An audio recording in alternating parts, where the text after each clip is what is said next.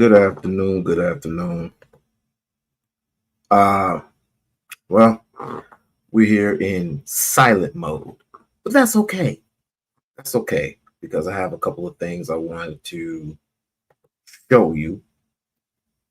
There's obviously a couple of things that I wanted to show you. So, a couple of things that I wanted to run by you. And before I even do that, before we go into our first uh clip here, before we even go to our our segment, I want you to like, share, and subscribe to the We-On-Loc Nation channel because I have been invited into a sector that is unlike this world from a very special guest, a very special lady, a very special friend, a very special YouTuber. And guess what? One of these times I'm going to make a sector of my own. And one of these times I am going to be the leader of that sector. And I'm going to have other people become leaders of this sector that I create.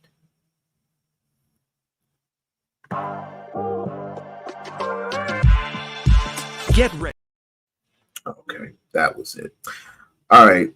I wanted to present to you, and I wanted to sponsor this by Shush Trish. Smash it.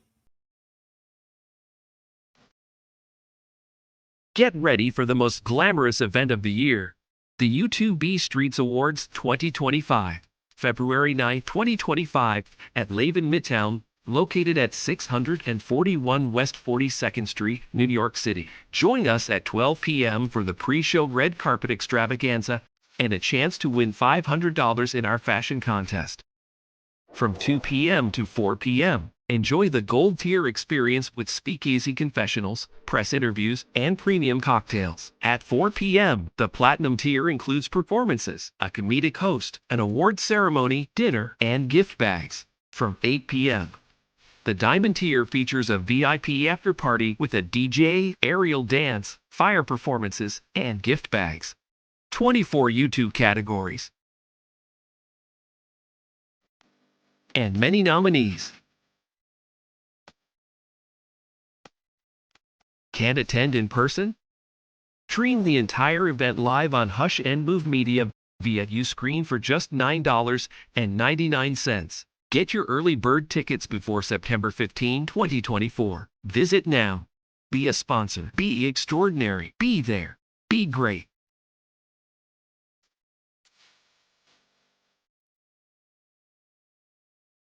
Okay. That was sponsored to you in part by Shush Trish. Smash it. Now, we are going to get into our little segment. But before we do that, I want to introduce you to this awful clip by your neighborhood wingbat dingbat Negro, so-called Negro, Mr. Charleston White. And Charleston White have some words to say to you other Negroes. Hear me? What's your name? LeBron James. All them, please, name. You hear me? What's your name? LeBron James. All them, please, name.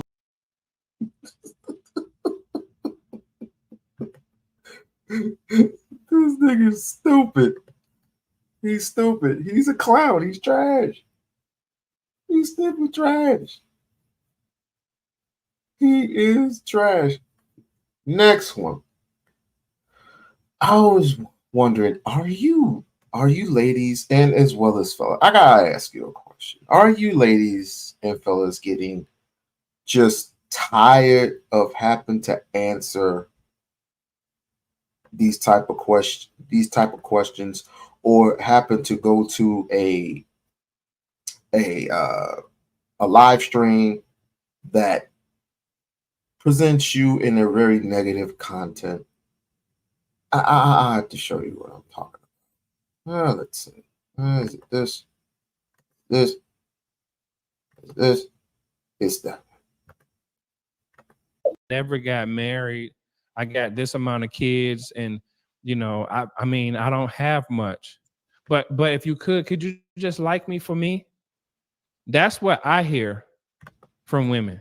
But just like me for me. I can be submissive to the right guy. Okay, well, what's the right guy? I mean, I don't know. Well, no, we got time. What's the right guy? Tell me what the right guy is. I'm curious. Tell me this right guy, because you ran through two of them already and you gave him a baby. You let the baby incubate for 9 months. So tell me, what's the right guy? Because clearly you don't know how to pick the right guy, or you don't even know what the right guy looks like. It's sad to say that the right guy for a lot of these women, the right guy is a boring guy.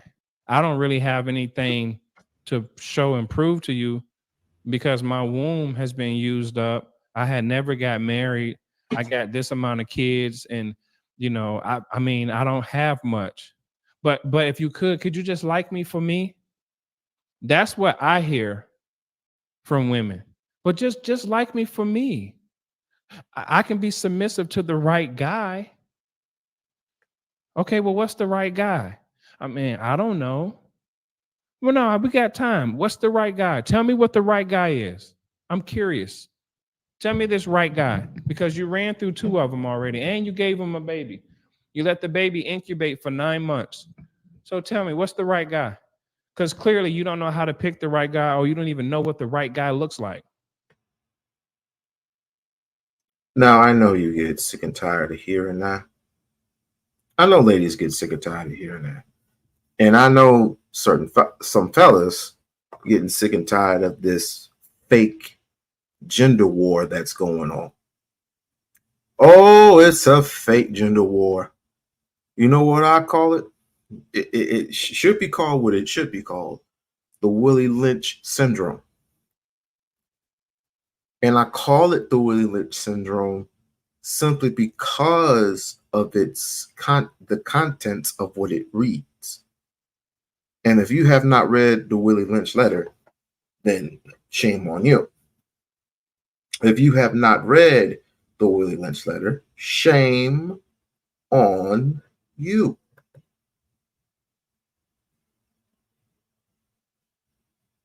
Yeah. Of course, we haven't heard from our brother Umar in quite a long time. I believe it was some Negro, some so-called Negro, trying to get me to admit and submit to a wrongdoing or whatever he is doing in the Black community. Well, I have to say it's more than what you're doing, which is sitting in the basement in your mama's couch, in your mama's house, wasting up her electricity. Yeah, contributing to partial the bills in the home. All you AFW Negroes. Yes, I'm calling all you AFW Negroes. In particular, it's the certain type of Negro that I'm calling out. I believe his name is KKC. I believe he's KKC. His avatar is that of a monkey. I don't know why, but he loves him some Umar. Oh, well, he loves himself some Umar. And when I tell you he loves himself some Umar, I see him all the time. And he's always talking about Umar Johnson. even though it's Ifatunde. But that's it all that. But I would like to say to this boy here, this muffy head Negro that got himself into some trouble. He likes to also call himself the pull-up gang. And if anybody pulls up on his ass, just give him a good slap in the tooth. Oh, he needs to get good slap in the tooth. Because let me tell you something right here. All of his AFW friends need a swift kick in the ass. 19 years. 19 long years. 19 long years of sniffing old Dr. Umar's rear end. And I had to say, I would think after 19 long years of going up the rear rectum of Dr. Ifatunde, you would have backed off by now. Because you ain't find nothing. You ain't find nothing, ain't sniffed nothing, ain't done nothing ever since then. You done doxed the man. You done took the man's rituals. You done tried to take the man's pride. But he still get a licking, and he keeps on ticking. And he trying to find something up to the school. You try to sabotage the school. I'm surprised that Dr. Umar don't sue y'all for defamation of character. But when my homie from, you know me, brother from another mother, We-On-Loc, he gonna have to call Dr. Umar because he got his telephone. And he ain't gonna have to go and say, hey, you're gonna have to sue Lennon Honor, KKZ, and AAS for all the disruption. And talking about you sniff crack, that's a defamation of character. You don't know what you talking about, son. But before I get any ignorant, I haven't heard from the good doctor and the good wife. I want to hear from the good doctor because I believe that the brother has a lot to say. And if those who have ears, let them hear. I want to hear from the good doctor. What say you? We-On-Loc? Yes, sir. Yes, sir. Thank you, Dr. Brown. Invested in hip hop early, that it was the European Jews who was responsible for the creation of Rockaware clothing and Fat Farm clothing. He basically said, without even realizing he said it, in the mental health system, I will be holding my Black parent. Know your school rights boot skills, such Will people outside of get around respecting Black parents and upholding their rights when those Black parents are in the know. Let us be clear about something. I am not Superman, but I am more than any psychologist and Black psychologist in the history of this country.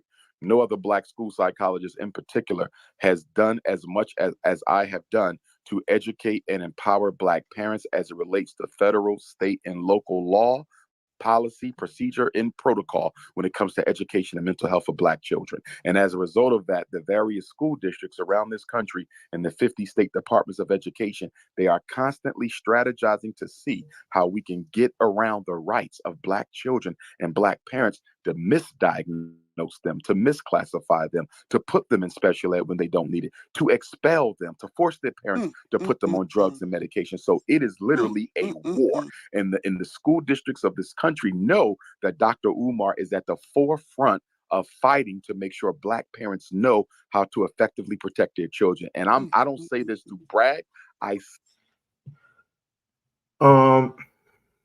Most likely, this is what I would do. Anybody who has the guts, who has the stick-to-the fortitude enough to do not as what Dr. Umar is doing, but doing something in a more similar fashion to uplift and re-improve our communities. I recommend them. I congratulate them. And instead of fighting one another, instead of beating up, accusing of one another of mischief and all these different types of negative things causing trauma to ourselves, we should just move forward to a better new, if you will. I am encouraging all people of all ages, Black people in particular, no one else, to uplift the community in a positive manner. There has been too much, way too much phallus, way too much negativity for us to be at a stalemate. It's like we're playing baseball for those who are baseball lovers. And when you hit the ball and you're on first base, you may be lucky to be on first base, but you're stuck at first base. And if you find yourself stealing second base, I don't know how you're going to steal second base, but practically nothing to show for it. Even though let's just say you are on second base and you do take second base, right? You're stuck on second base. We want to take this. If you're stuck on second base, if you're stuck on first base, it's a loss. If you're stuck on second base, it's a loss. If you're stuck on third base, it's a loss. We want to take this baby all the way home with a dub. If anyone gets my drift, Say it humbly as a thank you to the universe for putting me in this position to do what I've done for Black parents. Because when Black parents walk into schools now, they walk in with a whole different energy. They walk in with a whole different level of self-confidence because of the last 25 years of my work. And I only say that because a lot of times when it's conversations about Dr. Umar, and of course I could care less what anybody thinks of me, they try to reduce my contribution to the struggle to one of oratory, information, and of course whether or not we get the school open. That is dishonest, okay, and it is unfair because Dr. Umar is more than any psychologist in our community history. Nobody you can name has done more than I have done to make sure Black parents know how to fight back for their children. I'm the reason we know what ADHD is. I'm the reason we know what special ed is. I'm the reason parents know how to get their kids out of special ed. I'm the reason parents know how to get their kids off medication. I'm the reason so many Black children are not vaccinated for public school because many parents thought they had to be vaccinated just to go. I am the reason that Black parents know how to say no when they get into these schools. So whether I never opened up a school a day in my life, my contribution to the mental health and educational liberation of Black children is etched in stone. Well, did you hear what he just said? He said he can't record it because the powers that be, they will go dismantle that recording and say, okay, how can we stop what he's doing? Yes. Everything we do can't be done electronically and digitally. I think the electronic and digital age has some benefits, like what we're doing now, this Clubhouse conversation. A lot of people are going to be awakened. I'm going to challenge a lot of people to think. And let me be clear, when I do these interviews, I don't do them to change the way, I do not do them to change the way people think.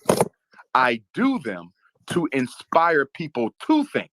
So you'll get people say, well, I didn't agree with that point. And I didn't agree with that point. That's okay.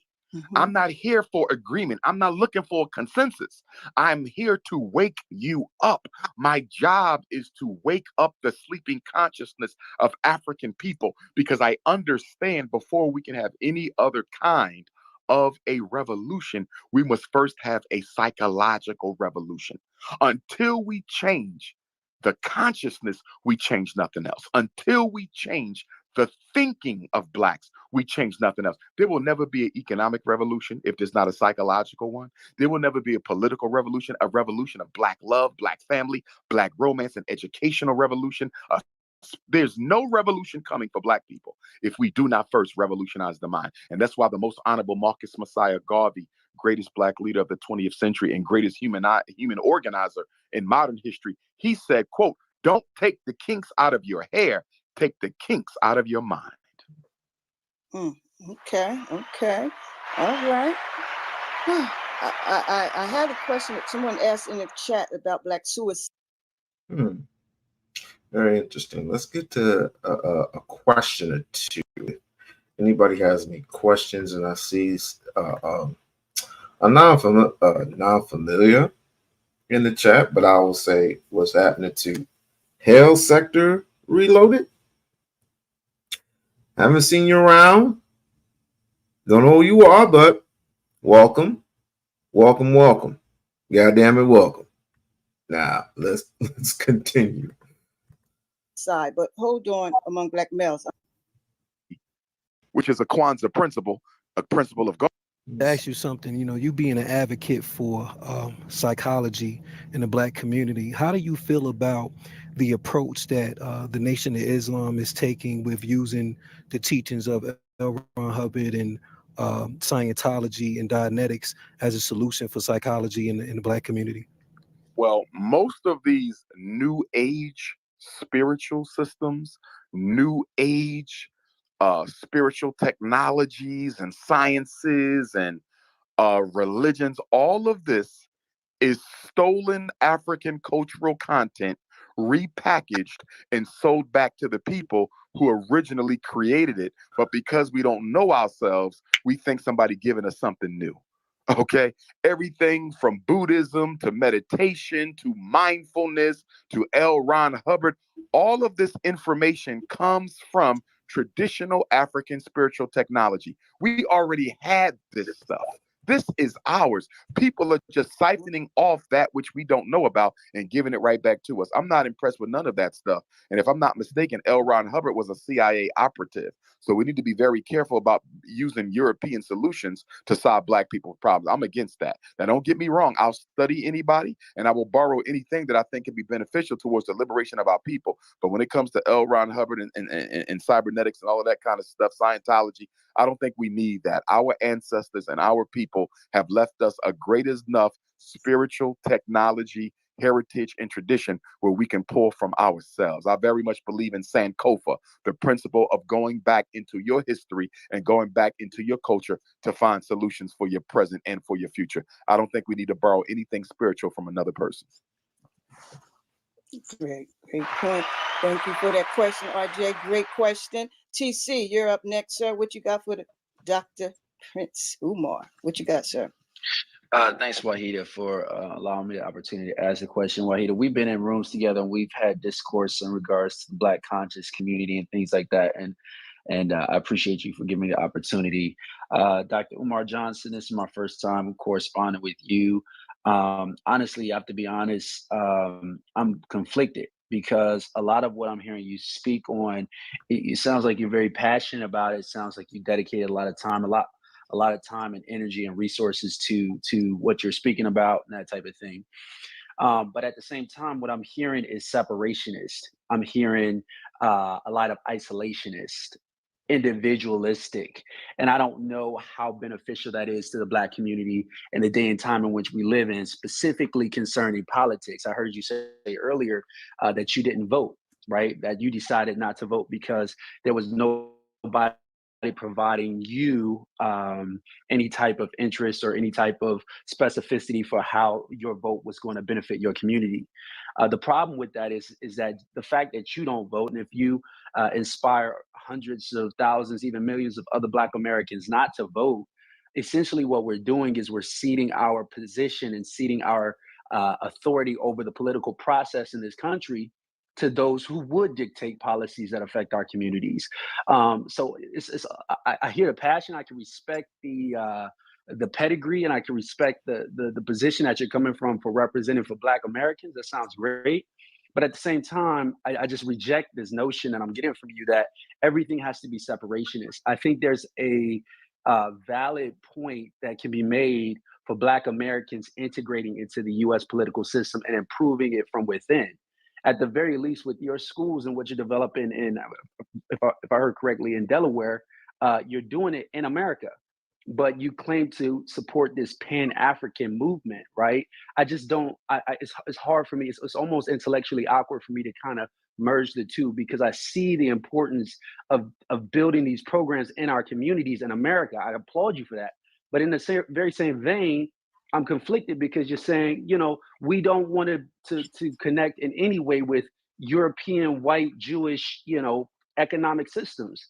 In one vein, you criticize Kanye West for what he's talking about with White Lives Matter T-shirt, but in the same time, you applaud him when he criticizes the Jewish people and their economic successes that they made in this country after being a marginalized community.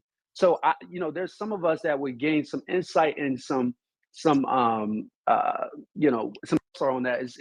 Is it separation?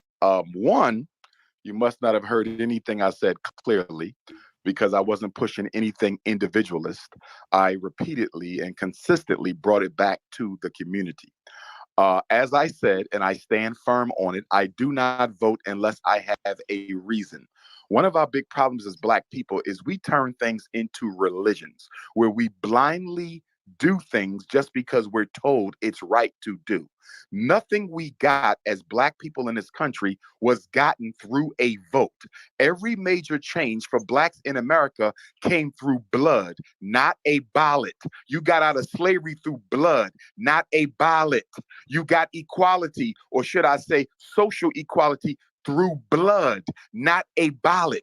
Everything that we've gotten through our hands, through street protests, and through blood, not a ballot. Now, after we won it, the government may have validated it by passing a law, but you did not vote to get free. You did not vote to end segregation. You did not vote for school desegregation. You did not vote for access into different institutions in this country. You fought for it. People died, were beaten, gave their life for it. The ballot hasn't changed anything for Black America.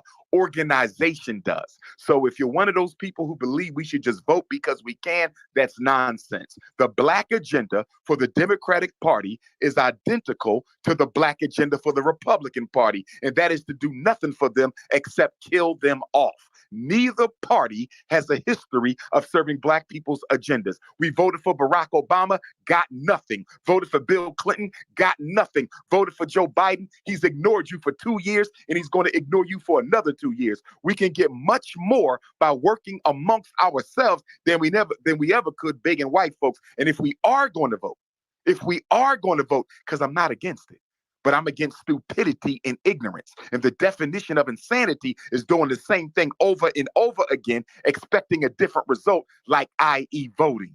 We need to organize the Black vote and organize the Black dollar to go along with the Black vote so we can finance people's campaigns and guarantee that they will do what we tell them to do, because they can't afford to be without the organized Black vote or the organized Black dollar. There is no Black power without an organized Black dollar.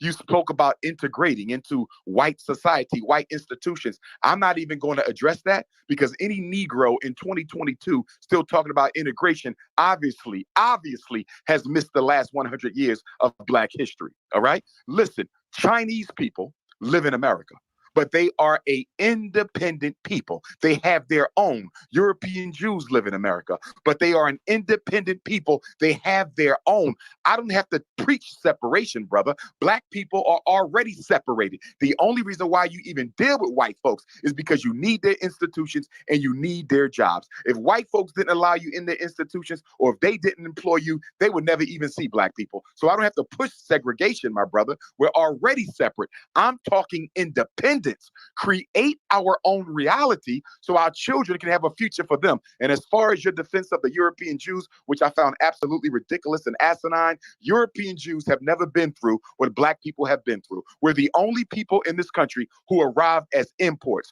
Jews arrived as immigrants. Jews control major movie houses. They control major music houses. They control major banks. We don't control any of that. They have never been systemically and legally oppressed in the way Black people have been. They are a Caucasian people, and they benefit from the same white privilege as any other white people do. You cannot compare African people with European Jews. We have two totally different histories, not to mention that they are also guilty of participating in our slavery. They built the slave ships. They insured the slave ships.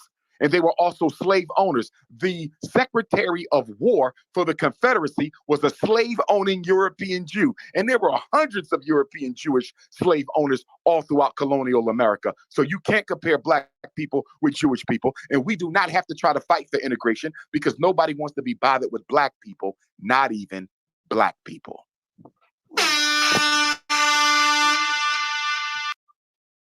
Ooh. Oh. Oh man. I had to drink a glass of water. Slave owners, they drunk a glass of lemonade while the slaves were out in the field, picking cotton and stuff. And of course, you got your lemonade from the in-house Negro. Now, the in-house Negro they kept in the house, and he was a little bit lighter than usual, while the field Negro was a little darker than usual. Well, if you don't believe that, then you believe in the damn tooth fairy. If you don't believe that, then you believe in Santa Claus. Shit like that. If you don't believe in that, if you don't believe our ancestors were enslaved, then obviously you're smoking something and you need to get checked. You need to get checked, or maybe you need to stay away from, some of these white folk. Maybe you need to stay away from them for a while. Reevaluate what is. Well, if pictures and movies, but more importantly, for those who don't know, this is Lena Poll, and you notice that this poor brother right here, this poor African brother right here, does not have his right hand. Most of those African individuals had their right hands cut off.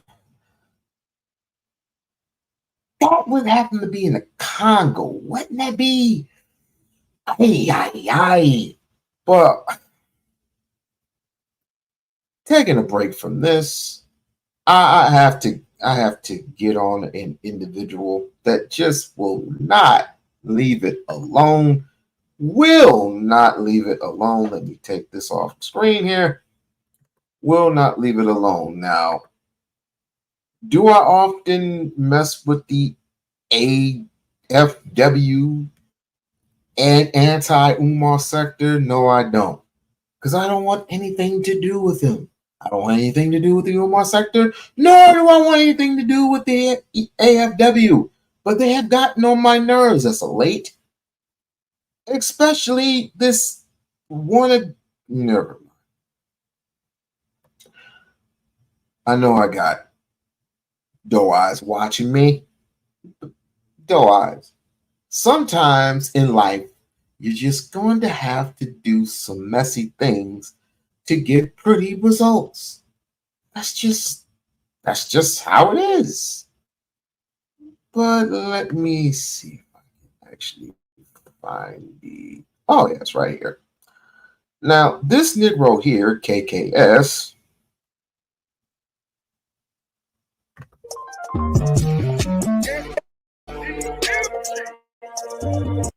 spends all day, every day, filming, spying, looting. Yes, he's the one responsible looting the Umar school. Now, if he and his cronies are responsible for going in there and doing some things they weren't supposed to do, sabotaging the school. I mean, what the hell are you doing there in the first place? You don't want to, and this is the thing we need to get rid of. You don't want to see this brother succeed. Look at this.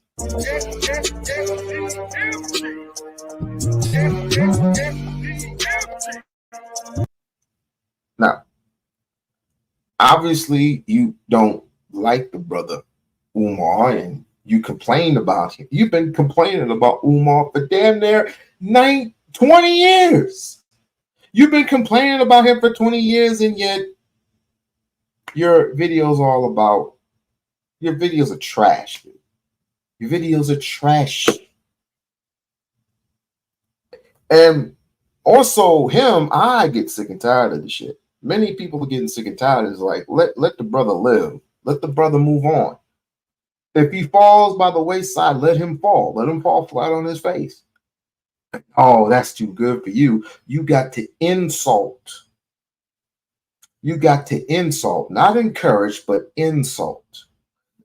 And that's what we do in these sectors. We insult each other because we can't come up with nothing logical. It's more like illogical.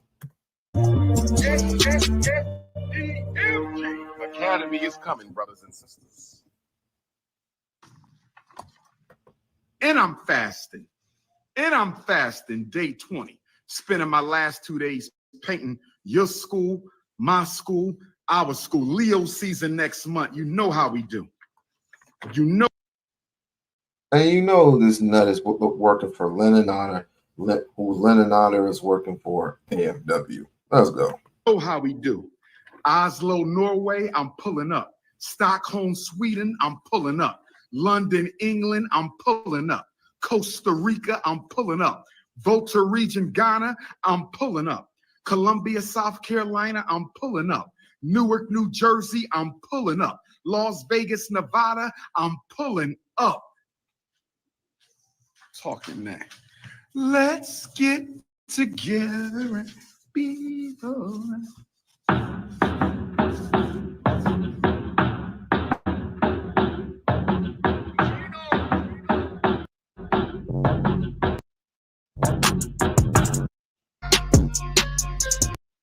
Fresh off celebrating my birthday. Listen, I'm tired. I ain't gonna really changed. I'm just gonna I'm gonna leave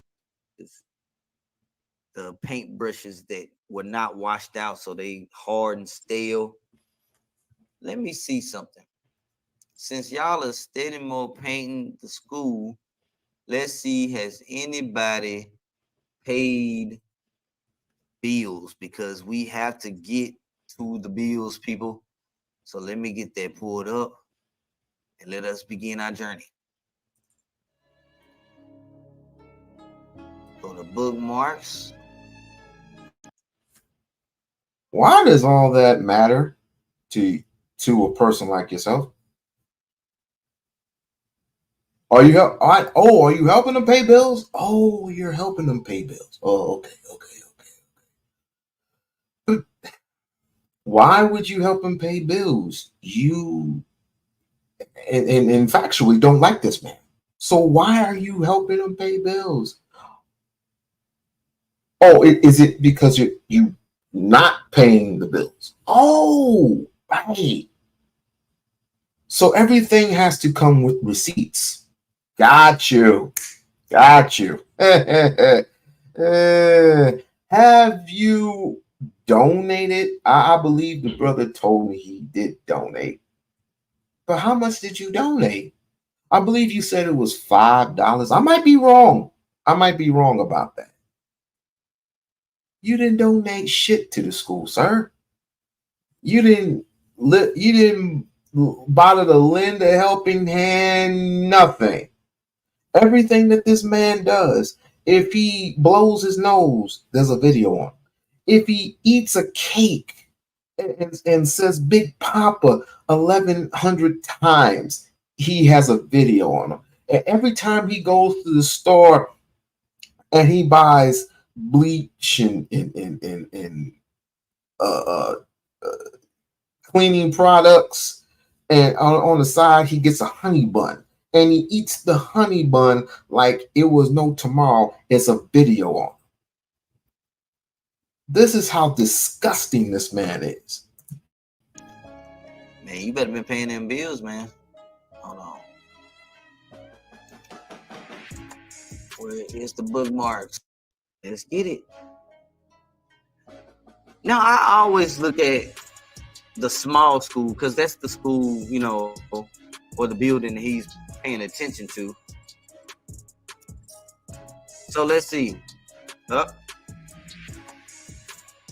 As of 6/29/2024, there's still $24,656.50 left on these vacant properties. But let me go back. Let me change the parcel number to the one across the street.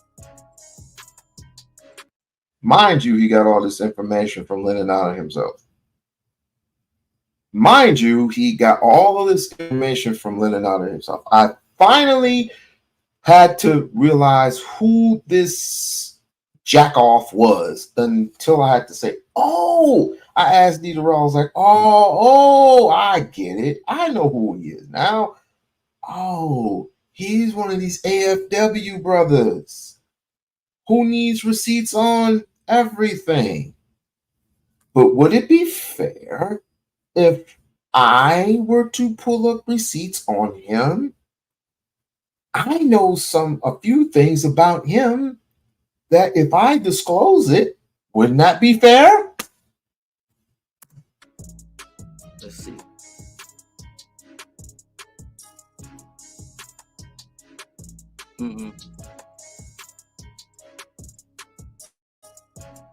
$24,656.50. That's what it is, man. Bills hasn't been paid, but they're painting buildings. And so, like I said, he went live. Well, uploaded a video. Let's get into it.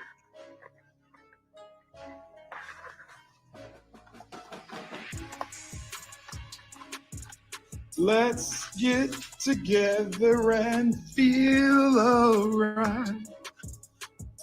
One love, one all. Let's get together and feel alright. Is he getting high off the paint fumes, people? Is Umar high off of paint fumes? Nothing is never enough. Nothing is never enough. Who the hell died and left you in charge of being Umar's secretary?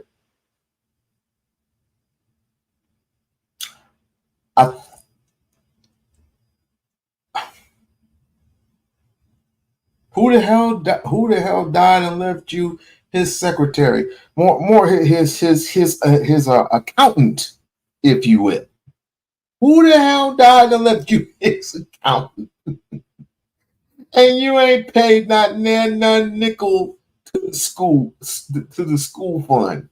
You don't pay not even contribute a piece of furniture, a WIC, a lunch program, a stimulus check. And I know you've gotten stimulus checks. Hell, we all have gotten stimulus checks. You haven't donated a goddamn dime to this man. And just like you have clips, my man, I have clips too of him actually having workers work on the building. Yeah, and there's still continuous work around that building. No one said it was going to be easy. No one said it was going to be overnight. But it's a work in progress. And I believe him when he said he's at the finish line. He's at the finish line. Oh, don't worry. I've heard the rumors. I've heard it. I've heard it all. 2025 is when the school's going to be coming in August 2025, right? I've heard about all that. Rumors. Yeah. Whatever. I think we are going to have to start a poll. Let's start a poll. I don't even think I'm supposed to be playing music, but hold on. He's got music be playing for days. I thought y'all was happy. Woo! We making it do what it do. Hit the Cash App. $ FDMG School. Hit the Cash App. We painting this room Orumbi La Green. We painting this room Orumbi La. Now, if you're an African spiritualist, if you don't know it, I am a work in progress, my damn self. Ifatunde Ogundate. Ifatunde ogundate. Ifatunde agundate. Someone in the realm of meaning king. I gotta look that up. I definitely gotta look that up. Like I said, I am a work in progress, and I'm trying to get rid of this Americanized, Negrolist slave mind of mine to learn more of our native culture, to learn more of our native land, our native tongue. And this Negro knows very little.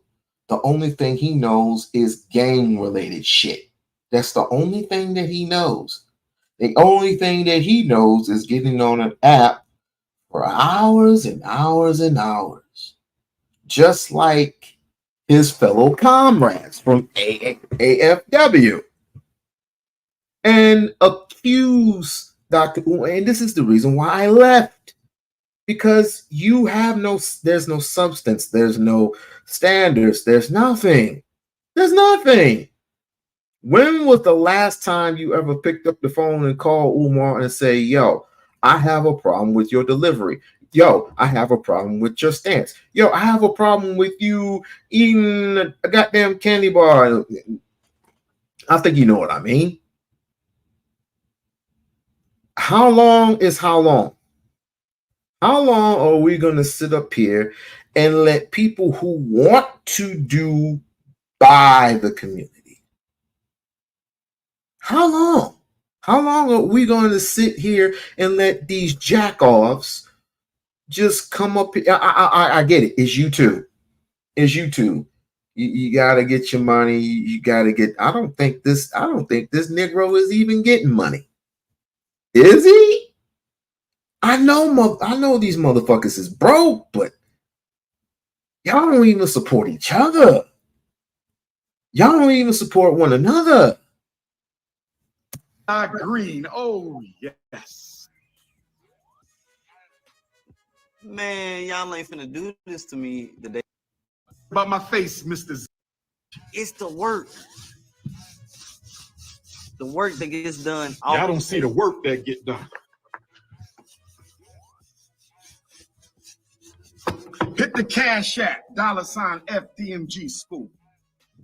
Hit the Cash App. Incredible Hope. Yeah. Mm-hmm.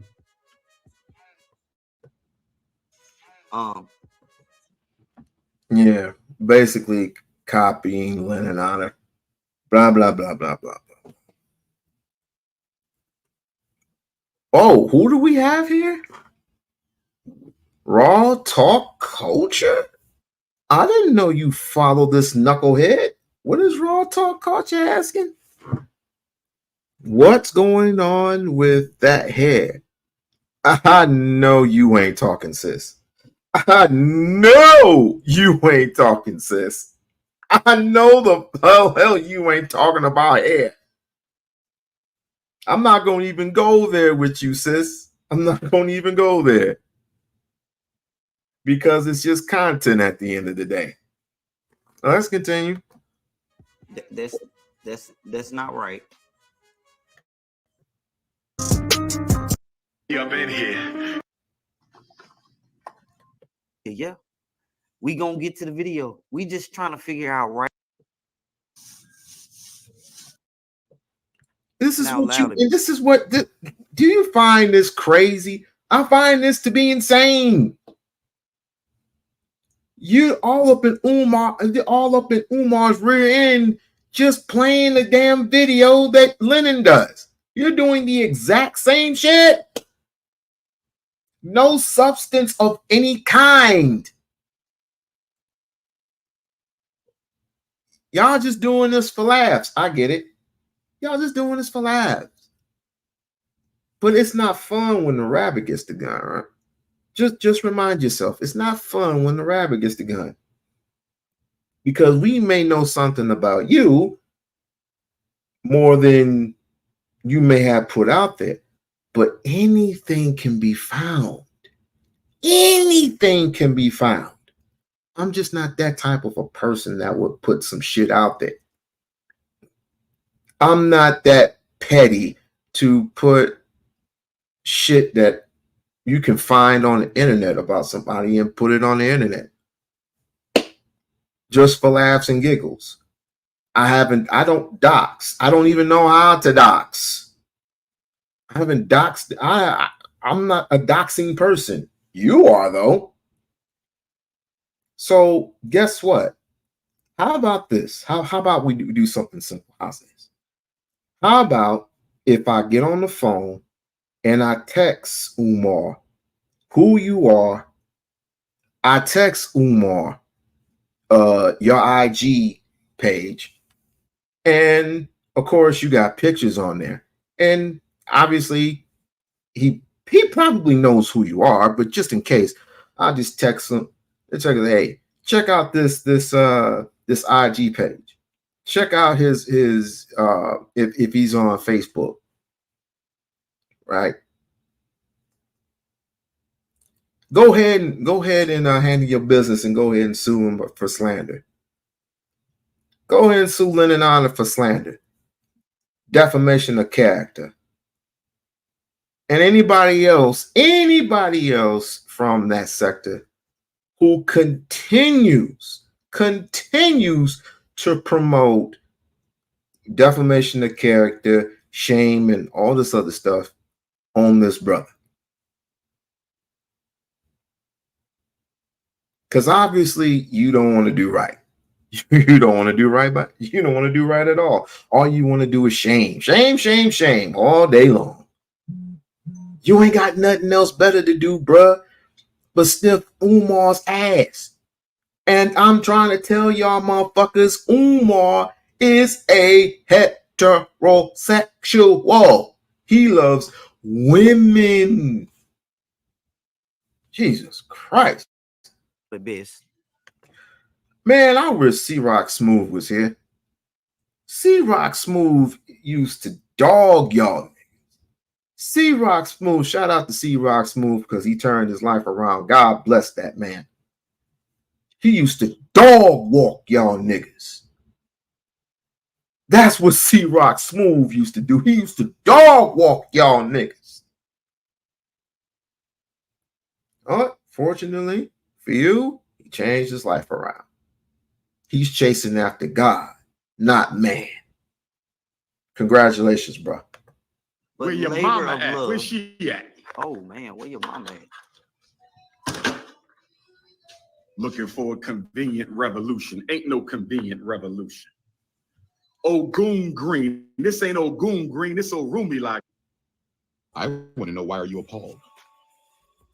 I want to know, why would you think any is your paycheck to empower people in other communities while you splurge on useless material garbage? That's the only thing about you. You functionally deprive your community of your money while you give it to other people, and they take your spending power and they translate it into political weaponized. And see, that's the thing. It's no different than if you listen to a real white supremacist talk about, you know, how the white or Caucasian community needs to get their shit together. It's no different from the KKK. That's why he's getting silenced. They listening to literally this shit. finance. Yeah. They know say something, nigga. Say something. We ain't hearing what you saying. What you mean? There's no different from what the KKK doing, what the skinheads are doing, and what the alt-right is doing, what the blah blah blah is doing. Are you trying to compare Dr. Ifatunde to the KKK? Wow. It's our own. He got a million people that's following him now. Finance our own political subjugation. We literally finance our own economic retardation. And there's a retard following you now. Hey, Lisa, how are you? Right now, I'm just reviewing a Negro. Well, not one of my old ones, but one of the people from my old sector. Still constantly sniffing Umar's rear end. Y'all some gay niggas. Y'all gay. You've been following them around for, like I said, 19, damn near 20 years. And hadn't done nothing to him yet. Well, tried to do him, but all y'all did was sabotage the school. Yeah, I'm blaming you. All y'all did was sabotage the school, tried to burn the building down to the freaking ground. And he had to spend countless money trying to fix up the roof, trying to fix up the gym, trying to fix up the inside of the school. He had to because of a old nemesis, ain't gonna be named names. He had to change the locks. That costs money. You don't want to see niggas. You're just as worse as the KKK, sir. KKC is just as worse as the KKK. KKC is just as worse as the skinheads. KKC is just, you know what? KKC is AKA William O'Neill. Mr. William O'Neill. I am reviewing Mr. William O'Neill. And for those who don't know who William O'Neill is, go and look him up. Look him up. We keep on having history conferences. History is important. I love studying history. I will be the Black history teacher at the Frederick Douglass Marcus Garvey Academy. There you go. I will be the Black history teacher at the Frederick Douglass. He gonna be the damn Black history teacher. Black history teacher at the Frederick Douglass Marcus Garvey Academy. He knows Black history more than you do, numbnuts. Why not? But what good is studying your history when you haven't taken care of your future? What good is studying your history if you haven't taken care of your future? The principal, the history teacher. What good is studying your history, and you're not taking care of your future? We have no agenda, no plan, no program except. I can't wait. I cannot wait. What kind of a racial agenda is that? Waiting for the elections is waiting on the white man. Waiting for reparations is waiting for the white man. And many of you pray to a white Jesus, so waiting on God is also waiting for a white man.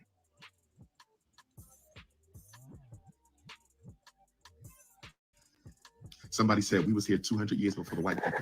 Okay, and what problem did that just solve? Here we go again. Historical masturbation.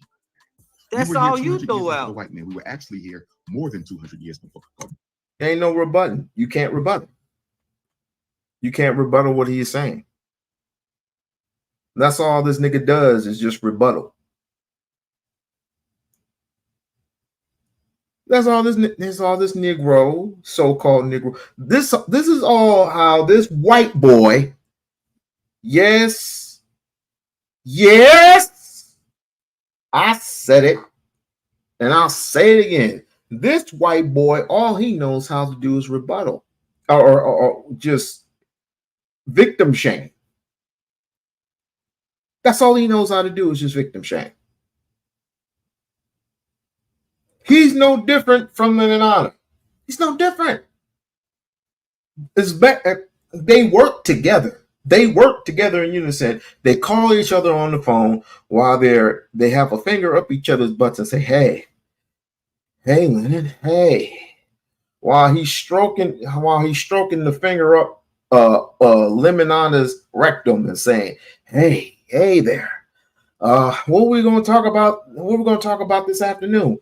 And he's doing Leonard is doing the exact same thing to KKC. Well, we're going to look for some more old and some updated Umar videos. That's what we're going to do. Okay, man. It kind of, you kind of typed the last time that I spoke to you. Oh yeah, I was putting my work in. You kind of typed yourself, son. Why y'all stroking each other up there while looking at Umar videos? Y'all some gay ass niggas. The African had already transmigrated every continent, but what problem did that solve? You a Chickasaw, Choctaw Indian. What problem did that? Now I wouldn't mind it if he was looking at this, right, and he was critiquing. If he was saying something a little bit more constructive, I would have not said anything crazy. But now I got to go at him like, well, as Chris Rock said, I wish I would join the, well, yeah, I would join the Ku Klux Klan for a day just to get at this motherfucker. Because he deserves to get got. He deserves to get got. How the hell are we supposed to grow as a people when all day, every day, he does nothing but Umar videos? He been doing no Umar videos for 19 years. 19 fucking years. And what does it solve? Nothing. Absolutely nothing. You've been to both festivals, Spine and like William O'Neill, infiltrating both festivals. Did some type of documentary about Dr. Umar. Both of y'all did. Trying to come up on D Darrell's live and try to confront me about some shit. Those are just AFW tactics and will not be televised. I will not be entertaining any more of these AFW tactics. I will not. Solve. There's aliens that are visiting the planet Earth. What problem did that solve? There's people living under the earth. What problem did that solve? See, the problem with the American Negro is you need to be constantly entertained. You're the most childish people in the country. Extremely childish. If you're not being entertained, you cannot tackle serious problems. If you are not being entertained, you cannot tackle serious problems. This is why whenever you want to organize American Negroes, you got to give them entertainment or food. If there's no food or entertainment, they're not coming. No other group has to feed. Yeah, and he's one of these Negroes be like, where the chicken wings and the donuts at, nigga? And entertain their people. This lecture is boring. In order to keep their attention. You ain't gonna save no black kids. You ain't gonna save nothing. The black community is dead. No other group. The black the black woman is not God. The white woman is God. This is this nigga. Has to feed or entertain their people in order to keep their attention. But you have to do that with the American Negro. If they ain't no, listen, if they ain't no chicken wings, no donuts, no malt liquor, no hookahs, niggas ain't coming. Niggas ain't coming. But I know black people are coming. There's a difference. Because we're not serious enough. We are not serious enough to stay focused without food and entertainment. Man, whatever. What drug are you taking? Whether they come out the Quran, whether they come out against Black America starts. Once the war against Black America starts, you will not be safe. We gotta start having conferences. Keep going. So politically irrelevant. Keep going. Keep going. We need somebody to come up to FDMG and start planting crops right now.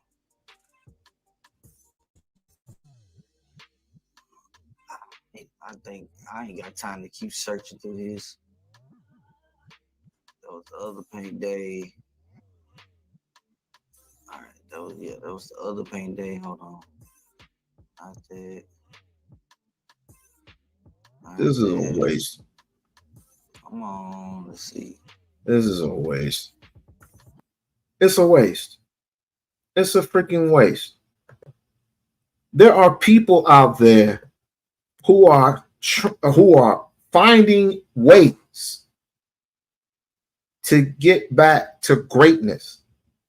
There are people who are trying to find ways to get back to what Black excellence used to be. And I'm not talking about football or basketball or any of those things. I can care less about those things. People are trying to get back to building what we used to have, what was successful then. And the only thing you can do is shame. If you had a particular problem with Umar, then the only thing you could do is help instead of hurt. You're only hurting yourself by doing this. That's the only thing that you're doing. Okay, white boy, that's the only thing that you're doing. And by the way, yeah, all of the AFS, including the Umar sector, is nothing but a bunch of garbage ass niggas. Yes, I fucking said it. Except for the additional people who I've already named, D. Durrell, Emma, of course, her cousin Eyes Antonia. Let's see. Chat Lives Matter. I fucks with Chat Lives. It's a handful of people that I mess with in the Umar sector. And there's a handful of people who were in the Umar sector who are no longer in the Umar sector, who hadn't been on YouTube in a while, or had their own YouTube channel and is doing other things. Other things like uplifting. You know that part? And speaking of which, what's his name? Officer. Let me see. Officer. Let me look for it. Like, share, and subscribe to the channel. Like, share, and subscribe to the channel. Let's see if I can find this bullshit. Oh yeah, I did find it. I'm gonna exile from this. I don't have to see this bullshit anymore. Oops, wrong one. I'm gonna exile through this because I don't want to see this cockamamie bullshit anymore. And I'm going to go to my next victim, of course. Does anybody familiarize themselves with a Brandon Tatum? Has anybody familiarized themselves with a Brandon Tatum? Just want to know. And the reason why I'm not, let me see if I can play this stupid thing. I was going through last night and seeing what type of shit I could play. Let's see.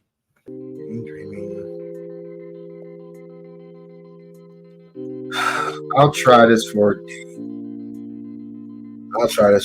If I don't like it, I'll just edit it. Whatever. Okay. Does anybody know a Officer Tatum, aka Brandon Tatum? This brother is a delusional type of officer. He's no different from Sheriff Clark. And anybody who knows who Sheriff Clark is, I want you to look up him in the Don Lemon interview. But this is also the same man who is in a delusional world of kissing white folks' ass. Him and his wife were sitting on the couch like this, just trying to get you up to speed and familiar with who this person is. Right here. Now, this person here is a Negro, so-called Negro, in delusional land. And you can simply look at the title, Why Black Men Marry White Women. Why do they marry white women, sir? But that's here nor there. What he said about Dr. Ifatunde was astonishing and just downright hideous. And a black guy, they would. Oh, where is he? We love it. And Is that lame dude that messes me? and you know what? Kobe Bryant created black kids. Oh no, he's supposed to give it to Umar Johnson, I guess. It's then going to go to his daughters who. Right. You know the funny thing is that he come up with this whole thing that, well, you leaving it to your non-black community. It's like, yeah, but the same mixed kids, they call them black. So technically Kobe Bryant created black kids. Even though he was with a non-black woman, his kids are still black. Yeah. So technically his wealth is passed down to black people. Yeah.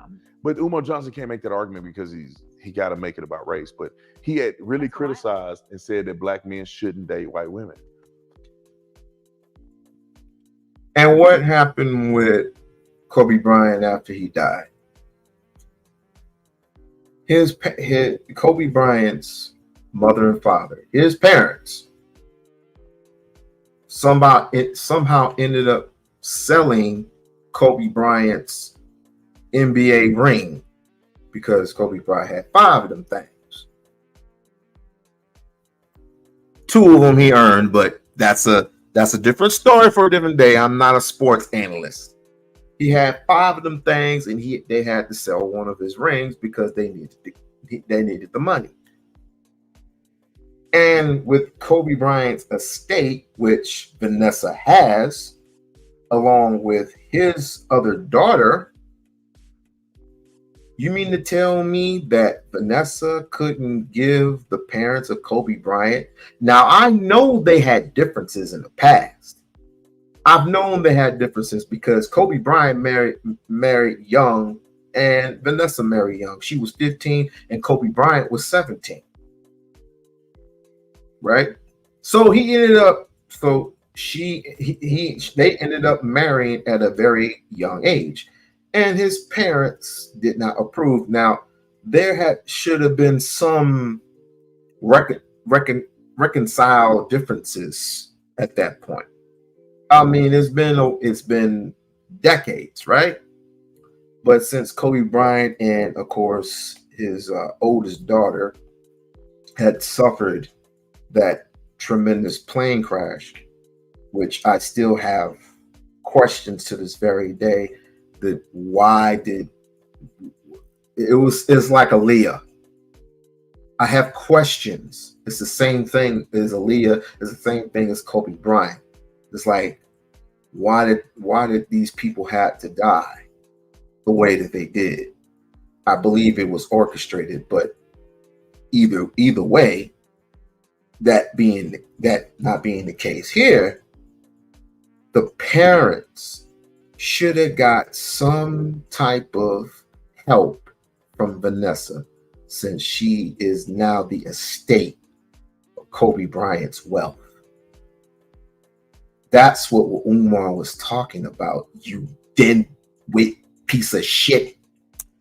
You betraying your own people. Like, why is that acceptable? And for, Louis Farrakhan. And for her, for even speaking, I don't know why she speaks. Shut your face. He was invited to the White House, totally fine. White devils and all that. But if a white person were to say the same thing in the equivalent, whites need to stick together. Don't cut this clip for social media. Okay, let it out of context. Whites need to stick together. Don't you know what I mean? Like, don't you race mix? Like, that wouldn't be completely unacceptable in 2023. So why is that only okay in one direction? It's weird. Why is that like? Why is that okay? But anyway, no, I don't care. And it's not new to me. My ex-boyfriend, my longest relationship, we were on and off for 5 years. He was from LA. Is that lame dude that messes me? And yes. Oh my God. And he wasn't really into politics. Oh, Lisa. And he, after a few years was kind of like, you know what I mean? I can't really bring you around because oh wait, Lisa.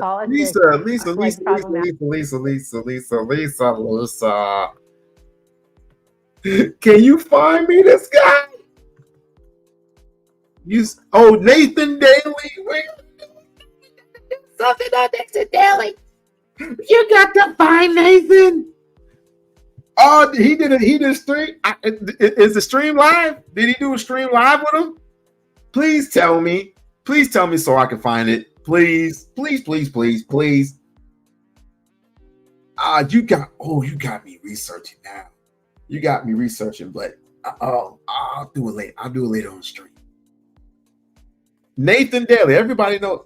Shit. No. Damn it. I was hoping they would do a back and forth and see how interesting it was. You know, cop for cop, right? Cop for cop, because both of these guys were former cops. But speaking of which, what'd you say? But you can go to Nathan's page and review. They did? Oh, tell me, Lisa, is it juicy? Is it juicy? All minds need to know. Is it juicy? Because we need to expose. We need to expose this Negro. Oh, hell, this Negro's always been exposed by Roland Martin, and I'm not a fan of Roland Martin.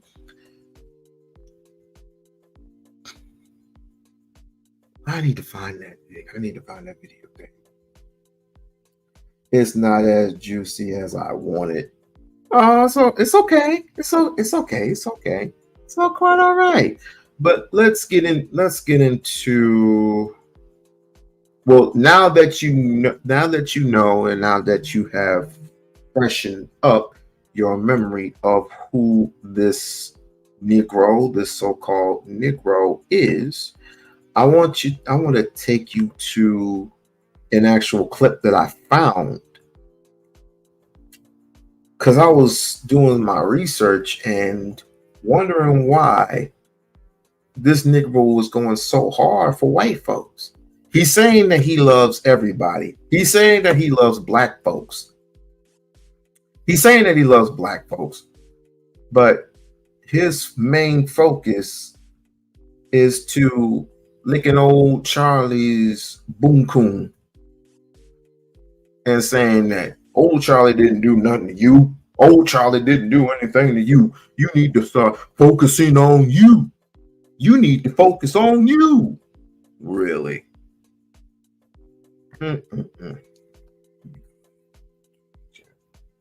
You need to go ahead. You need to go ahead. Yeah, you need to go ahead and do what y'all supposed to do and stop worrying about Charlie. Stop worrying about old Charlie. Charlie didn't do anything to you, boy. You need to go out there and get a job. Get a low-paying job. Don't be worrying them people. Go ahead and earn your keep, even if it takes 10 years to get a raise. Y'all don't need raises. Y'all. Somebody should have never given you niggas money. And what happened to Ahmaud Arbery? That was just a fallacy. We need to wait for the evidence to come out. Blah blah blah blah blah. We need to wait for the evidence to come out. But when the evidence came out, I would assume that he was in shock. Ahmaud Arbery was breaking the law. He went into that building that was in construction. He should have never went into that building. He was thieving. If he wasn't thieving, then why was you running? If you weren't stealing, then why were you running? What was he going to steal? Was he going to steal concrete or some cement, wood, brick? What was he going to steal? You coon ass inbred Negro. What was he going to steal? And this is the thing where I say I am so glad. I am so glad that he is not an officer of the law anymore. Even if he was, we would have treated him like any other white boy. Any other white boy of any other state that he was in. Some say he was in Atlanta, some say he was in Texas, whatever the case. I know the laws, so do I. I know the laws of stand your ground, so do I.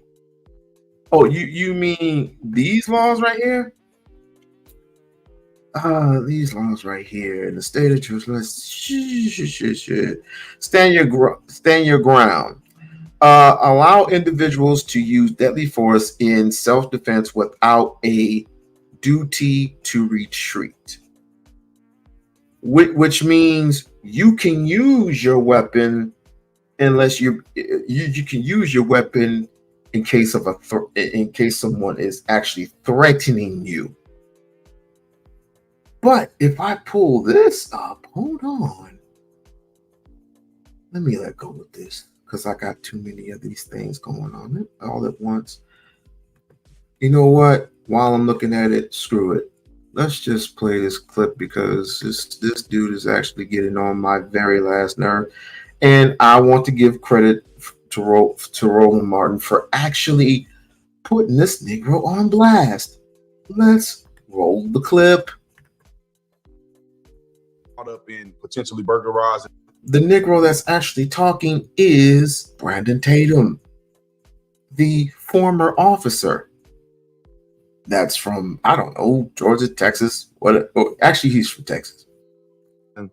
A house. He's been seen on camera in multiple houses, or at least multiple times in that one house. So that's pretty much all I said. He wasn't just walking down the street. There is more to it. There's some multiple houses. They like to put a little bit more emphasis, and they like to speculate about what Ahmaud Arbery did.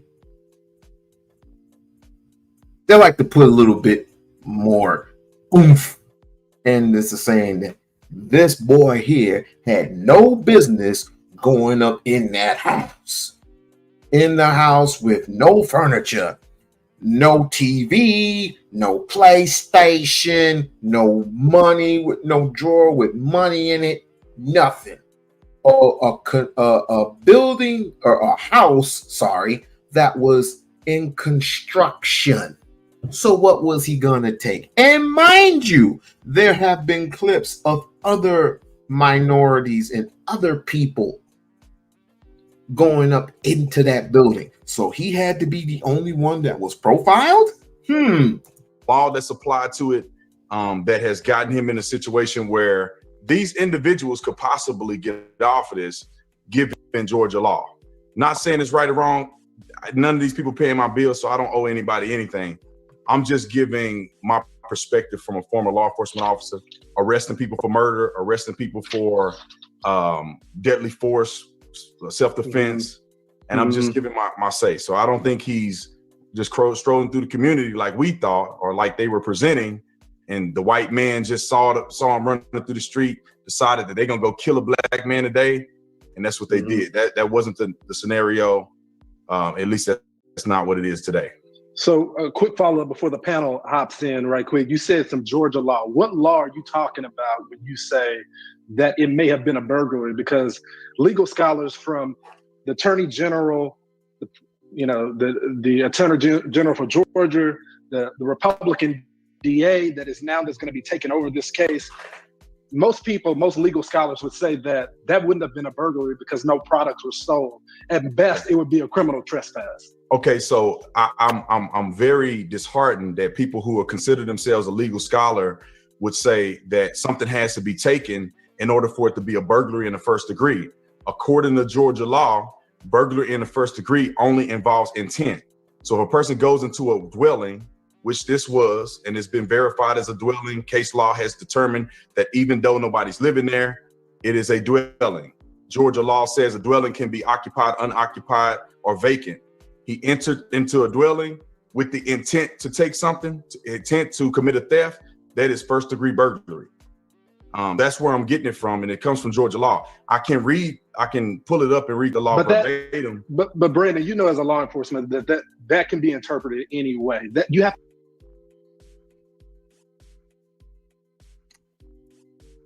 No matter how they look at it, it can be intentive.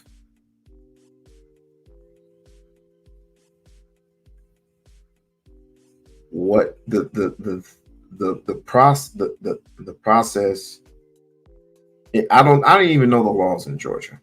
I don't even know the laws here, but the laws here in Nevada and the law in Georgia is somewhat similar to the laws in Las Vegas, Reno, Prim, whatever. So I sent you the Brandon Tatum. Oh, thank you. So, hey Lisa, you're here. You're in Georgia. What are the let me replay this again. I was wondering if you would like to come up if you could, because you're in the state of Georgia, correct? You are in the state of Georgia. So see if this makes sense. You know all about the Umar Arbery case, right? Maybe you do, maybe you don't. Let me rewind this. I can it's determined that even though nobody's living there, it is a dwelling. The law, burglary in the first degree only involves intent. So if a person goes into a dwelling, which this was, and has been verified as a dwelling, case law has determined that even though nobody's living there, it is a dwelling. Georgia law says a dwelling can be occupied, unoccupied, or vacant. He entered into a dwelling with the intent to take something. Nothing was vacant. How can it be vacant when it's under construction? Explain that to me. If there's no running water, there's not even a doorknob on the damn thing. And we've got plenty of, and there have been many instances of even white folks, young white people, going into the vacant building, if you will.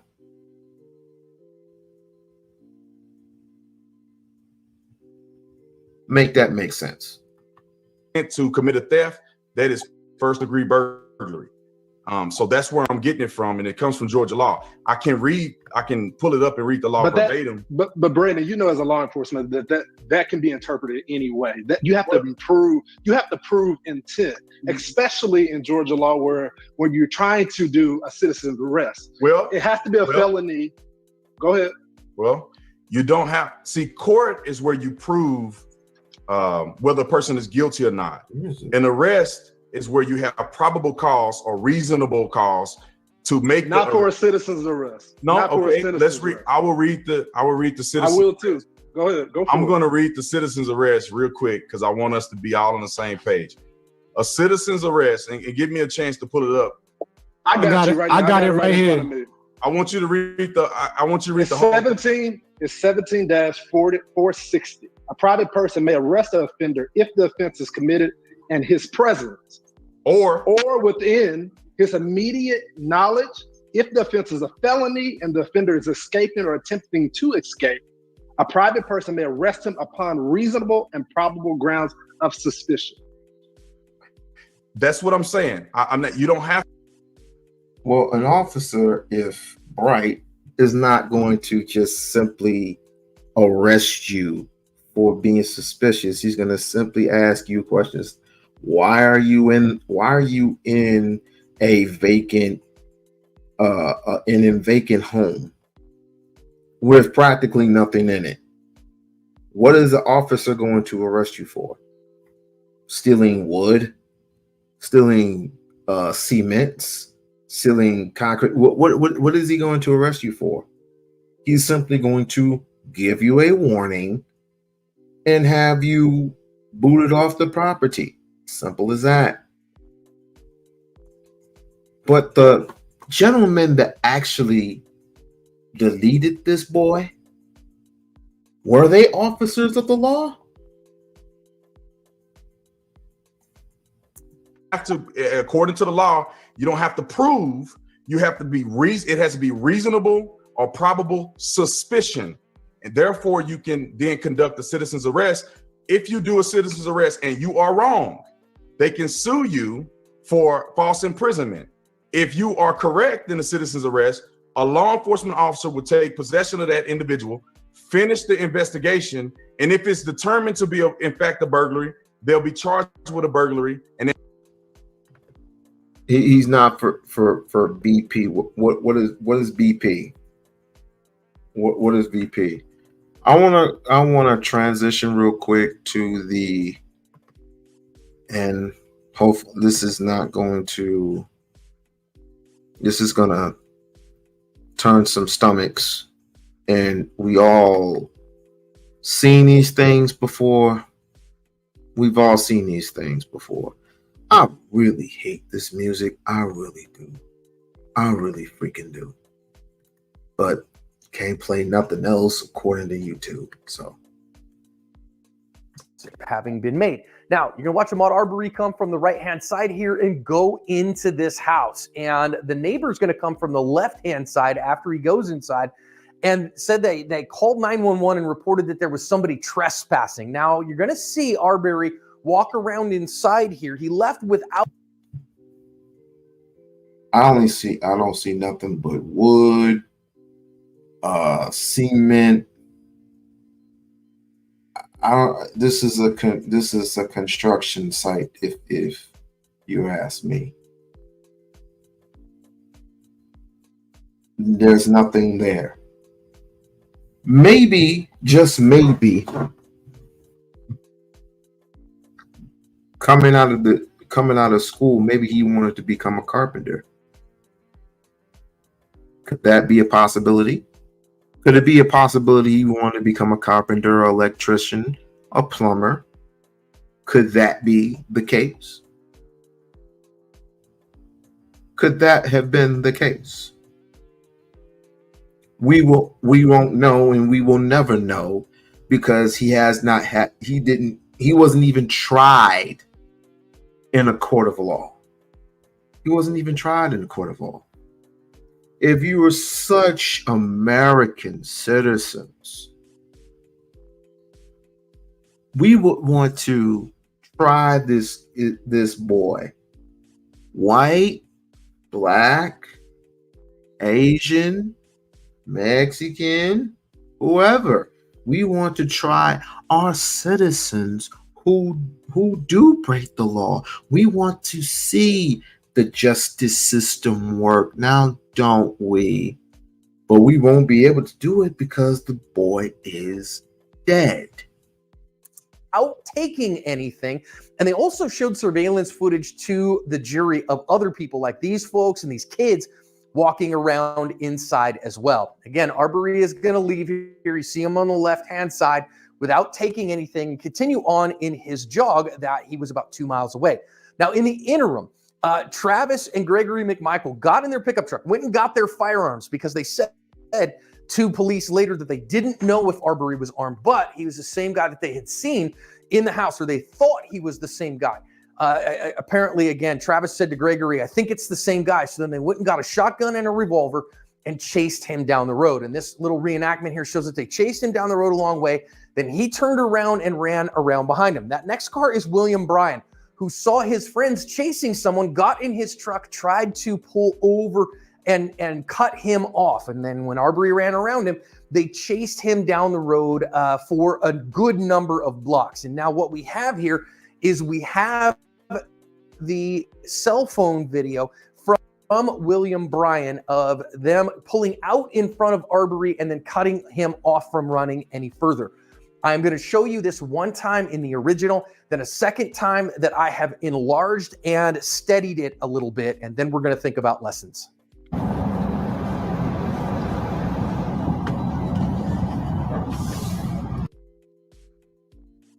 Y'all remember this?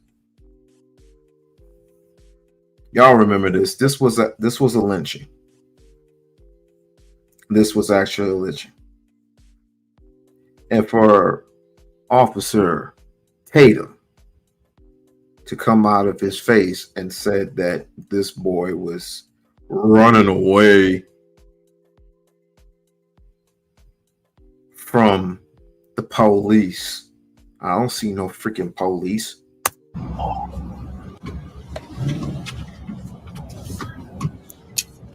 Oh, they were in fear for their lives. They were so in fear for the lives of this one boy versus a goddamn shotgun. And on top of that, was it the father? Was it the father of what's his face? I have it here in my notes. Oh, fuck it. Whatever. Wasn't the father on the back of the truck? I know the son was driving. Wasn't the father on the back of the truck with another shotgun? Oh, he had a gun in his hand. Oh, so one had a shotgun while the other one had a gun. This was an execution.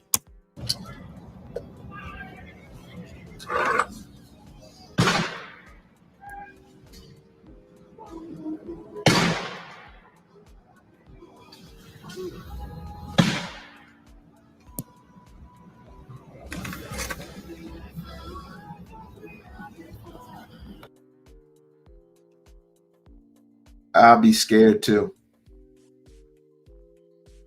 One thing, if he was my son, I would obviously tell him, it's like, you know how to dick, dodge, and dodge these white supremacists. You know how to do that.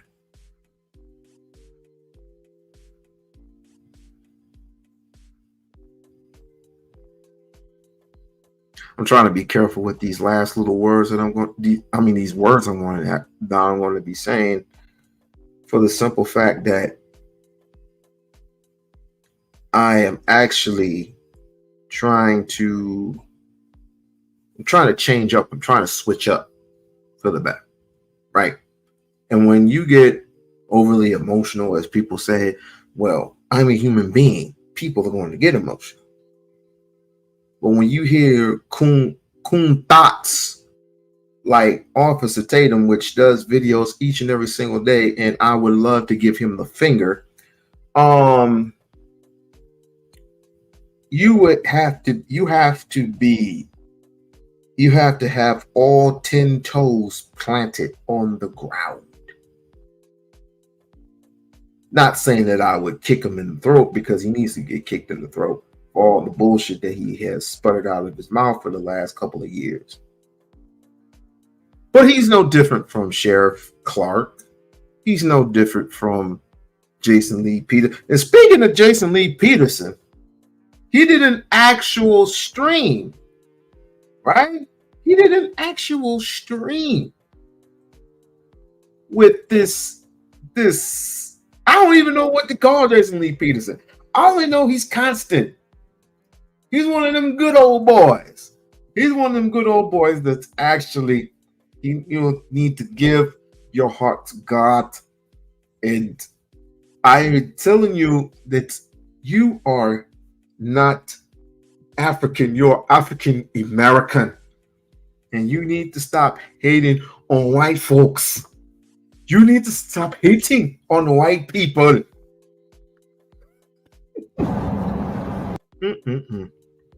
Well, we all know what happened. But like I said, it was weird. When I first saw him on that Negro's Live, I said, God, I knew he was a fucking coon. Because ain't no other people on there gonna go on Jesse Lee Peterson's show. And even and don't worry, those two fucking twins, I'm doing a live on YouTube. These two fucking too legit to quit wannabe MC Hammer wannabe steroid thick and thick wop coon ass niggas. That was terrible. But anyway, I'm not doing my best today. I used to roast light skinned niggas like that. I used to roast light skinned niggas. I'm doing awful today. Jesus. But these steroid having coons, I'm gonna be doing a video on you too.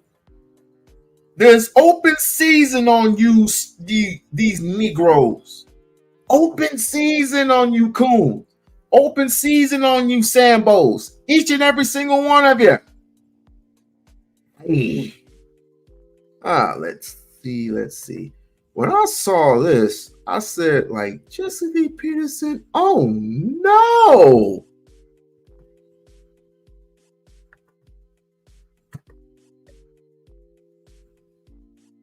Gotcha. Black people work, man. I know. They have brain just now, but God woke my mind up. This is this foolery. You know, we've been brainwashed so much to believe that it's racism here, racism there. They teach us in college that we see racism and we create racism in every situation. Just two white men defending their community, which is what people should look at. And a black man running down the street, I think people can take both sides at face value and say, maybe they're both telling the truth. We'll find. First he was jogging, then he was running, then he was running, then he was jogging. Which one is it? But that's not the way black people work, man. I know. They have brainwashed us into saying, no, it has to be racism. I'm gonna tell you a funny thing is people don't know this because they don't play it on the news. With this whole this dude is delusional, man. Delusional at best. situation, they've arrested a third person for terrorism. And I was like, it must be a white guy because it was terroristic threats against the protesters, the black protesters. Yeah. So then when you look it up, it's a black kid that created a fake Facebook account that's supposed to be a Facebook that supported the McMichaels, the two white guys. And on that fake Facebook account, he poses a threat against black people. So you have racism is so bad in America that black people have to create terrorist threats against other black people because white people just aren't doing it. And I'm gonna tell you this, Jesse, it is a shame and I'm embarrassed by most black people at the way we operate. Yeah. We have a young kid, Tashawn Lee, which black people never talk about. They don't even know who he is. 9-year-old boy gunned down in the alley. He was targeted because his dad was a gangbanger. They shot him at point blank range multiple times and put cigarette butts out on his body. And no black person talks about him. But a thug getting chased by the police, shooting at the police, running from a vacant house that brother had no business being in, fighting people for their guns. I mean, we losing our salvation over these people. I know. It's crazy. Yeah, it is.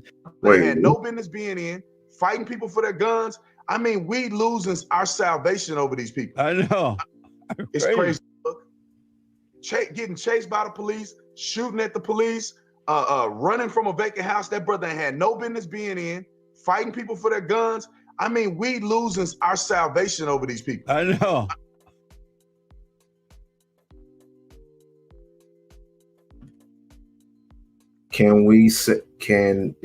Does this eventually convince you that these are foot soldiers of white supremacy? Does this tell you someone who defends white folks so much? It's astounding. It's not shocking because I shock value. You have to do more now. You had to convince me of being shocked that Negroes, so-called Negroes, you might as well just call them Officer White. You might as well just call them Officer White. I am not surprised or shocked that we have Negroes like this in our community who are eventually trying to tell us that, hey, we can work with one another in unison. Blacks, whites, Latinos, whatever, to work in solidarity to form a better place. And you have no excuse. You can do anything you want. Well, buddy, the world may change, but the scenario always stays the same. If we can do anything, then why the hell are we still in poverty? If anything, we should be competing. We should be competing. We should be in competition with everyone else. True, the fact that there are some people who are absolutely lazy, but then there are also people, see, I concentrate on the people who aren't lazy, who do want jobs, who do graduate from college or and a trade school, but it's kind of hard to find a trade when you're African American. Just want to say that now. Oh, you'll find some African Americans here and there, but most of these jobs are taken over by whom? Taken over by whom? Mexicans, Latinos, and fucking Europeans. Mexicans, Latinos, and fucking Europeans.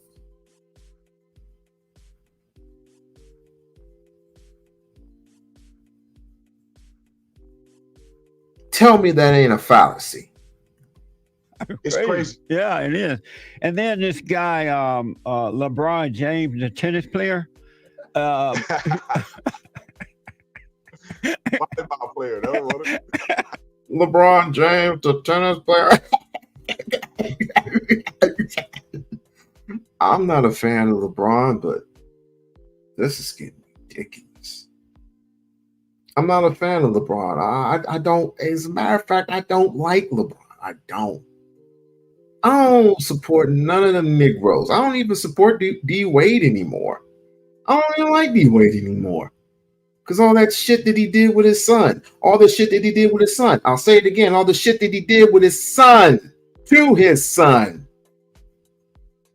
But that does not mean I get to kowtow and hang motherfuckers on a nuisance. I don't get to do that. I don't want to do that. If anything, I let you. It's on. I don't bother you. But it's quite interesting. What was he saying about LeBron? He was like, this man, I would think he would want to encourage, especially black young men, you can overcome anything. Here was my life. Look at me now. Don't be mad. Don't be like, just treat people the way you would like to be treated. They're good and bad in every culture. Treat people right, work hard, and God is with you. You'll be fine.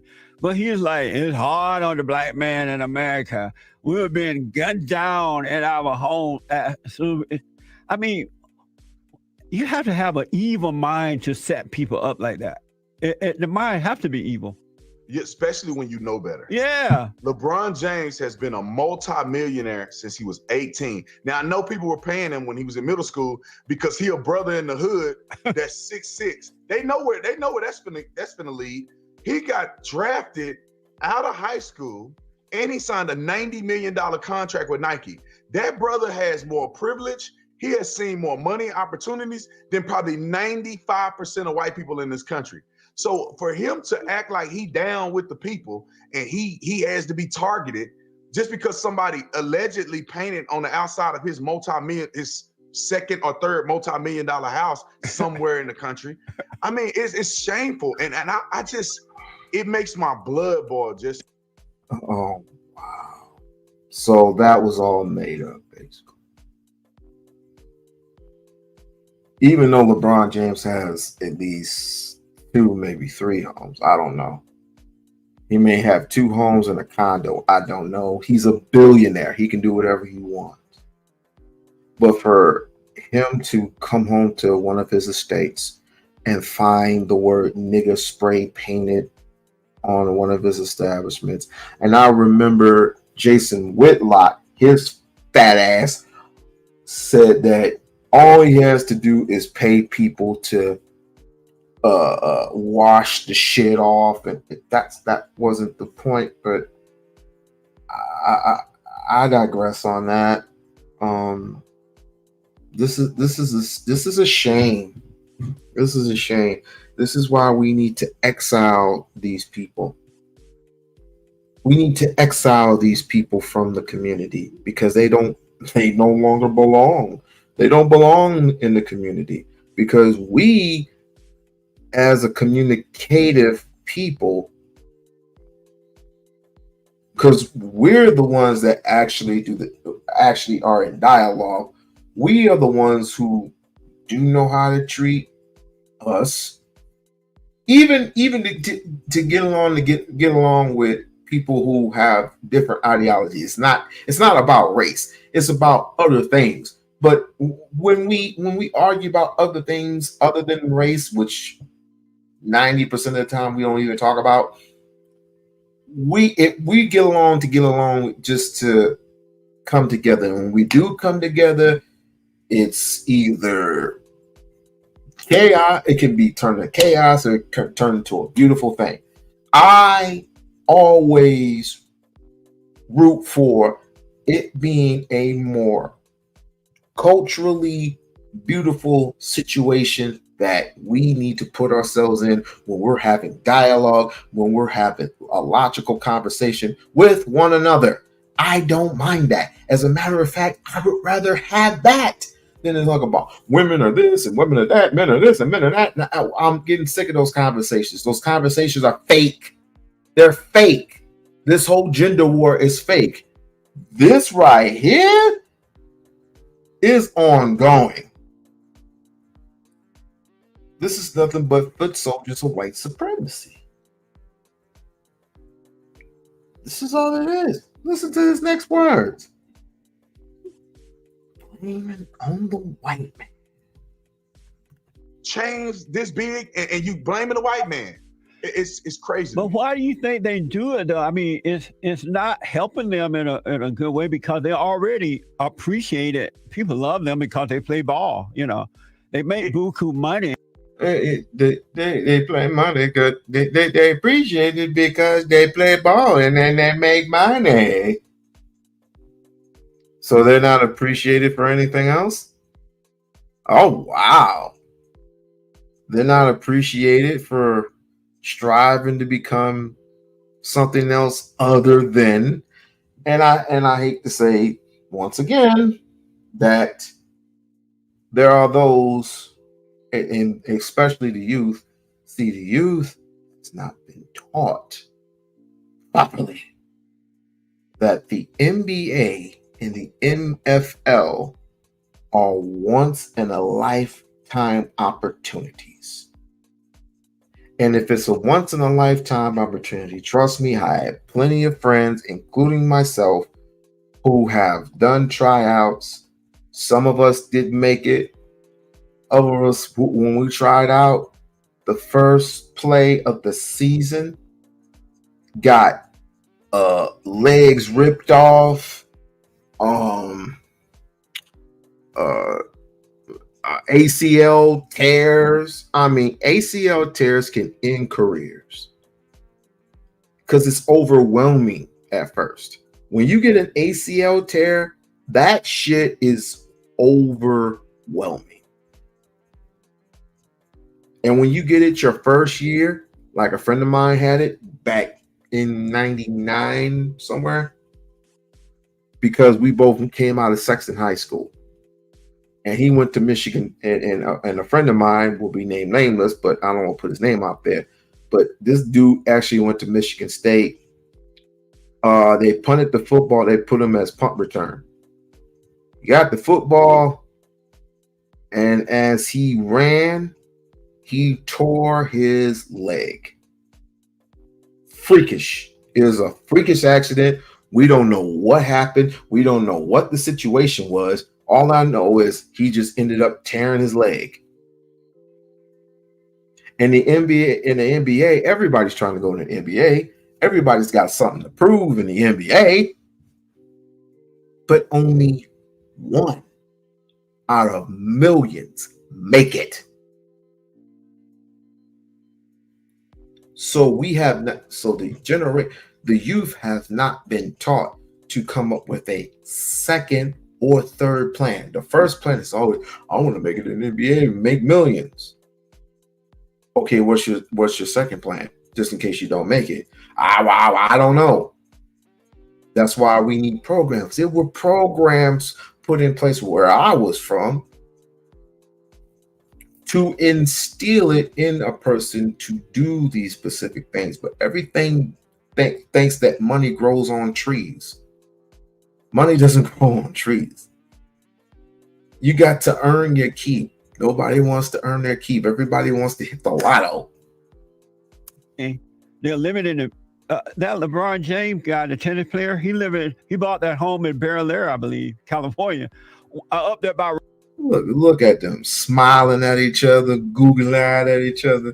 Oh, they want to kiss each other, don't they? Oh, Ronald Reagan somewhere, and I don't know what they expect to get out of teaching this type of hatred rather than encouraging people to overcome.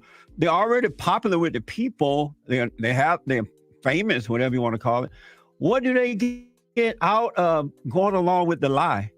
See, when you don't have God in your life, and you are not. Oh Lord!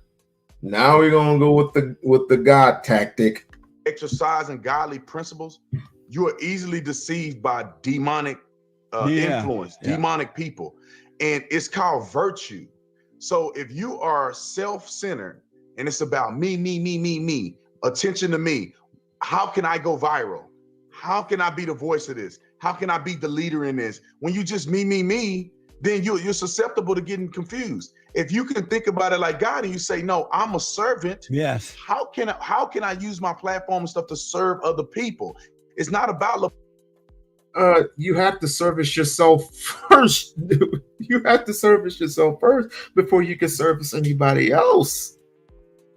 See, that's what's supposed to happen. In order for a family to grow, it starts with oneself. And once you establish yourself, then you basically, if you have if you have a wife and kids and whatever have you, take care of your family first. You can't take care of your family second. God comes first. Yes. You establish yourself because there is that inner God, that inner voice in you that says do for self. There's that other thing that says, and I hate using this analogy, if you are in a plane and the plane is going to crash and the oxygen mask comes down, put it on yourself first before you put it on anybody else. Because if you don't put it on, if you put it on everybody else instead of yourself, how come you're not going to get a chance to do it? Because guess what? You don't have any oxygen. You're running out of oxygen because you're vertically going down, and you have no oxygen. So put the oxygen mask on you first before you put it on anybody else, because you're going to get knocked out and the other person's going to get knocked out and nothing gets done. You're just going to end up dead. So it starts with you. It starts with self. Then it starts prevalating to everybody else, and so on and so forth. How dare you come up with the God tactic? LeBron James's feelings. It's about what's best for everybody. Yeah. See, another thing, Jesse, is that people that don't really exercise their ability to get in touch with God, they fall for the race baiting. I used to be the same way. I was there too. White people were bad. Also, being castrated, being segregated, being hog-tied, and being decapitated, our man parts were decapitated. Well, if I say all, it's like, were you segregated? Were you this and you that? I was called a nigga plenty of times by white people. Yes, I was. almost got into a fist fight with a white person. I had a knife. Someone tried to stab me while I was at work when I was working downtown at the D Hotel. When I was working at the D Hotel downtown, a white motherfucker tried to stab me. Yes. Did I think it was racist? White people are racist. Do you mean was it prejudice? I have to say it was prejudice. There. And what? It was prejudice for him to target me, saying that I was going to take his shit. It's like, you have nothing that I want, sir. Nothing. Nothing of substance, anyway. No money.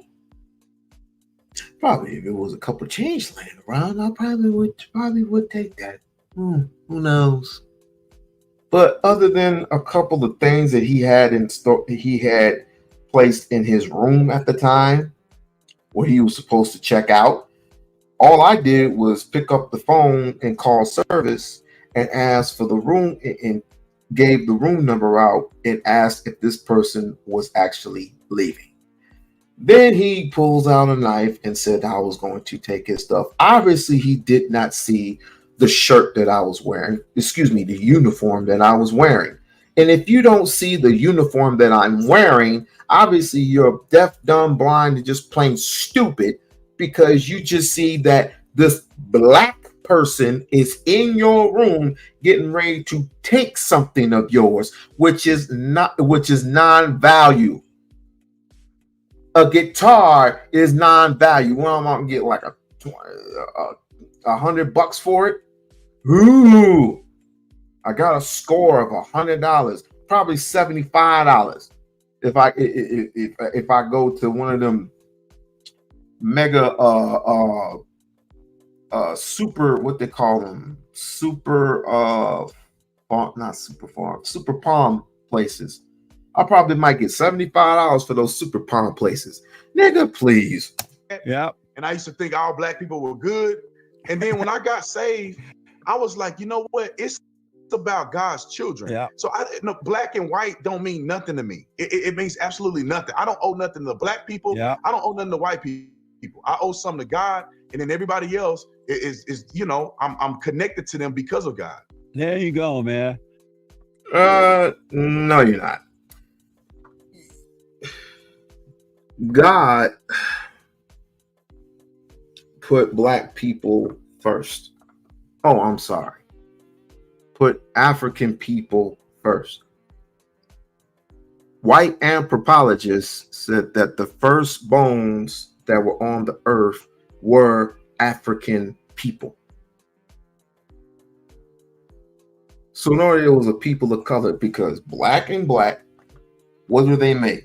When it comes to a black man, an African man and an African woman, comes out an African child of any color. Any color. Whites were not here. Whites were not here first, sir. Black people were. Get it through your mind. Of course, yes, whites, Hispanic, Latinos, however you want to put it, of course, they've been here. But check your pedigree, check your history. You're good at history, right? It's quite pathetic that a person comes up here and fakes it until he makes it, just to make a statement that racism don't exist. Then it's quite mind-boggling, and it's draining. It is very, very draining. I hate the way that you look. I hate the way that you walk, the way that you talk. I ain't gonna do that. I ain't gonna do that, Kendrick. I just don't like your tone, sir. I don't like your tone. I don't know. I don't like how you lie to the people and say it's not about race, which you know damn well it is about race. What, just because you think you may get an opportunity with somebody doesn't mean you still get racially profiled out this bitch? That there isn't no such thing as police brutality in this country? That there is no such thing as putting people on and putting people over the other person who might be a black man who might be qualified? There's that thing where if a black man gets an education in this country, these people that are in charge of these industries, these corporations, often say this, that you are either underqualified or overqualified. And if you're overqualified, then that means you're not capable of being in this company. Well, why? I have skills. Well, you're overqualified, sir. We've heard that notion. So, but a person who is underqualified, a white man who is underqualified, gets to hop over you for that position. It's been done thousands and thousands of times, sir.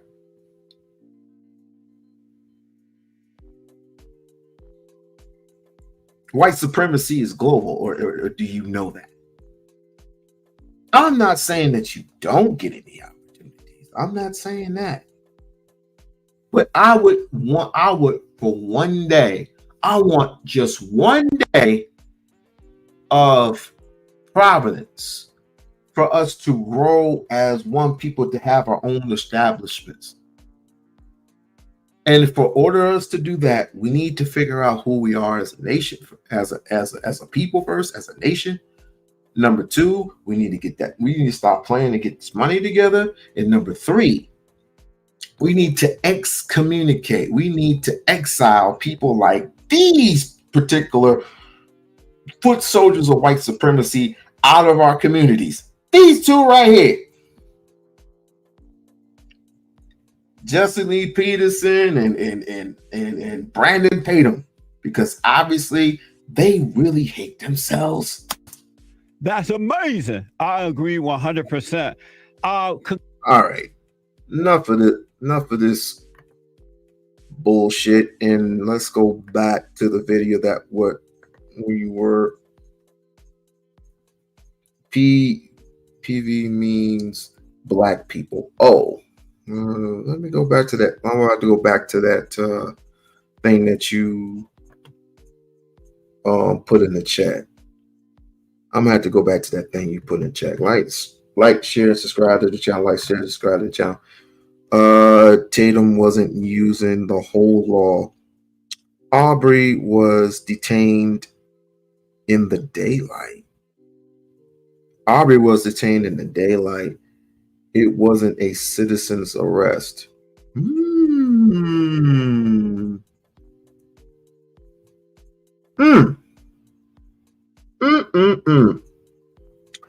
Aubrey never stole anything. Well, according to Mr. Tatum, it didn't particularly matter. He entered in without a license, basically. He didn't enter in anything without any permission from anybody who was actually doing that house, even though it was underneath construction. And I have proof that other people had went in that house that was under construction as well. So basically, I can give a 2 tons less fucks what he had to say there. What else did Lisa have to say? One of the men had little training in the Navy.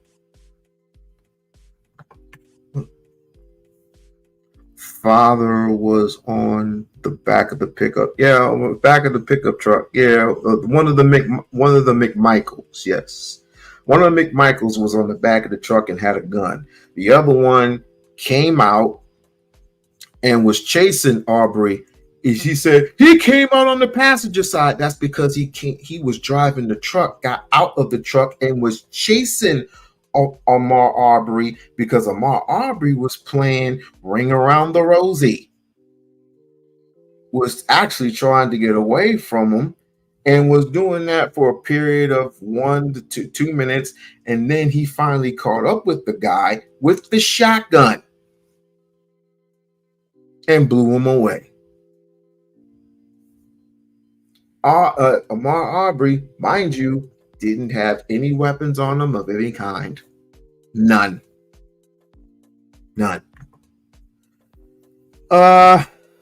They wasn't trying to do a citizen's arrest. Yeah, I know. Do you want the penal codes? Sure, bring them up. Go ahead and bring them up. Because obviously they're gonna be talking about them anyway. I would love those penal codes. I even got the self-defense laws. I even got the self-defense laws right here. The stand your ground law, the no duty to retreat, the castle doctrine, which means allows individuals to use deadly force to protect themselves in their homes or vehicles. But guess what? The McMichaels were in their vehicles, but they were chasing him.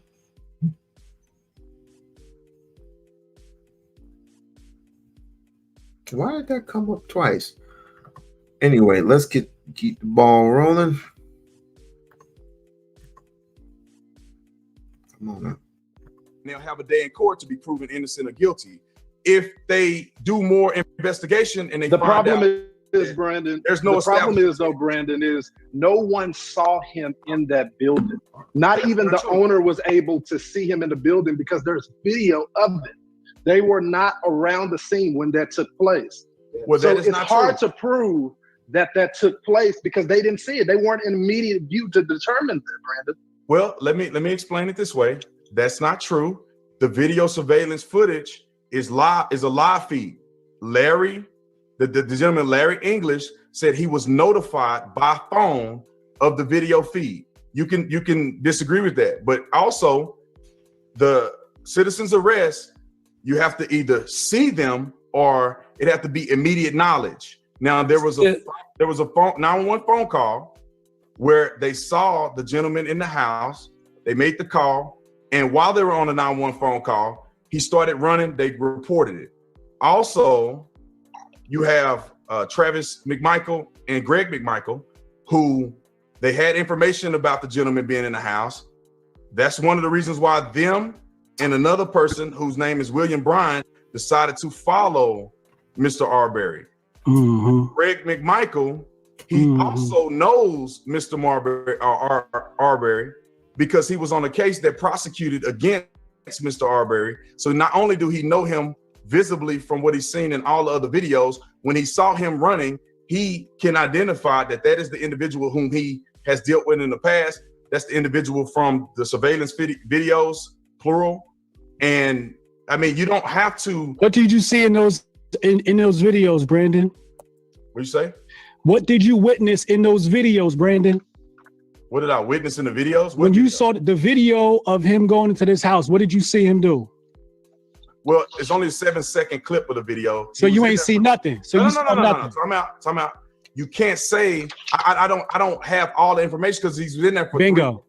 He was in there for 3 minutes. Bingo. I'm going off. So let's go off of Mr. English. Let's go off of Mr. English. You've been talking a lot. Let's go off of Mr. English. Mr. English said, I wanted to correct the mistaken impression that he had shared this video with any other information with the McMichaels prior to the McMichaels' decision to chase Mr. Arbery.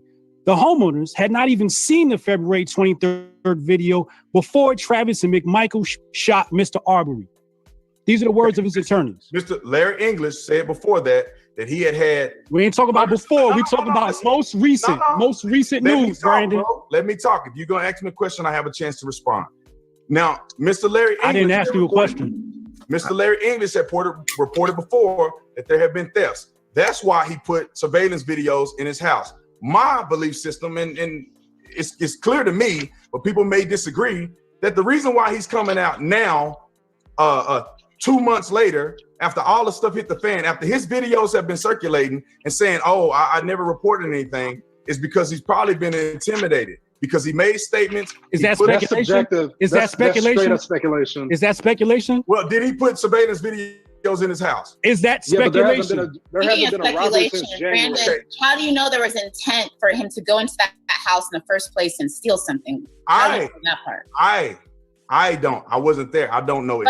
But you were saying, what you were saying before was that these scholars, these so-called, again, we all saw the tape. What it probably wasn't intentional for him to actually go into the building, but even if so, which he did go into the building, it was under construction and nothing was there.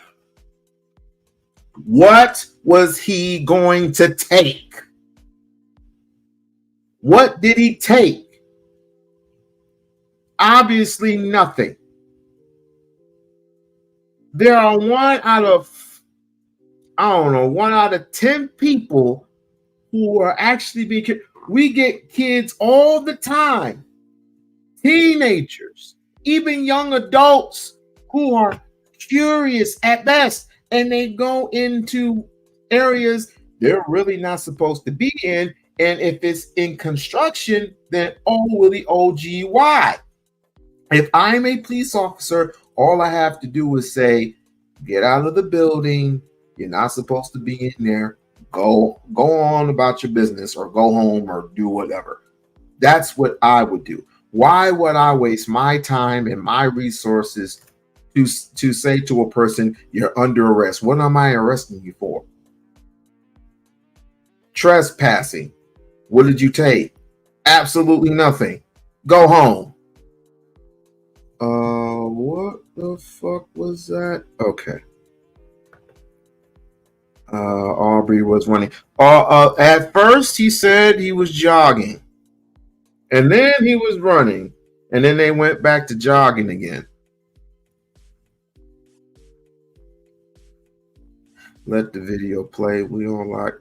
Tell me what to do. Junior. Tell me what to do. all legal scholars are essentially confusing this term with burglary because there has to be intent involved beforehand, but there was no intent. You don't know. They were saying he didn't steal anything. That's why it wasn't first degree burglary. That's not law. It's the only thing you have to do is have intent. Now, I'm not the person that has to prove his intent. I wasn't there. The people there were claiming that he had burglarized the place and that they were pursuing him because of a burglary. That's what was reported. Okay. Reporting a robbery. Okay, what was he? Again, it goes back to my point. What was he robbing?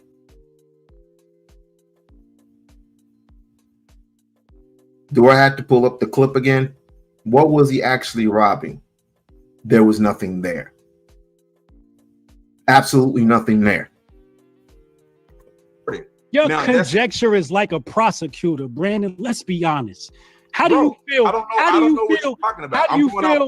do you feel about the actions of the McMichaels? Were they right, justified, wrong, correct? How do you feel about their actions, Brandon? Well, I'm gonna give you the legal thing, and then I'll give you I don't want to hear no. I'll give you the legal stance, and then I'll give you my opinion. Okay, I want people to understand these two different things. On the legal stance, they were if they had believed that they observed a burglary in the first degree, they were legally able to do a citizen's arrest.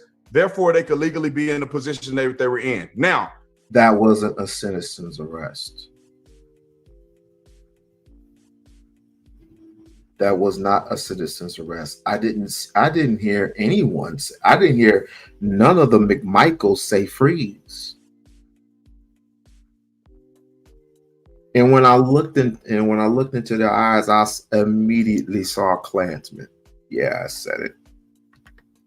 Open carry laws in the state of Georgia. You are legally able to carry a gun in your vehicle when you travel and on your person, wherever you're at. Your constitutional rights don't go away just because you're conducting a citizen's arrest. they had a legal right to carry a gun and open carry at the time of the incident. Now, when they are fighting for a gun, McMichael, you ain't answer my has question. a defense. When they're fighting for a shotgun, Mr. McMichael has a defense that his life is in danger because the guy's taking his gun. He can defend himself with deadly force. You didn't answer the question, Brandon. You did not. First and foremost, again, let's just say he was running, jogging, whatever. When they caught up to him and they got up out the car, he stopped. Aubrey stopped. One of the McMichaels got out the car. The son got out the car while the dad was on top of the truck. He was playing Ring Around the Rosie. First evaded them for as long as he could. And then he started playing Ring Around the Rosie. And then he ended up getting caught with the shotgun. He ended up getting caught by him grabbing the gun, which I would tell my child never to do, unless you are completely trained of what you need to do to get that gun away from him, which is pretty difficult to do at that particular size. But if I had to take the gun away from him, the only way I'll ever to take the gun away from him is if I had a gun on me myself, but he didn't have any weapons of any kind on him. So chasing him around, doing what he needed to do, he was unsuccessful at it, and he ended up getting shot. Then he tried the one where he ended up collapsing on the ground. I didn't hear no freeze. I didn't hear no we're making a citizen's arrest. I didn't hear none of that shit. Can you make a citizen's arrest, Lisa, in the state of Georgia? Yes or no? You did not answer the question. I'm gonna rephrase the question again. Do you feel as though the McMichaels handled the situation correctly, Brandon? I mean, I really don't. I don't know. Okay, hold on. You don't know, but you do know and have made up your mind. Hotel, you need to drop your voice, man. You getting all pumped up, man. We're supposed to be on here talking with respect. Okay, no problem. I'll bring it down for you. I'll bring it down for you. Let's be respectful. You don't know if they were in the wrong, but you know that the black man was in the wrong because he was in the house. I didn't say you were quick to make up your mind. So let me ask you this. Let's rephrase this thing here, right? Okay. You damn sure ain't defending Ahmaud Arbery, but you are acting like a defense attorney for the McMichaels, which lets me know that you are taking sides. That's false. Because you cannot definitively say that what they did was wrong when everybody here knows it was wrong. But you can't say that because you're afraid to lose your base. Wrong or right? I said. I asked you. You said you don't know. I said, "Yo, did they handle the situation correctly?" You said, "I don't know." Now, if we ask, do you think he did say, "I don't know"? Arbery was in the wrong. You're quick to castigate him as a burglar. In the wrong in what way? At the shooting or at the burglary? Do you think he's trying to niggas playing? Ahmaud Arbery was a burglar? Do you think he stole something from that property? We asked you earlier. I think what I witnessed from the video, I think that a reasonable person can believe that he went in there with intent to take something. That's my except for the owner. Except for the owner. It's fine. The owner, that's not the way law works. The law doesn't work because the owner thinks a certain way. The police officers will determine. It's his house. It's his property. So yes, it's determined by the owner, not by the cop. It's determined by its owner. If I own my house and someone is to come in there, my intent and intent for that person, whether I know him or not, is intently trying to do something, but it has to be evident. It has to be held with evidence to say that he or she took something out of my house. It's not about the cop, it's about the owner. The owner is supposed to call after he absorbed the situation and call for law enforcement to regulate the situation. Absolutely. And you know what the police officer said? And you know what the police officer said? Because this was breaking news as well. The police officers wanted to arrest the McMichaels. It was the DA's office that refused to bring the charges in. Why? Why? Because the DA's office said there wasn't sufficient evidence, but we already know that there is a connection to the DA's office, which means why the Bureau of Investigation had to come in for Georgia within 48 hours, they were able to connect the dots. So Well, you tell me why, hold on not- for a second, Brandon, hold on just a second. You tell me why the nation's chief law enforcement officer, the Civil Rights Division, DOJ, a Republican attorney general, the Republican governor, and a Republican DA, local DA in Cook, were able to draw the same conclusion, but the only people, and the local police officers as well, the only people that weren't able to get to that conclusion were the people that had association with the McMichaels in the DA's investigators office. No, he ain't trapped in the wrong color body. He's just stupid. Stupid and ignorant to think that racism doesn't exist and that we should just steer away from racism. After all the shit that's been done to our ancestors, and so on, and being racial and still being racially profiled. It doesn't happen as much because everything has changed. It doesn't happen as much because everything has, all the goalposts are being moved. Yes, there's opportunity. Yes, Joe Biden has signed into law racially profiled, or whatever the hell that he signed into law. He also signed into law to protection from for the LGBTQ HIV community.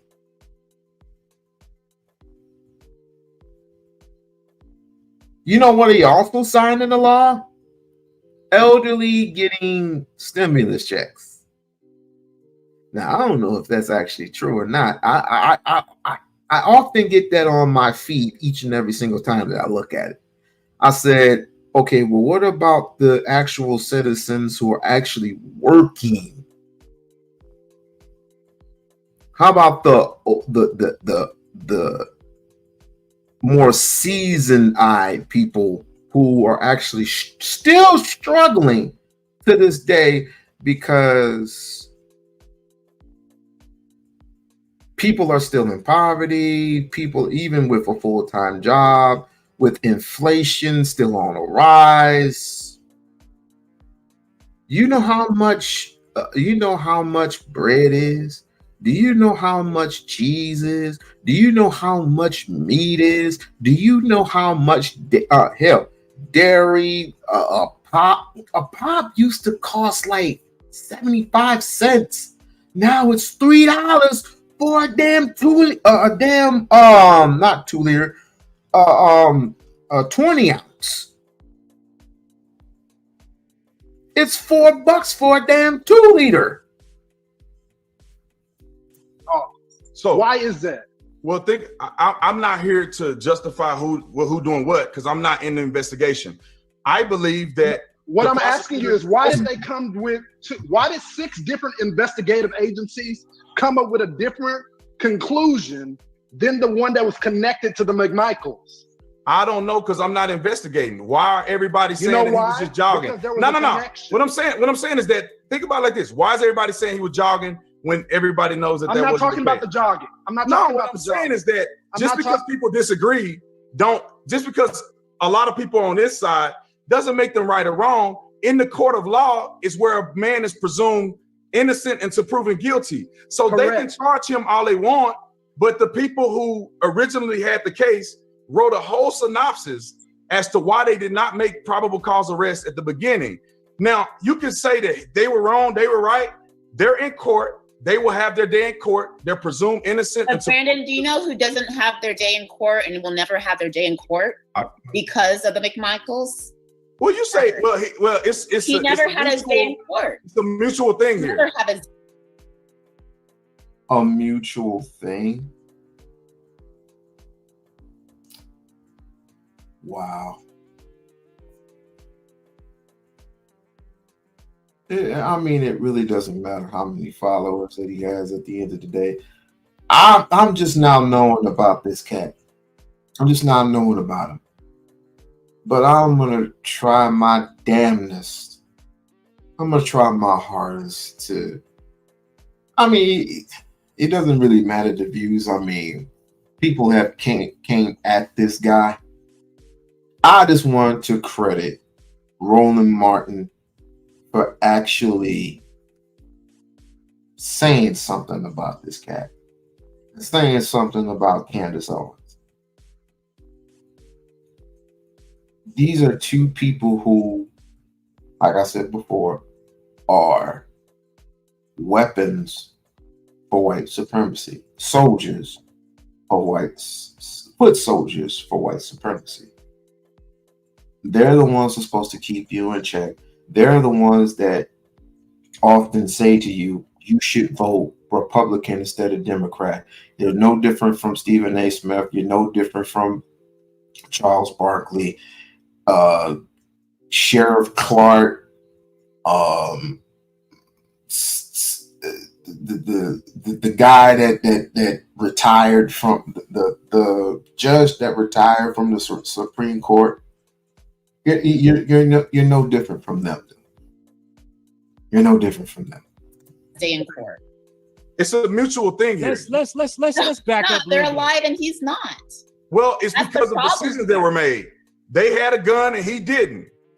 He fought the man for the gun and he lost. I mean, I ain't trying to say who right or wrong, but that's what I'm saying. That's what happened. If you break into a house or you in a house that you're not supposed to be in and you take off running, I mean, if you are just, all of you guys have said, and I've seen some of y'all videos that, oh, I just go to houses and look around on see the platform or whatever the case may be, and you don't have any intent to steal anything. When somebody see you, do you run? No, you don't. If somebody was to confront you, you say, look, I'm just looking around, man, it's not a big deal. When you begin to sprint out of a house because somebody noticed you, that's speculation, Brandon. He ran out the house. A few weeks ago, he ran out of the house. A few weeks How ago. many? Hold on a second. He's going on speculation. So since he wants to do that, I can definitely speculate, which is probably rings true, that he probably heard, "Hey, nigga boy, stop right there," and he took off running. "Hey, you black child, stop right there." Why do you need two trucks? If you're making a citizen's arrest, why do you need two trucks to trap one person? Tell me that. Tell me that. Why the fuck do you need two trucks to trap one person? It's in the video. It's in the video and it is proven. Why do you need, first, you need one person, not two. And number two, why do you have to destroy him with a shotgun? If you can see how long that barrel was versus what you can intentionally, if you're strong enough, if you can intentionally do with a gun versus what you can do with a shotgun. Wow. Go ahead. A few weeks ago, there was a white woman who was at a park and she was arrested because of the quarantine laws, right? No, it's not the quarantine law. It's the legitimate park laws that they have on the record. It had nothing to do with, not a new law. Right. All right. So she was arrested.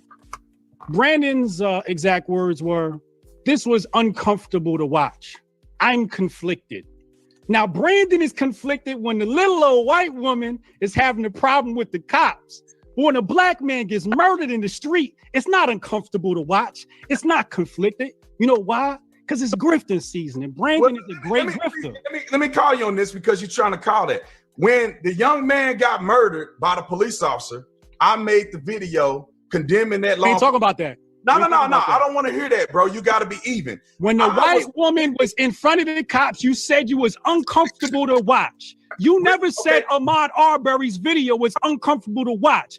You never said you was conflicted. You never said you was conflicted either. You're lying. In the video that has 1.6 million views, I said the horrible video that we all have seen. I said it in the video. So I believe that the video you weren't conflicted though. You wasn't conflicted. You made up your mind. You chose to defend the mic. OCGA 16-7-1. OCG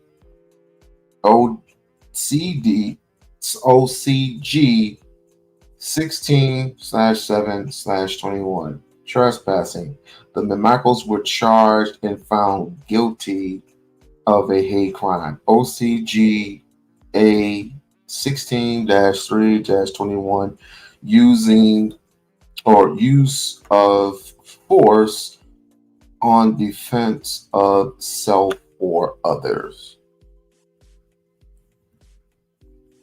Only if he could see this. Only if he could see this. But then again, this was so... How far back was this? I think this was I think it was just like a couple of years back. But this is just a reminder. This is just a reminder of who we're dealing with.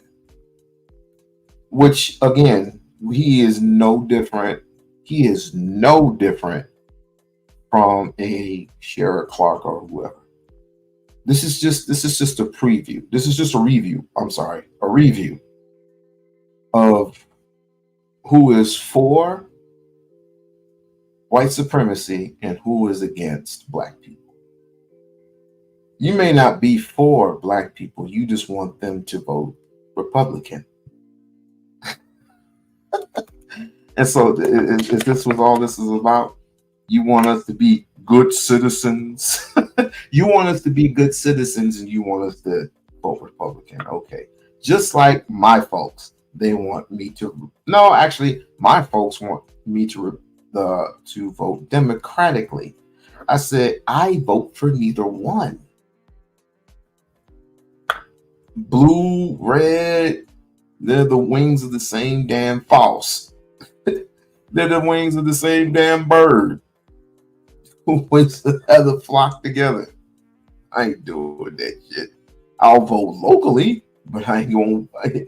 If you were to ask me, and I would tell you that neither Biden, which is on damn near his last leg because he can't speak a lick, even though he has a prompter right in front of him and he can't even fucking read it, versus a man who, by the way, is in trouble with the law and is a celebrity. And you want me to pick? You want me to pick the two lesser evils? Nah, no thanks. Mike Michaels. So which brings me back to history, right? When we think about law enforcement in the South, where Brandon is from, we know he's a good old Southern boy. When we look at the history of law enforcement, what does that come from? That comes from slave catchers. That's where the history of law enforcement in the South comes from, is slave catchers to snatch a nigga, right? And that's what we saw with the McMichaels riding around in their truck. The dad is in the back of the pickup truck like this, the Dukes of Hazzard, looking to hunt down. Even the McMichaels' own case said, we saw him and we went to go grab our ammo. Now, we all know, according to the majority of civil arrests, basically what happens is it's not supposed to be violent. You're not supposed to kill somebody, right? Same measure of force. Right, same measure of force. Right. But let's back up a little bit. So what happened was, what they do, they started this law called the Fugitive Slave Act of 1850. So when I think about Brandon, I'm like, oh, it makes sense why he took this stance, because he's a cop. Are you still a cop? Because you call yourself the Officer Tatum. I just want to know, for my own personal safety, are you the ops? Are you the cop? First of all, ops, I think that's a very disrespectful term to use against a police officer. I'm not a police officer. I'm a former police officer. I honorably served my community, Black people in particular. I put my life on the line. I was willing to die every day. I've saved Black people with my own hands. Why do you still call yourself officer if you're not an officer? Because when I was an officer, I made my social media as an officer. So I never changed it because it goes all the way across my social media. So do I need to take it down? Should I say retired?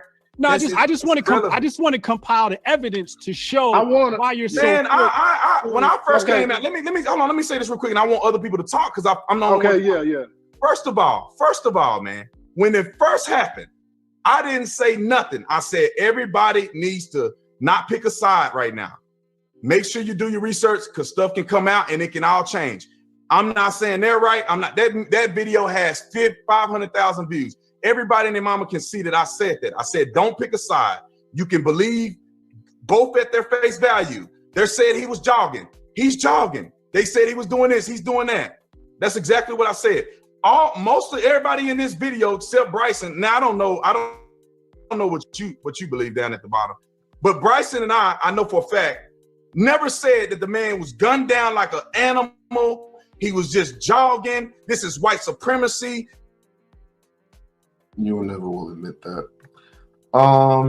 OCGA citizens arrest 17-4-60. This is the penal code. This is the penal code. And maybe you should pay attention to this because you might want to study these particular laws that are in your state. OCGA citizens arrest 17-4-60. The crimes has to be I can't even read that. The crimes has to be a crime has to be committed. Let me read that again. OCGA citizens arrest 17-4-60. The crimes has to be committed into present or immediate knowledge, not the assumption of guilt. Not the assumption of guilt, which means if you assume that he's going to do something, you can't arrest him for that, or you can't even give a citizen's arrest if you assume if he's going to go in there, or you assume he's going to be, or you assume that he stole something. That would be illegal. If the DA looks at the tape and see that he didn't take anything, but you assume that he took something and you want to make a citizen's arrest, then that will be on you because evidently there was nothing to be took. He didn't have anything on him. As far as the shooting is concerned, again, he was being chased. They pulled out a gun on him. They didn't yell, "Stop, freeze." I didn't hear a "stop, freeze." This is a citizen's arrest. I didn't hear that from the McMichael at all. So this will be determined as a murder. Yes, the McMichaels were racially profiling Aubrey. That is correct. But again, Officer Tatum doesn't believe in racism. They lynched him. They profiled him. We never said any of that stuff. Now that more information came out. Hold on just a second, because I want to get Bryson in. But go ahead. Before I get Bryson in, Brandon, would it be safe to say that you have chosen a side right now? No. So what was your defense for Ahmaud Arbery then? Because you put out a defense for the McMichaels. Okay, let me just and most of your Now that is true. He was defending the McMichaels. If you're for both black and white, if you're for both sides, and there is no gray area with you, then if you're going to defend one group, then you obviously have to defend another group. Since you didn't know and this is not your case, have to look on both sides. One wanted to make a citizen arrest.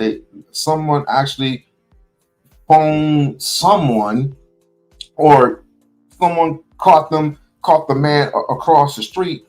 One Karen that wants to be nosy and shit called the police, and somehow the McMichaels saw this individual and wanted to make a citizen's arrest. Now, if you go on Arbery's side, you would ask Arbery, okay, what were you doing in the neighborhood? Do you know anybody in this neighborhood? Do you have any relatives? Or were you just jogging? You were just minding your own business?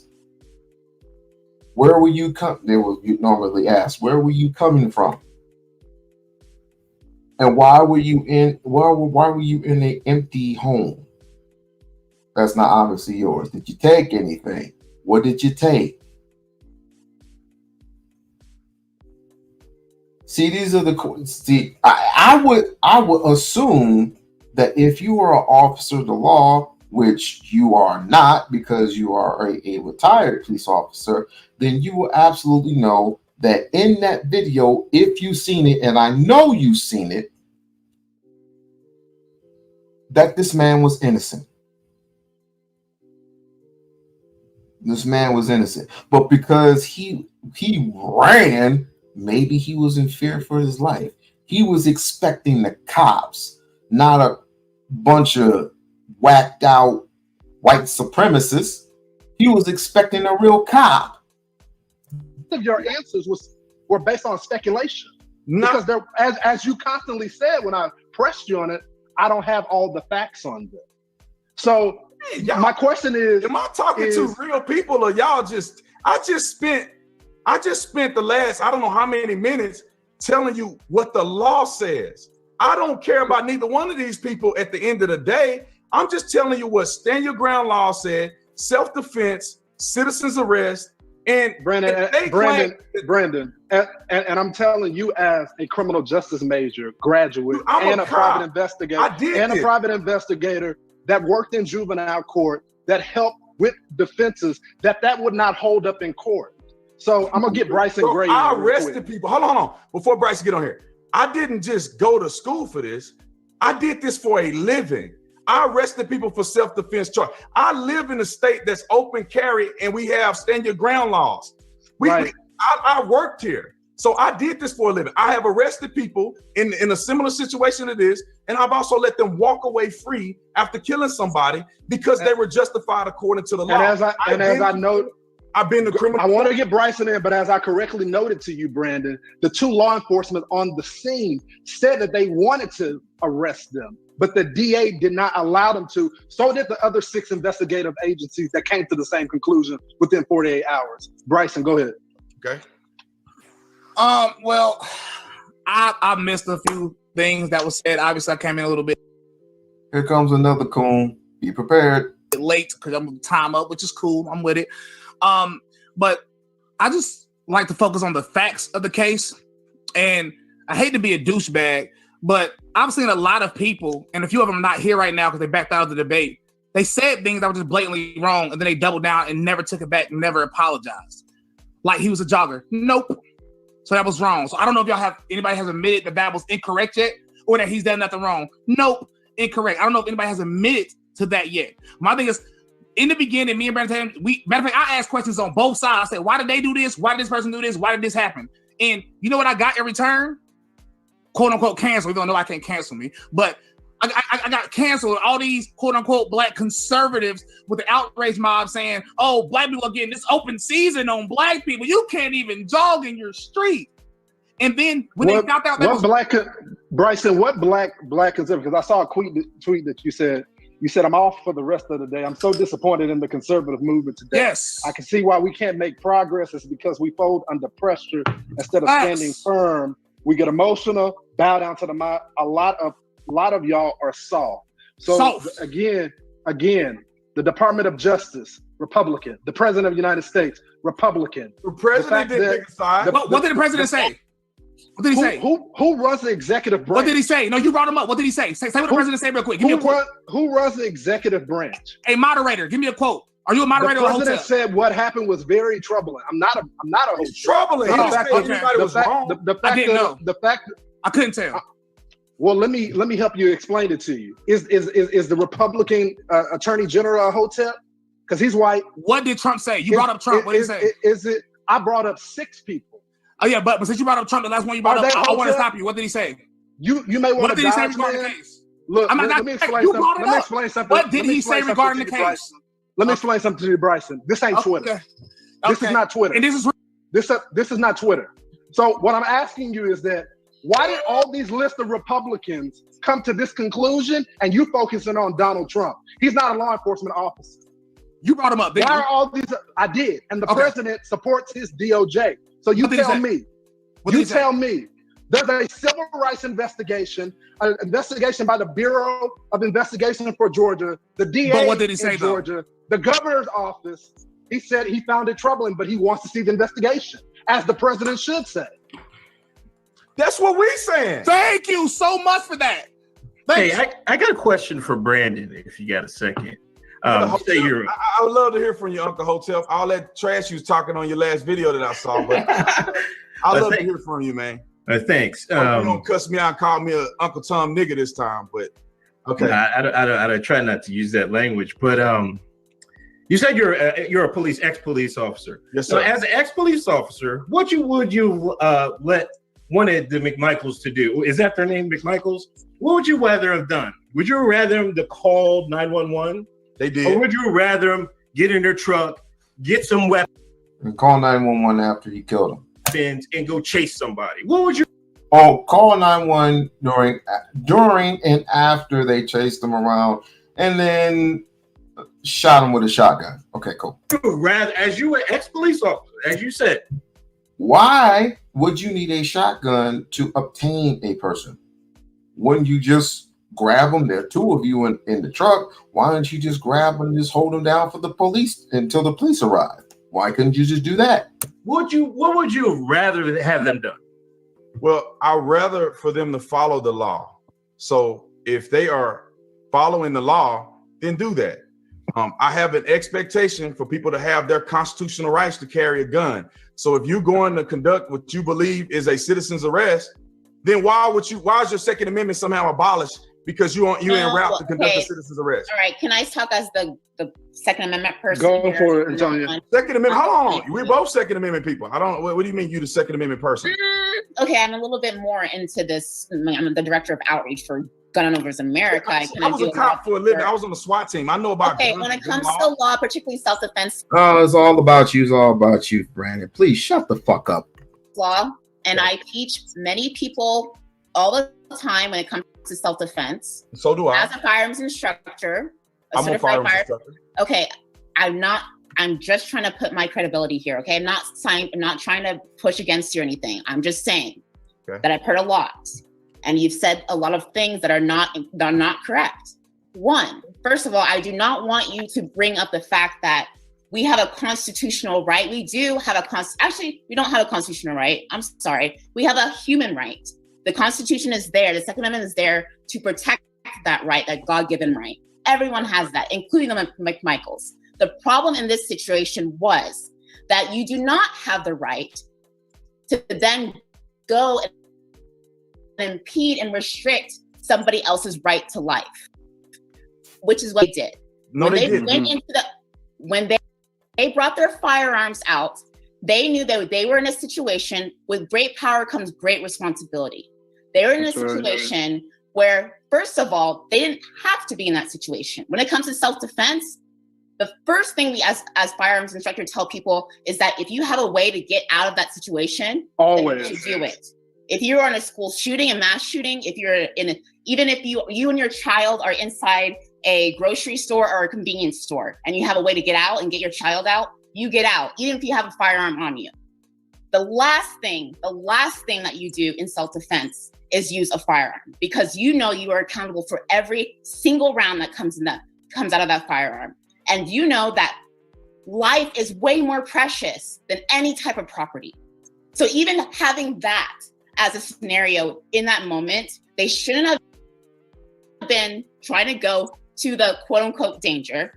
They shouldn't have even thought that if they're going to have a firearm and brandish that firearm, that the other person wasn't going to react, especially since that person was unarmed. Are we going to their truck?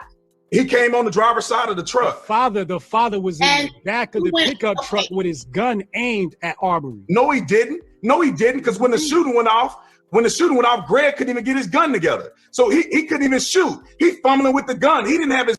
Now you're making excuse. Now he was making excuses. I should say he was. He's not. It's not is. He was. He would. Now he's making excuses for him not getting his gun together. Really? So he's justifying. Brandon Tatum is justifying a shoot. Okay. His gun loaded already. What are you talking about? He was sitting in the back of the pickup. When the shooting start going off. If you're going to go after somebody, how you ain't got time to get in the cabin of the truck? He in the back, running around like Dukes of Hazzard to chase niggas. But let's be honest. First of all, let's call a spade a spade. Show the video right? of him pointing at him. Let's call a spade, right? Even if you're gonna point it at him, you're gonna point him at the son too. Is that what you're saying? You had ample time to shoot him, but he was running around the truck, and he already had the shotgun. The son already had the shotgun out. What are you talking about? Now, the only thing the boy did do wrong was grab the barrel of the shotgun. If I were Umar Arbery, I'd run to a different direction, and I would try to run back to where I once came, because you're not gonna win that battle. Because not only was there one truck, but there was another truck behind the first truck. Did anybody witness the second truck? The gun at him. What we have is a case of grifter season, right? Like Brandon's career is on the line. Like outside of hold on, bro. You don't make me disrespect you on this live. Outside of bro. You can't cut me off. You don't make me disrespect you on your own live stream. You can't cut me off. Career's on the line because of what? Brandon, just respond to him after he finishes stop. Well, bro, you can't come over here disrespecting somebody. You think I'm going just let, bro, I'm not disrespecting. Go ahead and respond back to him. Everybody got their own personal opinions, how they feel about this. So everybody can. So you can get aggressive, like you threatened women's life last Friday. What woman I threatened? I believe. Which woman I threatened? We can. Now niggas say it. Which woman I threatened? We can pull up those clips. So you said. Which woman I threatened? Now you brought it up. So let's. What woman did I threat, bro? Let's unpack. Let's stay on topic with Arbery. Let's stay on. What woman did I threat? Here's the thing. Let's stay on topic with Arbery. Here's the thing we got to understand. Wait, I think to be This fair, gentleman that we have on the line is up here because now I'm speaking for a lot of people here, so I don't want you to take offense when I call you grifting, because this is a joke. We've always said that it's grifting season. There's a lot of grifters in here, and there's a lot of grifters here, right? Now, here's the thing. We know that your career is very much based on approval of white conservatives. How? So let's talk about this. Did you or did you not work for Teep USA? Yes, I did. Okay, was that for Black Outreach? Yes, I did. Okay, so you worked for Teep USA on Black Outreach, but yet you went to your Twitter and you said, "I am not pro-black." So if you don't care about black people, no. So why would you? So then what is the purpose of working with TPUSA to bring black votes if you're not pro-black, if you don't care about black people? Let me explain this. I didn't say I didn't care about black people. You gotta be out of your mind and think I don't care about black people. I said I'm not singularly pro-black. I said I'm pro everybody. You said I'm not pro-black. No, bro. I love white people just as much as I love black people. Now, as the director of urban that's a damn lie. engagement for Turning Point USA, we led the biggest black conservative movement that you were invited to. Yep. We learned, and brother, I invited you to Phoenix. And I saw inside your organization. I flew you to Phoenix. You want to talk about the meeting in Phoenix? Let's talk about the meeting in Phoenix. Let's talk about the meeting in Phoenix. Flew you to Phoenix. This is basically a strategy meeting to get black people to vote for the Republican Party. Right? No, it wasn't. It was for us to come together.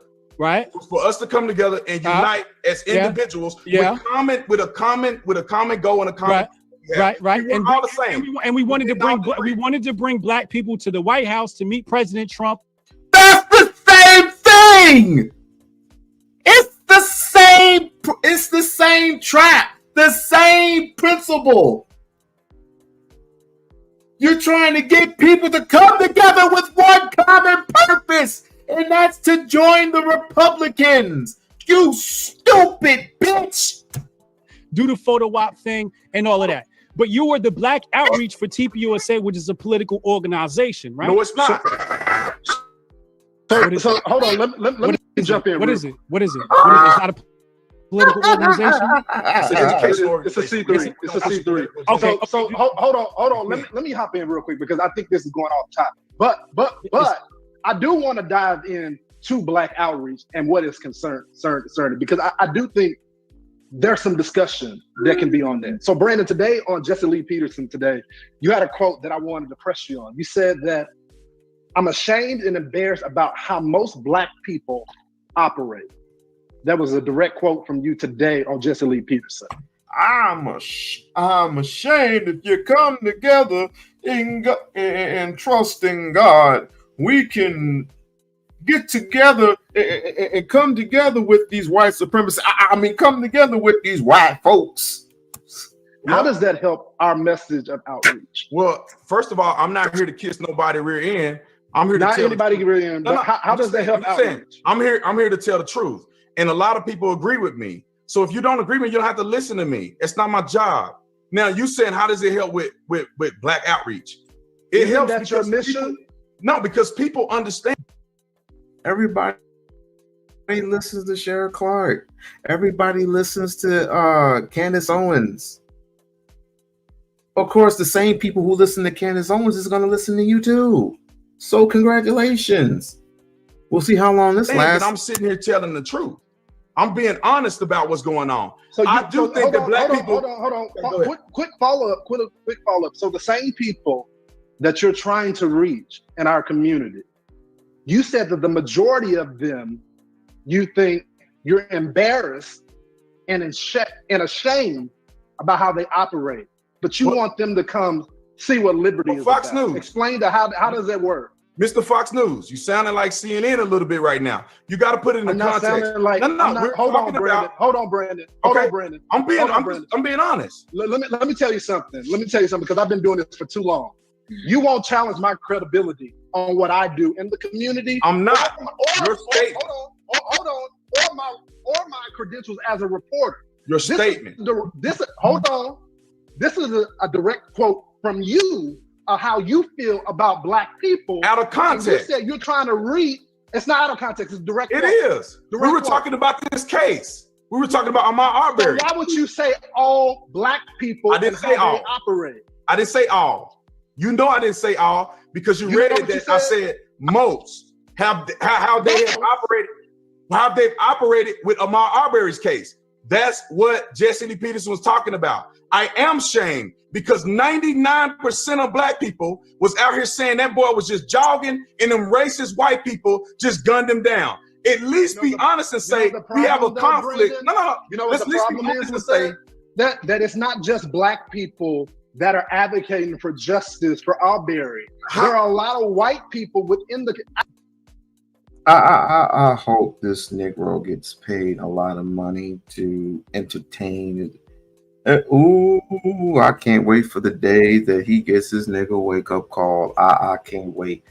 Especially when the day when a fake Trump person came to him and said, "Ain't nothing but eating watermelon and chicken," and he did absolutely nothing because it doesn't affect him. Nothing affects this guy.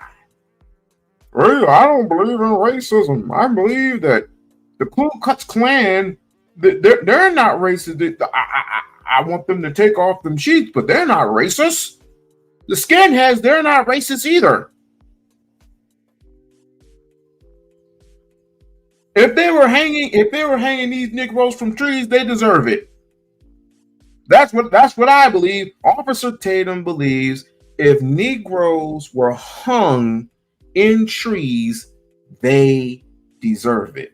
Show me a video where I said it. You don't have to say it. It's in your demeanor. It's how you think. Vote Republican for what? Republicans are no different from Democrats. They just think differently. But they're in the same bed together. Actually, this is the first case that I've seen where there has been almost 90% of conservatives that agree from the president all the way down that something is shaky about this. We are not. Me and Jesse Lee Peterson wasn't talking about everybody else. We were speaking about Ahmaud Arbery and the Then maybe you outrage should in the choose black your words community. carefully then. Dude, if you watch the thing, he I asked watched the entire interview. I watched the entire He interview. asked me That's the how I was question. able to We're not gonna go there. direct We're not quote. gonna go there. People can go watch it themselves and get their understanding. I'm speaking of on this, but you got all these videos and a whole lot of comments and a whole lot to say about this case. But every time you talk, you don't never defend the dead black man. You defend these. You're defending the McMichaels. Black people don't like you. Black people don't like you. Black people have completely ostracized you from the community because of you and Candace Owens' rhetoric. So I'm wondering if you're in charge of black outreach, you're failing. How do you think you're doing a good job? Okay. What I think is you should let him respond. All right, Brandon. Let me respond. First of all, Turning Point USA is not the source of my success. I was very popular as a police officer, and I don't need politics, bro. I was a police officer, and I had a good job. I left the police department and worked for Liftable Media. That has nothing to do with Turning Point USA. Turning Point USA wasn't paying me a lot of money, so I don't know what white people you think is somehow funded me. The first black leadership summit to ever go to the White House, I think it was the biggest conservative movement that have gone to the White House 2 years in a row. I applaud the white men and black men who supported that. It don't have to be a race thing. Let me tell you one thing, bro. I hate black people. My mama black, all of my family members black. My son is half black. I don't have nothing against black people. Did he just say he hate black people? Never mind. I love black people. I love all people the same. When I was a police officer, so let me set you straight, brother, because you're online talking. You're telling people what you're doing, what you want to do. I'm in the community. Brother, I put my life on the line for black people. A lot of people put their lives on the line. What the fuck are you talking about? You ain't the only one. Just because you have a gun and a fucking badge, you fucking coon. How many black people have you resuscitated? How many black people have you did anything for outside of just talking? I was there. I've seen murder. I've arrested. Everybody's seen murder. Everyone was a witness to murder. What is your point? What you do in government is not the same as what goes on in the hood every single fucking day. Everything is fucking orchestrated by these white folks. And all of a sudden you want to say, oh, I don't see racism. If you don't get your inbred box head the fuck up out of here. Arrested people for rape and crimes against black people. Now, I don't want to hear you running your mouth about the little social media stuff, brother. I did this. Even now, I do things with Turning Point USA when it's applicable. I do things with Candace Owens at the Blexit events. There's a ton of black people that enjoy Blexit. There's a ton of black people that we do outreach for. Blexit South Carolina and other Blexit groups do outreach in the community. I go to events and I speak where I am asked to be. So Brandon, let me ask you a question, because you're talking. That's that. Yes, there was the neighbor, of course, that, well, he called the police. Well, they said that one of the McMichaels called the police.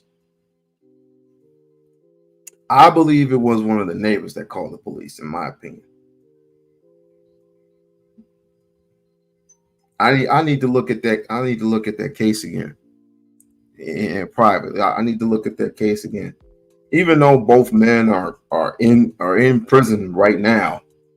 Both men are in prison right now. It's just mind-boggling to hear this white boy spew out so much dark rhetoric and going to blame a kid for not being a law-abiding, lawful citizen because he's supposed to do the right thing. How about the millions of other kids that are miseducated and don't know the difference between right and wrong? How about the kids who need jobs? How about the kids who need something to grasp onto just because their minds are not in the right place and they need constructional help? Where's your dying heart for these black kids? Oh, these black kids ain't nothing but trouble. I look in the white community and I see nothing but sunshine and palm trees. Keep Jesse Lee Peterson and Charleston White, keep on wearing them white caps. Keep on wearing the white caps. Talking about your heart for the community, but do you feel like some of your rhetoric may be problematic to the cause? I gave you a quote. I gave you a quote earlier. Let me give you another one from that same interview, and hopefully you'll see where I'm coming from. So Jesse Lee Peterson is interviewing you. He says verbatim, "It's not like decent blacks are being killed. You nod your head in agreement." And you said, well, a lot of us have been brainwashed. Yeah. Do you see how problematic that may be for Black America? He's crazy. Brainwashed. Okay. Segregated, castrated, had our native languages, our prophecy, our everything taken away in one fell swoop. And what's worse, the things that were rendered good are now rendered bad. If we want to go to the recent times, you still got immigrants coming into this country and setting the standard, setting the goal of getting rid of people like you and I. But we're supposed to work in one unison. That's why we have interracial dating. They want to get rid of the melanin within because white folks are dying. They can't sustain much of, let's just say, sunlight, much of the rays, more than I can. And look at my skin. Even though I'm more like of a fair skin type of a person. A person who is a African who is jet black. Oh my God. He can stay in the sun a little longer and not get sick. Me, I can stay in the sun for very long but not get sick. A white person has to have sunblock. Has to have sunblock.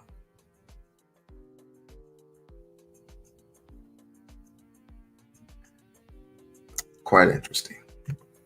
No, because all black people don't think the same. So there are black people that hear what I say and they say, okay, I get it. The black man that called in, did you remember him calling in?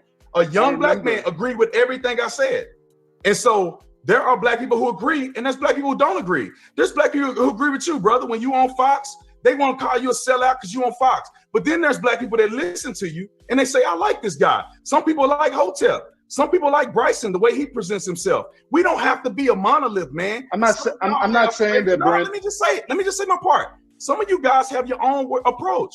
You know, Okafor, you do gun stuff. There are black women that are inspired by you that may not want to hear from me. But I have a tremendous amount of people in my inbox every day saying, man, thank you for what you do, man. I used to be a Democrat. At events saying, I used to be a Democrat, man. You and Candace Owens are the reason why I'm not a Democrat no more. So there are people who there's a lot of black people that kiss your ass trying to get that ticket to TV. And there's people who see it from y'all's perspective. There's a lot of black people that kiss your ass looking for a ticket to a TV. I got a question for Hotel Jesus. I'm not. What question you got, man? I got a question. Can I ask a question? I like this guy. I really do like this guy. Right. I don't want to act negative. So I'm gonna let him just rant on like a little kid. What question you got? Okay, Go ahead, Bryson. Thank you. My question is simple. We've been talking about grifting and stuff and talking about the black community. No disrespect. Every single person has a hotel with the following. They only have followers because they were Trump supporters. Your following is white and half of them are fake. I don't understand where this grifting comes from. The only people that buy fake followers is if they trying to look cool. You're a grifter. You sell stuff in every video. When you got somebody grifting, all hotels do is try to cater to the black community because to me, now this part is not a fact. It seems like y'all trying to press the black community because it doesn't seem like y'all were accepted by the culture when y'all was younger. And I can tell that because y'all got that beta energy. So when y'all get older, y'all find to reinvent yourselves and trying to cater to the black community. It's a beta energy to be a Democrat. Is beta energy to become a Democrat? I don't know what it. Does anybody know what he means? Because I was never accepted. That's what this really is. That's about grifting. Y'all the main grifters. All y'all. Everyone that following was a Trump supporter. Hey, Bryson. Let me ask you a question. Can I ask you a question, Bryson? If Trump, ask me anything. What's your next mixtape gonna be about? Because that's gonna be about you. Because let's get back to the shooting. You talked about talent. You talked about talented. You're not as talented as me with your left. I'm gonna try to you with my left hand. It's a fact, boy. Don't ever disrespect me. And I'm really black. Hey, I'm the black. Okay, I'm the black y'all pretending to be. I'm the black y'all pretending to be. No, this is not. Never This disrespect me. is not helping. Never disrespect me. Exactly. First of all, y'all didn't talk about the emotions. Let's keep it rolling. Let me go ahead and say Lawrence is right. I violated. I shouldn't. Can they apologize for being wrong first? Anything. Can they apologize for being wrong though? You already just admitted basically they was wrong about the jogger thing, and people still haven't admitted that. So can y'all take personal responsibility, fix your lips, and admit y'all was wrong? Why is that so hard? I never believed that. But why you trying to put words in my mouth? I'm Okay, I have a question for Brandon. I personally, I came on here for this question. Brandon, I've spoken to you before. He burglarized something. He doesn't have anything on him. What did he steal? Can they apologize for being wrong first? Anything. Can they apologize for being wrong though? You already just admitted basically they was wrong about the jogger thing, and people still haven't admitted that. So can y'all take personal responsibility? Does it even freaking matter if he was jogging or he was running or he was sprinting or he was just moonwalking? What the fuck does that matter? What does it matter? He was being racially profiled. Let's put it in that way, lock it up, put it in a box, and throw away into the fucking ocean. Fix your lips and admit y'all was wrong. Why is that so hard? I never believed that. But why you trying to put words in my mouth? Okay, I have a question for Brandon. I personally, I came on here for this question. Brandon, I've spoken to you before. I think you're a great guy, and this is why I'm concerned about what's going on now. I mean, I think you know that a lot of us, for example, in other cases that, of course, other Black people have definitely pushed back on when we talk about it. For example, when people were kneeling during the football games, I didn't think that was right. And I was very vocal about that I'm proud of my flag and proud of America. But there are certain I don't know why, but let's continue. Cases that are so clear cut, like for example, Plano Castile, most people, well, even if they go back later and look at it, know that it was a very clear cut case and it was wrong. And then looking here in this issue, I don't believe agree. You said you don't agree? that it's so clear cut that You said it's you don't something that we can bring out and No. say as in unison, you know what? This is when it's wrong. Because what we get all the time is people saying that we never talk about racism when it actually exists. We This is talk not about racism. that racism is everywhere. And I personally will say, and I will say that over and over again, I will call out people who make everything about race, because that's not true. But it's also not true when it is very obvious when something is maybe, you know what? Not even on this case, if it's not even about race, right? If Arbery were a white man and I saw that video, I would be just as horrified because that man did not deserve to die. Period. Nobody said he did, though. I don't know. I'll give you $1,000 if you see anybody that said Right. that man deserved But to die. you know what you usually do when you know that something is wrong? You stand up for the person who was the victim. And that's the problem. Doesn't look bad when we say, no, don't wait for the facts to come out. And then, No, you didn't say no, that. no, listen. People were saying he was jogging. All I said was that let's wait because this sounds crazy. I want to see more information. Then I can say he was just jogging. But everybody jumped on the jogging that they profile him. People were saying that they never called the police. jogging? Let Why me you finish. you Let and me Bryson finish. keep coming back to the jogging and No, deflecting? because Nobody everybody here said- said that. Nobody here said that. Nobody here I said saw the that. live stream, bro. Nobody. You and Hotep, hold on just a second. Hold on. Y'all, hold on, man, hold on. dang, bro. Hold I on. thought you were You, Hotep, Jesus, and Brandon, that personal stuff, y'all can talk about that offline. We all off of it. Because y'all can talk about that man to man. I got That ain't none of our business. Let Uncle that ain't none Coco of our talk. business. Brandon, Last real quick question. I question. got to bounce, man. I got a dinner, man. But bro, I'm disappointed in you, man. Let My Uncle wife Coco will listen talk. to you talk to me. Brandon, one question. Now, if this goes to court and these two, the father and son, yes, they get found guilty. Yes. Now, let's say if you're found guilty, okay, will you accept that the law worked as it did, or will you be like with Amber Geiger? He said, "Oh, she got railroaded." Oh, no. Let's talk about this, and then I'm done. I gotta go. First and foremost, if you watch my video, stop. It's hard to answer straight questions. It really is. There are people tap that he cooning and tap dancing faster than Gregory Hines around the freaking question. Stop running your mouth here and watch my video. If you watch the video, they got 1.7 million views. At the end, I said the justice system would run its course. I said if they're found guilty, then they're guilty. If they get found innocent, I believe that the justice system will do its job. If they get found guilty and they can appeal if they want to, it's our court of law. I have never once gave anybody a pass and say anybody's guilty or innocent. I just gave law and telling you what the court is going to look at. Also, Amber Basically saying that the boy, you said earlier that the boy was basically trespassing. That's what you said. And then you're going to tap dance around the issue and said first he was running, then he was jogging, then he was running, then he was jogging again. And then you went on a whole soliloquy. And it didn't even, and by the way, didn't even come to his defense at all. At all. You just said, let the law commence. Let the law take its course. Obviously, the law took its course, but it would have been prevalent. It would have been just right if Umar Aubrey were there.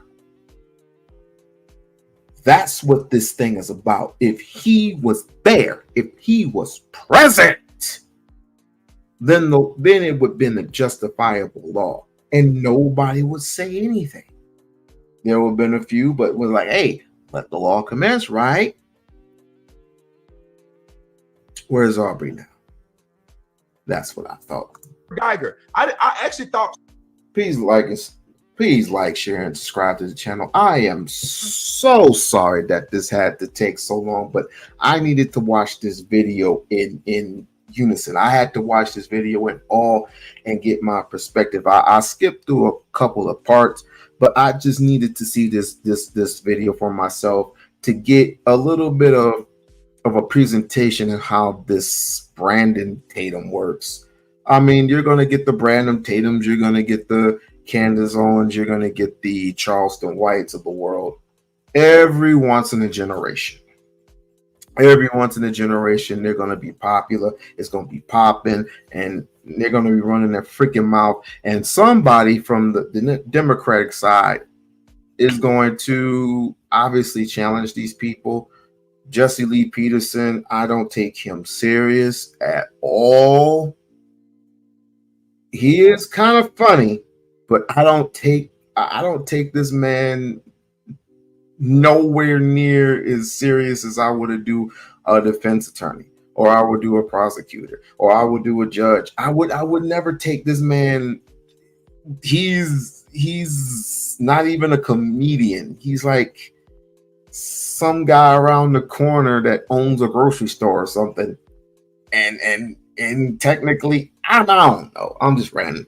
She should have had more time than what she got. I made a video and said she should have got 25 years. They gave her like 10. I made a video saying I was shocked that she only got 10 years. I'm not kissing nobody but, man, I'm telling the facts based on my training and experience. And I'm not gonna say nothing personal, man, but then again, you did say on Jesse Lee's Peterson show that you were ashamed of Black people.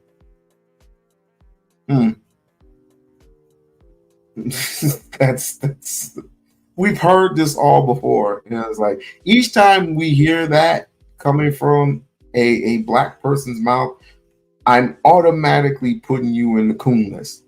I'm automatically putting you in the Sambo list. I'm automatically putting you in the Snow Bunny list because you had the audacity to come out of your face about Umar Ifatunde. That was a definite no-no. So I said, let me look into this guy and see what he's about. And quite frankly, I'm not impressed. You for a fact, Brandon, you said. Let me just say this one thing to Brandon. You just said that I wanted to be you. My response to that was, no, you want to be Maj. Maj added you on Twitter, said you want to be him. You still have not responded. I'm assuming you must be afraid because you have not responded. Well, we talked on the phone yesterday. We talked on the phone yesterday. Talking about right now, Brandon. We talked on the phone yesterday. Right now, you just said I wanted to be you. We didn't say that on the phone yesterday. Right. So, Brandon, what do you want out of this? I'm just asking one more question, please. Like, Brandon, what is your goal from the videos and everything? What would you like to see going forward? I just want people to know facts. Did you know and read all of the citizens arrest laws before you saw this? A lot of people didn't. I did. Did you know that they accused him? Did you know that the prosecutor who recused himself, he didn't have to, but he did because of the mother's wishes. He wrote in a report and spoke about all these things, and he gave the reason why they didn't get arrested at the time. A lot of people haven't read that, so they think that this is just a miscarriage of justice. He gave a synopsis of it. I just want people to have facts. People did not know that they called the police. A lot of people still think the McMichaels didn't call the police. They did.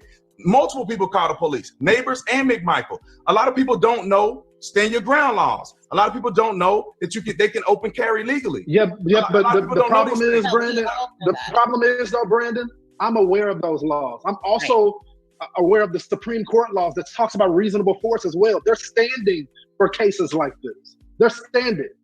Patel versus the state. You're never going to get the Supreme Court justice to get on the side of Black people. The Supreme Court has never, ever been on the side of Black people. Not even Clarence Thomas himself. So what I'm saying is, Brandon, hold on, and that's fair. I'm talking about the investigators. If he, look, Brandon, we know how this goes. He wrote a whole article about it. If you're brought a case, and there is a conflict, you don't get to look at the facts of the case and then determine to recuse yourself. No, he already looked at the case, determined the facts. The mother came out and said, because there's a conflict, because his child worked at a firm that Gregory McMichael retired from. There is even no connection. But he said because of the mom wanted to be What fair, and does she that felt have that it was to a conflict. do- I have recused myself. I have given direction moving forward why they were not prosecuted and why I think that they should not be arrested. That is sent to another agency. Listen, man, there's people that get accused. They win in court, they lose in court. Zimmerman was another case. Zimmerman was found not guilty. We can go through the list of people. O.J. Simpson, he was charged with murder. He is found not guilty. I mean, you're innocent until proven guilty. You may 100%. All of us agree. The problem is though, Brandon, we all believe that. All of us believe this. Well, so what's the problem, man? We just have a difference of opinion. Why is my opinion based on my training experience somehow bad? Because you said you were ashamed of black people. That would be why, sir. You're ashamed of black people and the fact that you don't see racism, which is kind of insane. It's kind of an insane statement in and of itself, but it's whatever. But your opinion is fine. We both have opinions. At the court of law, they'll determine who's right or wrong. Brendan, let me be very clear on here. I support your right to have your opinion, right? But I also am going to put have a criminal record. That's all we're talking about. Criminal record. Brandon, and there goes the problem right there. How is it true or not? Hold on. Because just because you have a criminal record, nobody said does not. Then why mention it? Because it is irrelevant. It is ironic. It is ironic. No, it's not. It's ironic that all of these cases that we see, people are involved in criminal activity. It's never. He said it's never a case. There's never. Black people are always involved in criminal activity. Yet we don't never go on the other side and say, "Oh, these white people here, all these white people over here, all these white people over there, they commit crimes each and every single day." It's not broadcasted. They are, again, they want to see the worst of black people. But some of you who actually are for Officer Tate don't really see it because you put your blinders on. You are for government because you want to be governed, you want to be protected, you want to be safe under the First Amendment law, under the Second Amendment law, the Third, the 14th, 13th, 14th, and 15th Amendment law. Not knowing that the Constitution has never been for your best interest because you were thought of to be the worst of the worst human beings on earth, and white folks treated you as such.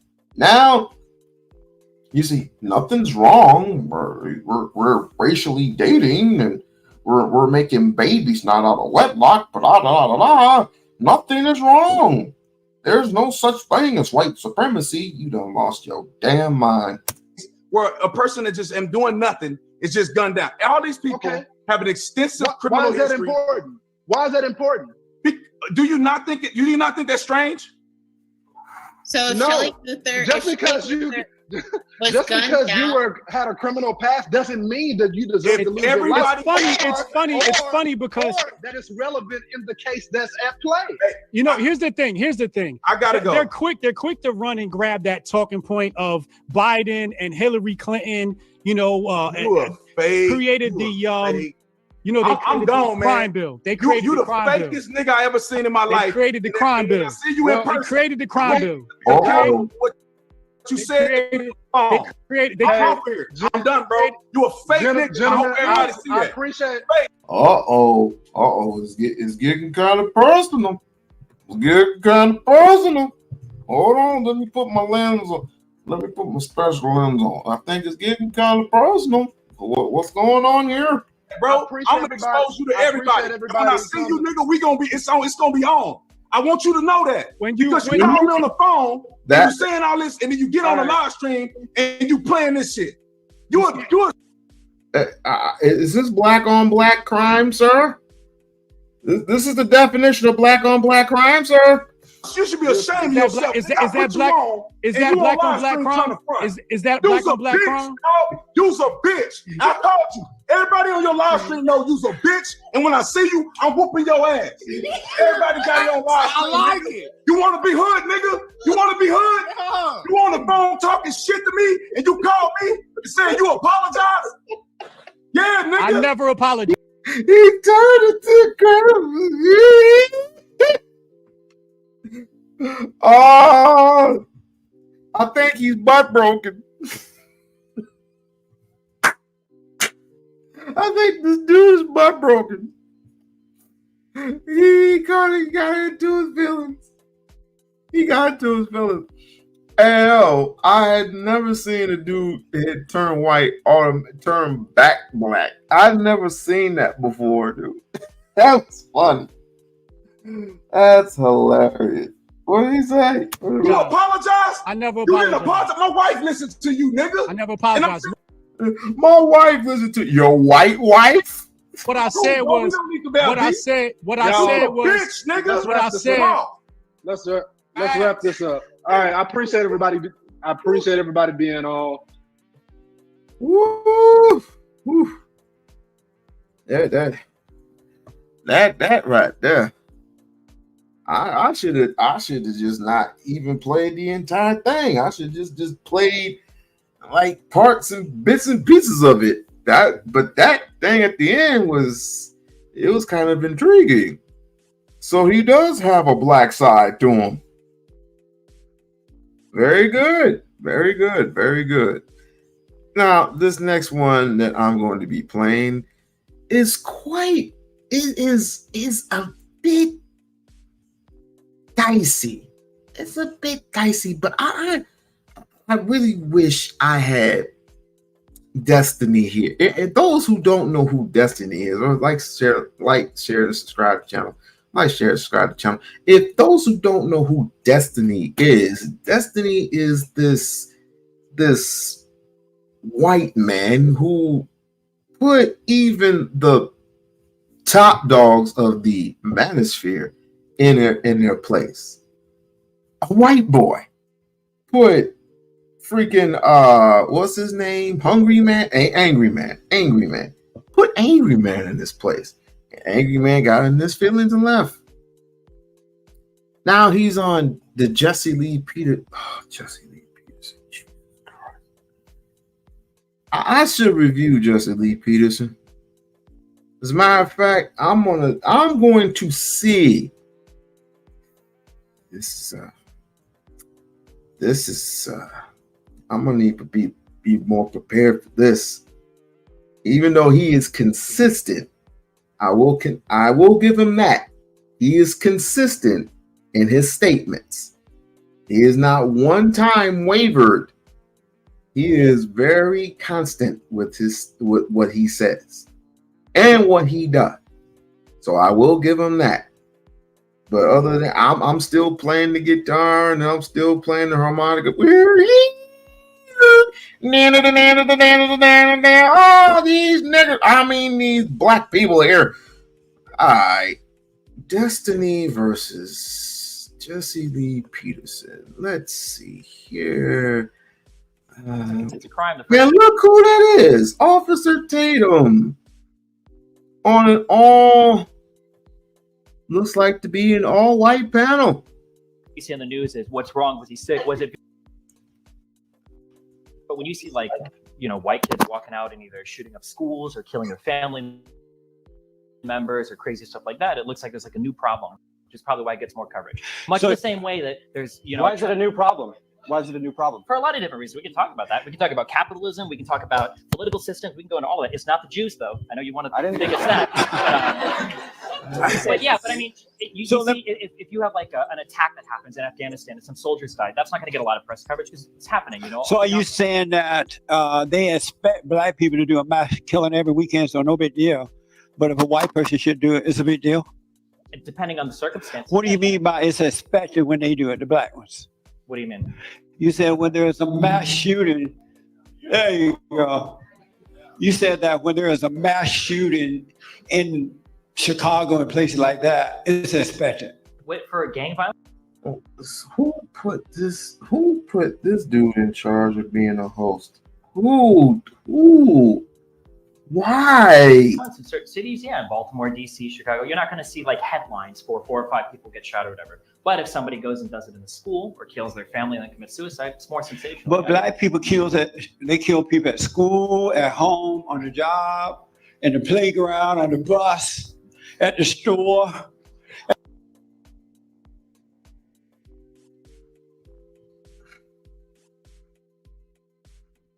At the gas station, in the hood. And so it doesn't matter. I didn't say it didn't I mean, matter. not even matter. You have to understand at the end of the day, if you're a news station, it's not a big conspiracy. It's not driven by racial tension. The goal is to make as much money as possible. And if you report gang shootings every single day, nobody's going to watch. But if there's a sensational headline and you know you can get more ads playing because more people are watching, then that's what you're going to report on. There's something called red flag laws. What do you think about that? Well, I got two perspectives here. Like in the state of Arizona, where I patrol, they had something implemented similar to the red flag law. And I honestly explain to people what is. If you look very closely, if you zoom in, this Negro, so-called Negro, is wearing a white privilege shirt.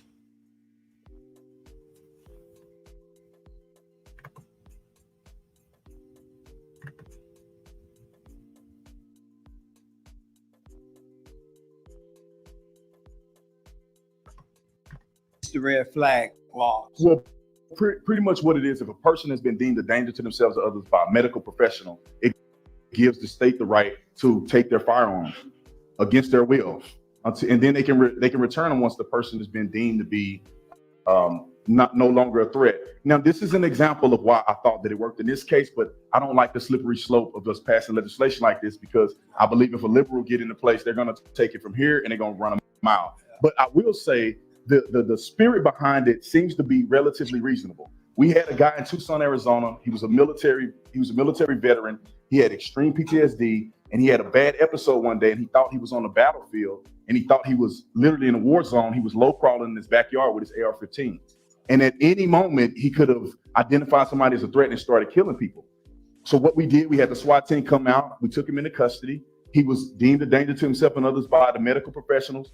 We took his firearms, and he had a bunch of them, and he had tens of thousands of rounds of ammo. We took his firearms, and he went on the path to recover. And this is what I would say to anybody who's a responsible gun owner. If you start to lose your mind and you think that you're going crazy, it will be responsible. Wearing a white privilege shirt. For you to say, at least to a family member, to say, look, hold my guns until I can get better, because I don't want to end up killing somebody or committing a crime that I regret later. So have you, what you just stated, I recommend you, and I would say you did an awesome job. But would you do that in the same situation if it were a black man? Wrong. But the gentleman got his stuff together, got his life together, got his job back, and his guns were returned to him. So I see that element, but then I also don't like the slippery slope, because you give a person an inch and they're going to take a mile with our guns. Are you for the red flag law, Destiny? Yeah. You are. Why?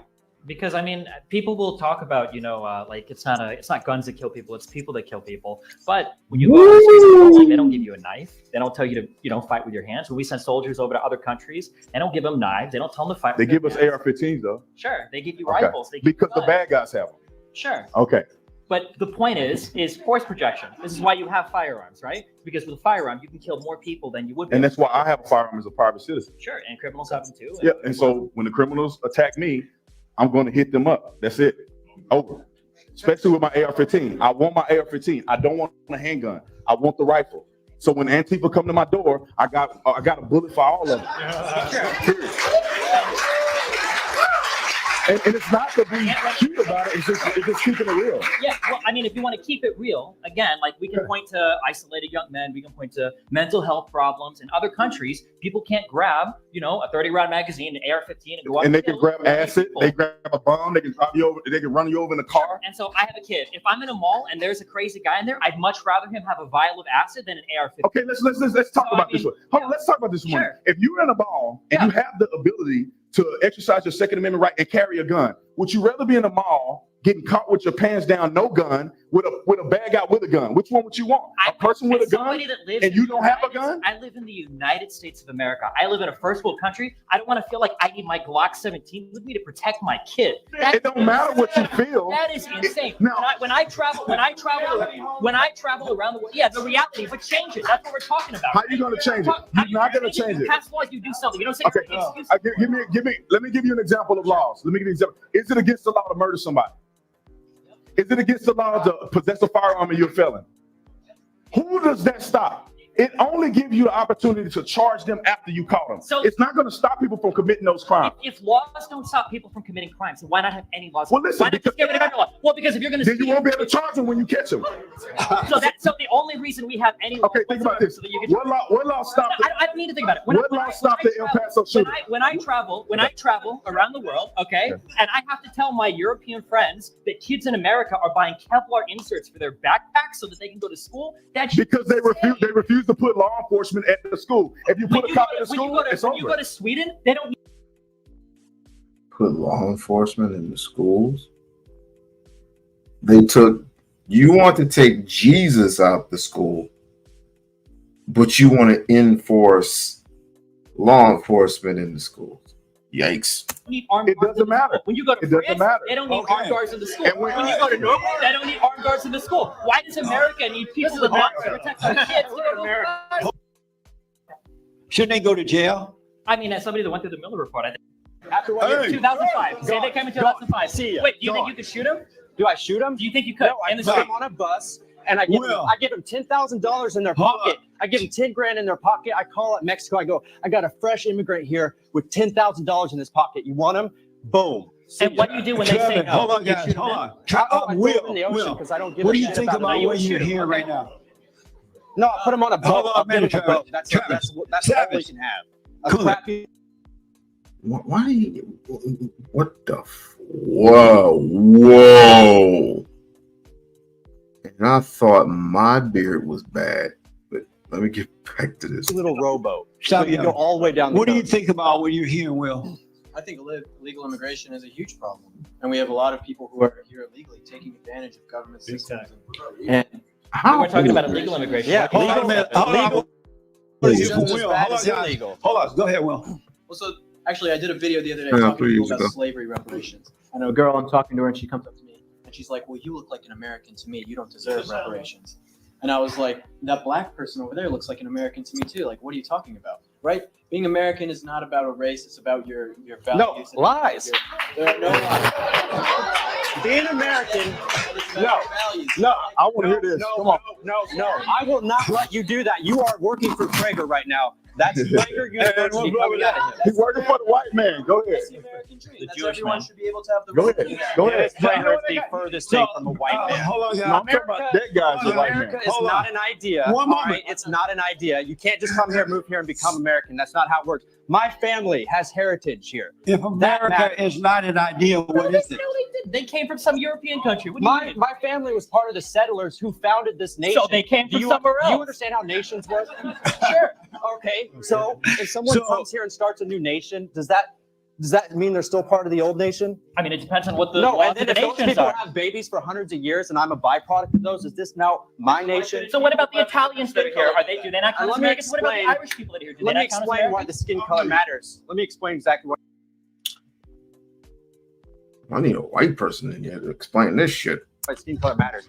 Because people do vote in demographics, like I said. All right. And I'm just trying to be the person who can actually get things to move through our And by the way, he's a white wingers, whatever you call him. government.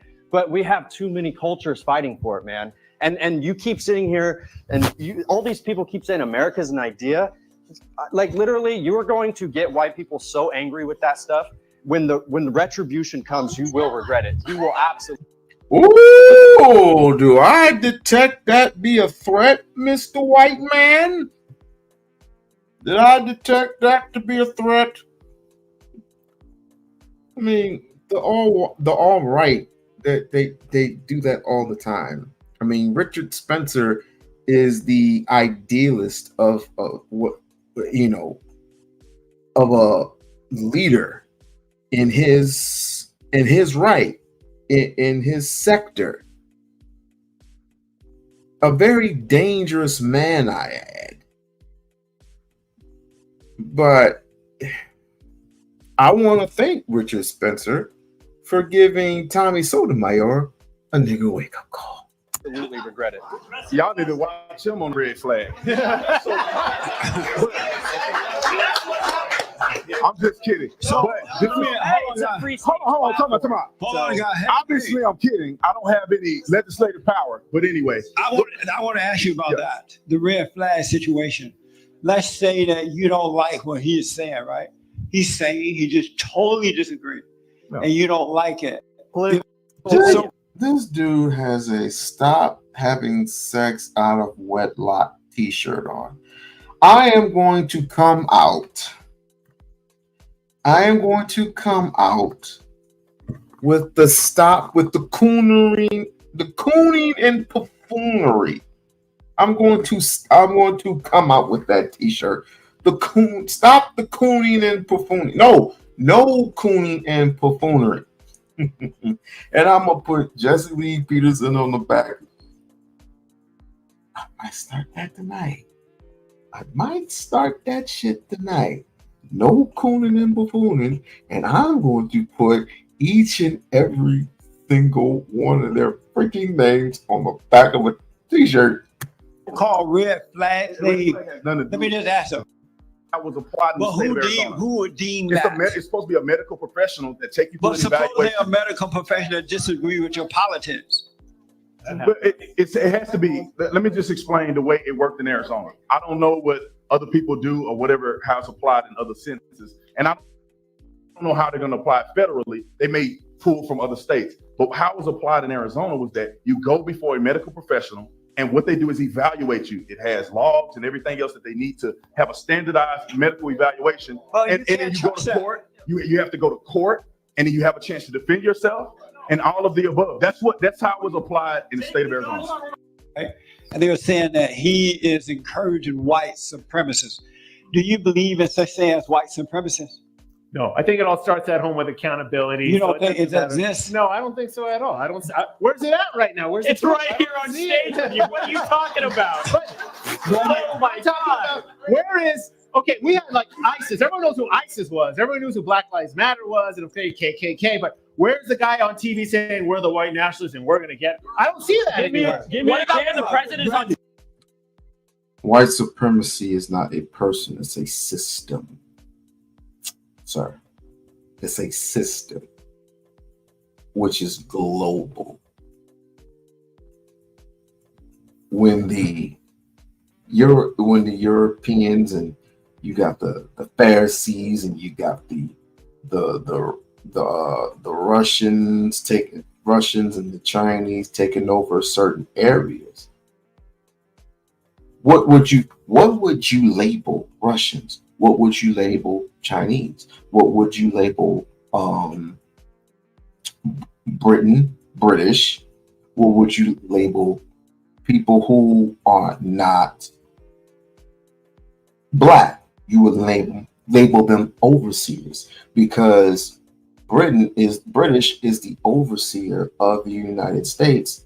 Basically, when it comes to Black people in this country, the people who, when you're there to change your identity, or if they're there to negotiate reparations and so on and so forth, you have to have that representative there. And our representative is Britain. Sorry to say.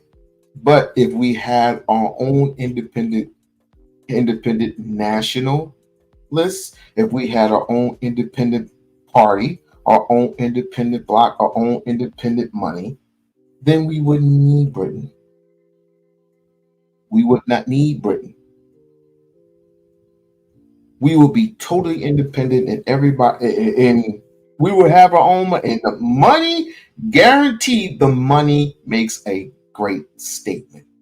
Our own money. Africa is printing their own money. What the fuck? Get with the times, people. TV telling 3 people who were born in America to go back to the countries they came from because they were brown or black. Look, because those people hate this country. That's why. You said when you want to make a country better, that means you hate it? Amazing. Those people hate That's the spot.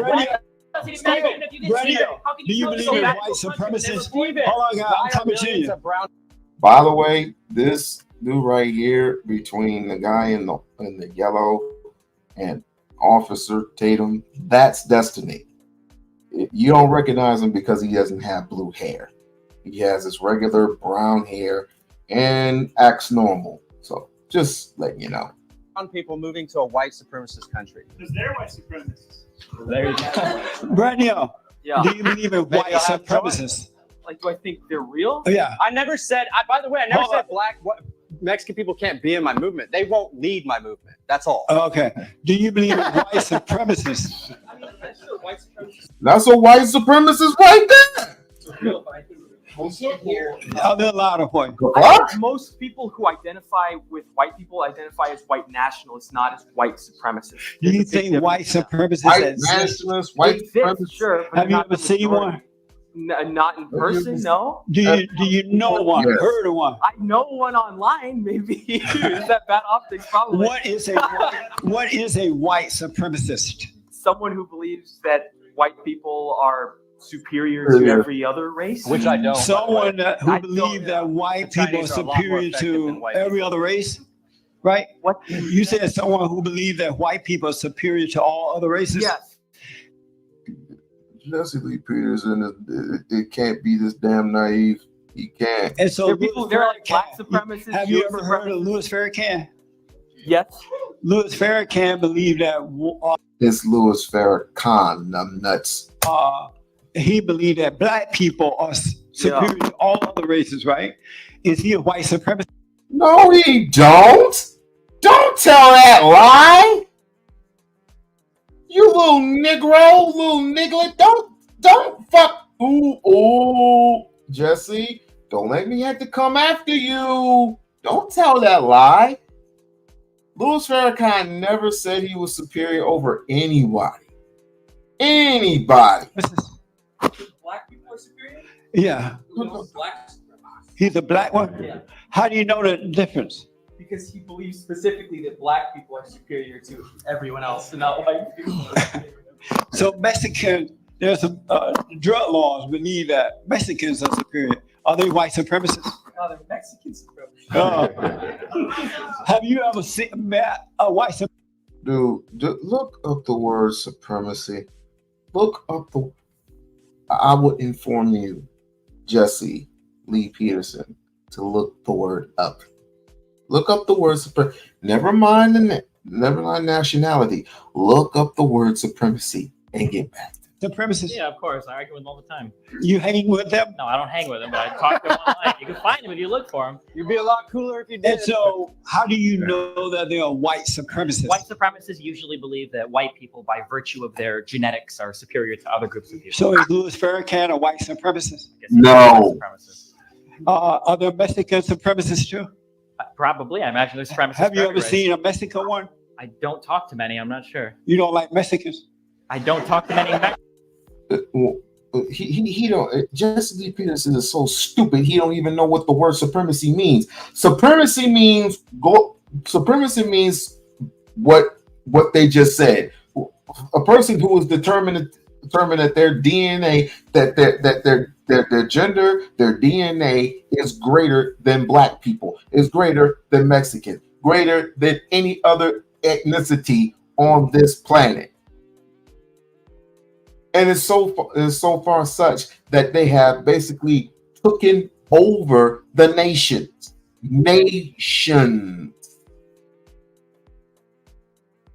No, that's what that. Lisa. I'm gonna need you to stay with me, dear. Supremacy. Supremacy. Supremacy, a state or condition of being superior to all others in authority, power, and status. That's what that means. I'll read it once more. The word supremacy means this is a noun. The state or condition of being superior to all others in authority, which means they operate over everybody else. They have power, wealth, and influence. That's status. I hope that's clear with everyone. Mexican supremacists. I don't Mexicans don't have that. Black people definitely don't have that. So you're only fighting two nationalists. You're fighting Europeans and you're fighting Chinese, Asians, or whatever you call them. know. Maybe they're a big part of the Mexican community, and I just missed them, Jesse. Would you date a Mexican girl? Yeah. Have you dated a Mexican girl? Yeah. Have you dated a black girl? Not yet. Racist. Ethnicity. Are you When somebody kidding me? asks, like, Are what's you your ethnic when somebody asks what your ethnic background is, you don't say I'm 50% Hispanic, 50% American. They say, well, no, where are you? Oh, I see. That's right. It's just the same. It's the same with young people at American universities today, where they hear free things. They live some entitled suburban life. They go to college. They think they're an adult now, and they get promised free stuff from their professors who were hippies back in the 70s.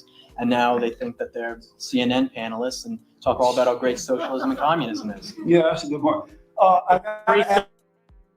Republicans are in favor of. It's the huge tax cuts, the 1.5 trillion or whatever, and tax It's cuts. called money that we already have that they're stealing from us. Okay, giving us our money back is not. They didn't give you your money back. They gave the guy that owns the business. That hires You did my taxes this year. You did my taxes this year. I know However you much did. money Okay.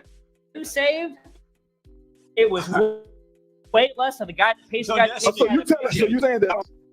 I'm saying. Okay, that's what I'm talking. All right. You might. No. You might clear 7 figures a year. I don't think so. Hey, liberal, don't clear it up now. Don't let. Hey, listen. Don't let your ideologies come out now. If Trump helps I own a business. That's great if you. And thank you for two business. And thank you for the tax cuts, Trump. Yeah. Come on, man. I mean, it's just talking points, man. It's talking No, it's not. No, what this is called. Less government is better. That's for sure. Less government is better. We don't need the government. You're making a good six-figure I gotta you ask don't you a need the question. tax cuts. You're fine. I don't? No, you're fine. How you think I start the second business? You need all of that money back in order. Because I want to start business. I want to employ people. And this is so funny. And I am not a tax representative. I don't know much of. I even hate math. But I will say this: why, if Trump is such an influencer on Black people, then why in the whole ippity fuck is he in trouble right now? Why do you think they picked him in the first place? Just like they picked Ronald Reagan, just like they picked Lincoln, just like they picked George Bush. All of them were what? Although he was rich because he had his daddy's trust fund.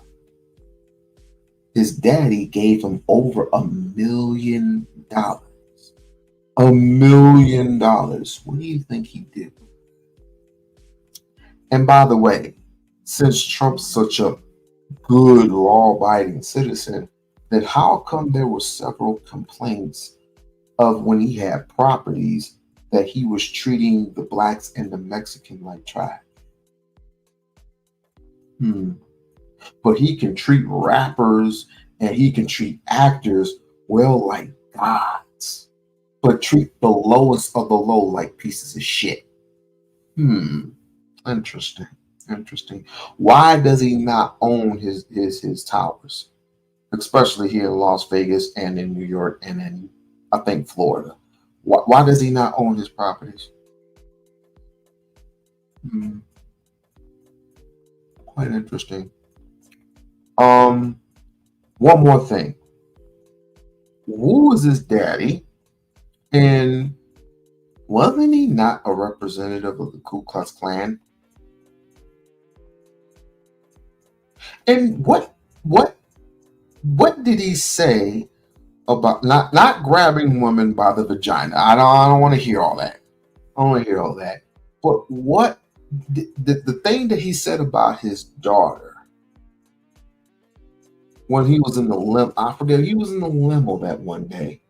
He said something that was, I forgot what he said about his daughter, but it was kind of inappropriate. It was kind of inappropriate. So all I'm saying is, and oh, did anybody forget about the toilet throwing it? The him throwing toilet a whole bunch of toilet tissues at people? Did you forget about that?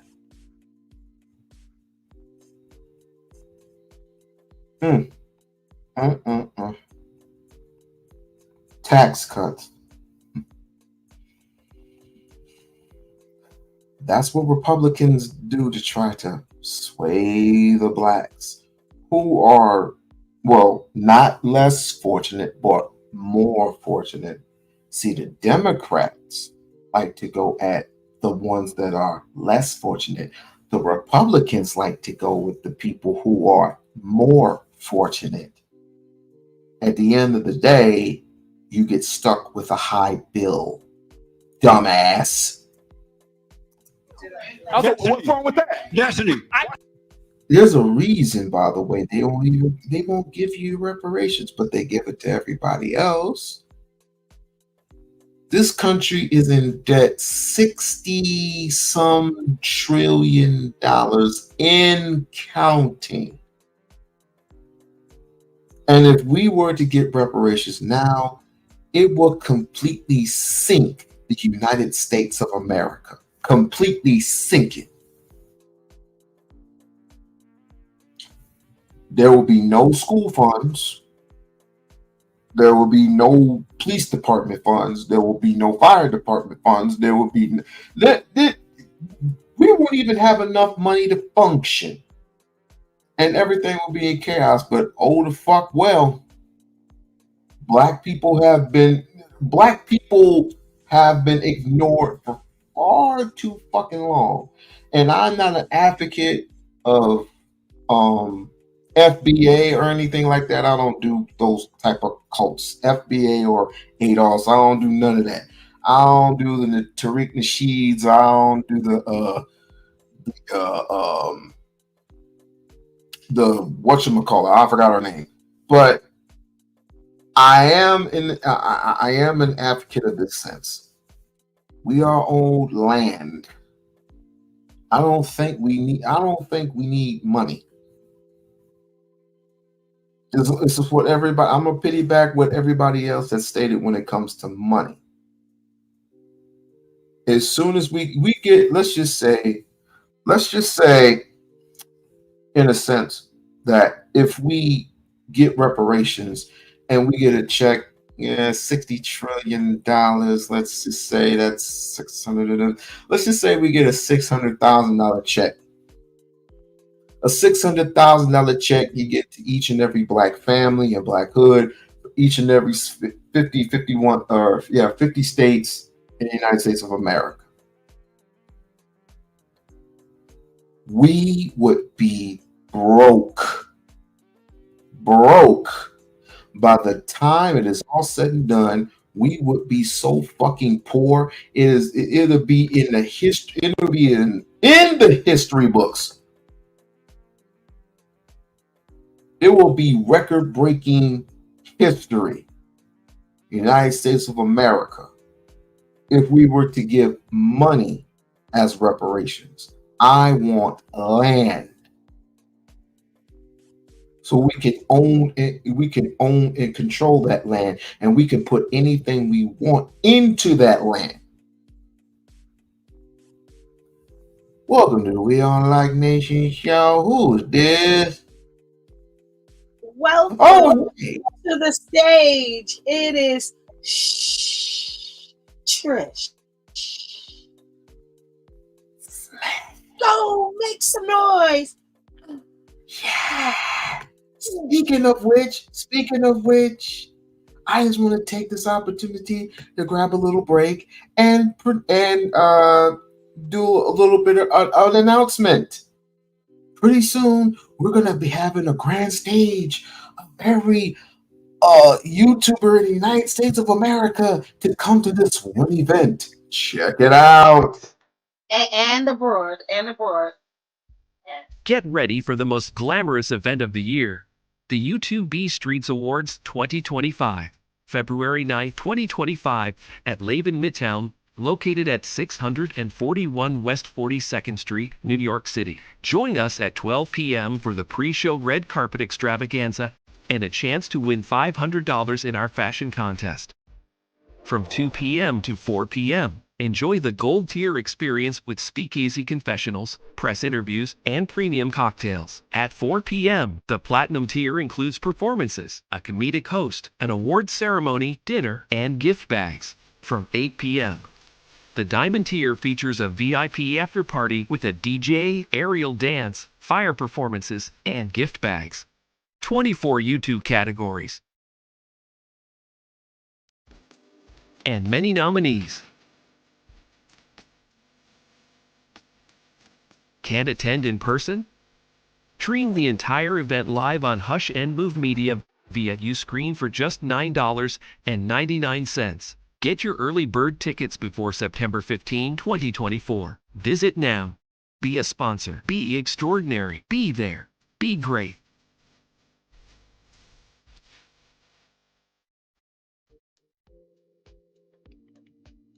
Cheer. Smash. I love it. Thank you, Wally. So what's up? What is content about today? Well, at first, some people were, I know you just did not send me that. I'm gonna hurt you when you get home.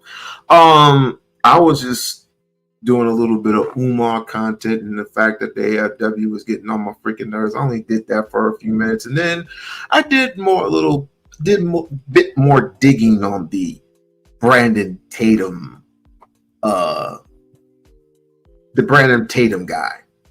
I need to do a little bit more digging, and I found out something that was a bit disturbing.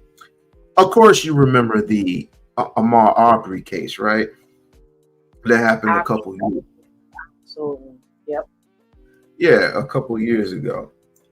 He basically did what every foot soldier of white supremacists does. First, he kowtows to the point where this young man broke the law and entered into a house that was under construction and swore he basically took something. What did he take? Absolutely nothing, because nothing was there but wood.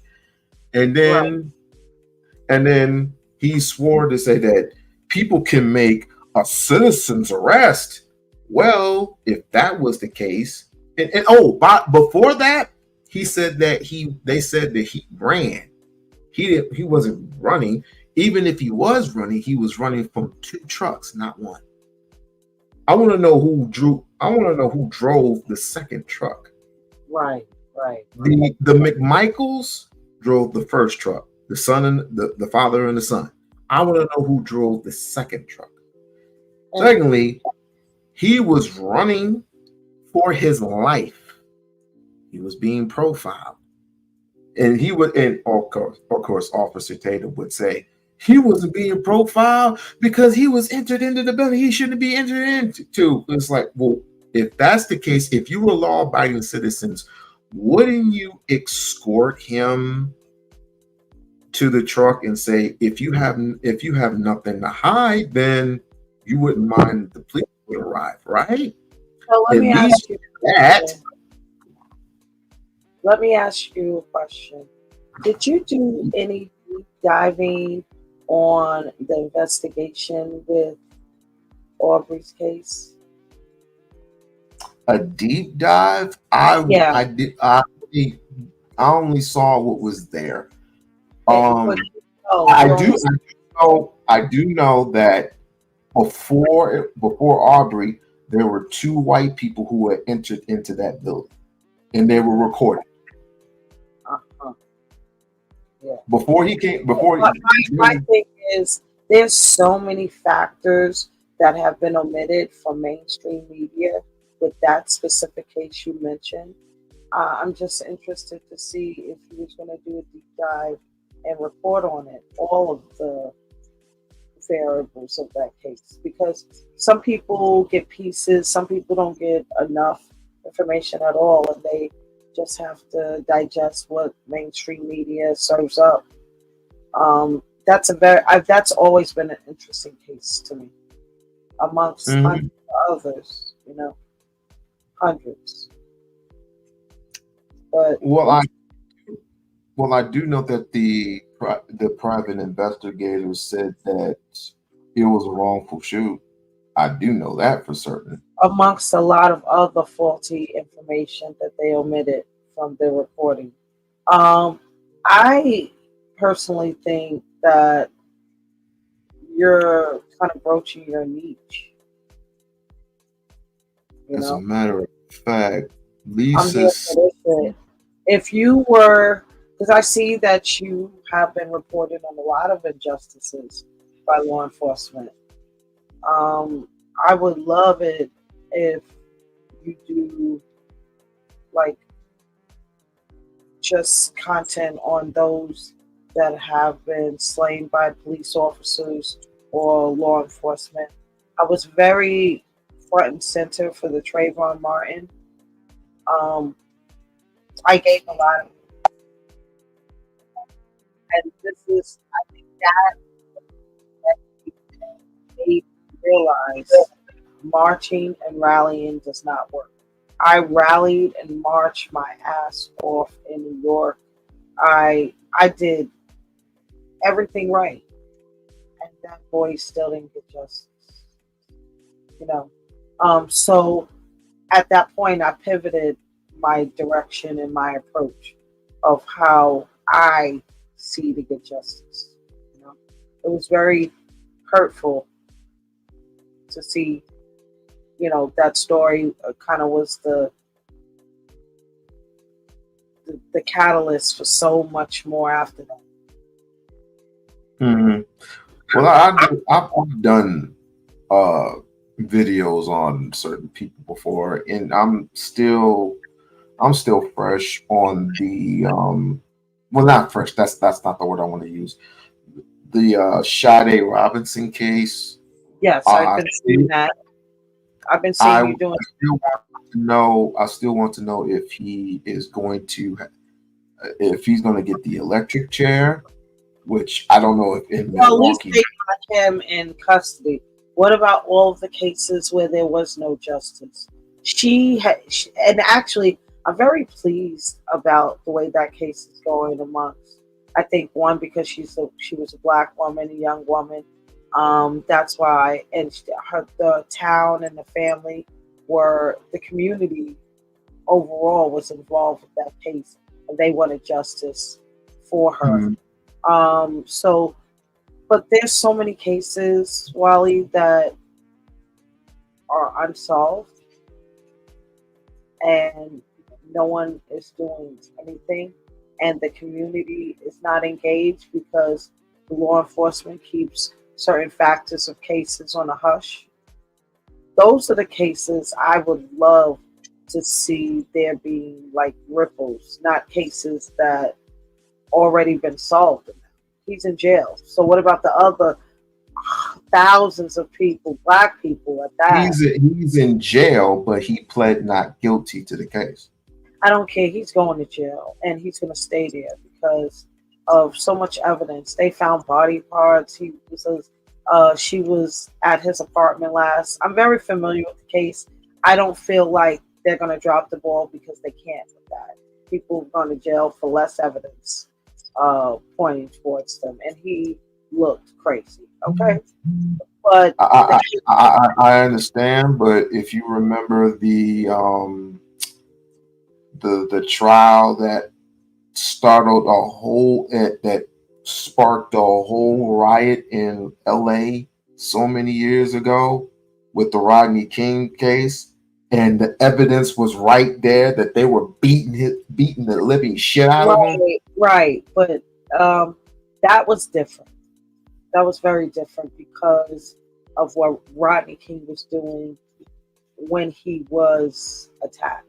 See, I don't know how, it's not right, but there is a system in place that it could be a good system if there wasn't so many technicalities. If Rodney King was, just innocent even before that, the way they painted him, that's why he had to come out and say, I just want us all to get along. Remember that favorite speech? That's because he was bought, right? So he was paid to say that, and they would make all his charges and his life better. You know what I mean? So some people do that in front of the cameras because they know they was wrong. And Rodney King, to be honest with you, was the start of what we find now with police assassinations. That was the very beginning of it. Yeah. Because one black man said it's okay to beat my ass.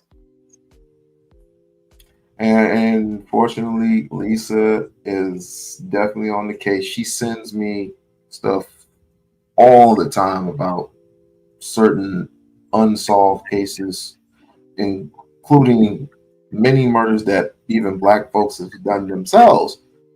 Yeah. And one was a judge, an actual judge. Wow. Killed his wife due to them getting divorced, killed his wife because he didn't have custody of his children. Are you going to cover it? See, these are stories we need to hear and content. I think I actually did that one already. I didn't see it. Sorry. I think this was a little bit before we started talking, or I came to your live stream. I think. You see what I'm saying? See what I'm saying? I miss all the good shit. Do a remix. I'll try. Listen, There are others. There are others. Countless others. Do you eat breakfast food at night or during this time? I mean, every once in a blue moon. So let me explain. I ate earlier. I nibbled. Right. I haven't been eating like a lot all day, but nibbling with a lot of fruits, and it's because I was busy. Right.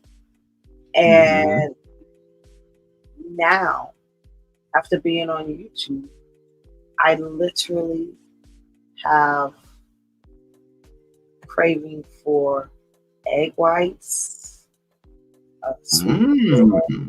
like, and I just don't want to get up and cook, but I've been craving for it for like 4 hours, and I just haven't cooked it yet. So I know, like, by the morning, I'm gonna make it. Interesting. So you know how people make just egg whites? Huh? So it's just egg whites then? Yeah, it's egg whites with tomatoes and onion, and I use shredded mozzarella. I shred the cheese, and I make it in coconut oil, and I use I slice sweet potato or yam up very like chips, and then I fry them, not too hard, but hard enough, and I lay them down, and then I put the egg on top of it, and it's so delicious. And it's a great presentation too. So when you talked about being a chef, you can't fuck with it. Not even a little bit. Well, unfortunately, I hate eggs. So Sorry. You don't eat eggs? I've never ate eggs before in my life. Wow. Even when my father tried to force it on to me, I just hate the way they. But here's the interesting part. I would put eggs in my I would have egg fried rice and didn't even eat the egg. How is that possible? It's blended in with rice. I know. Have you had cake? Cake? Yeah.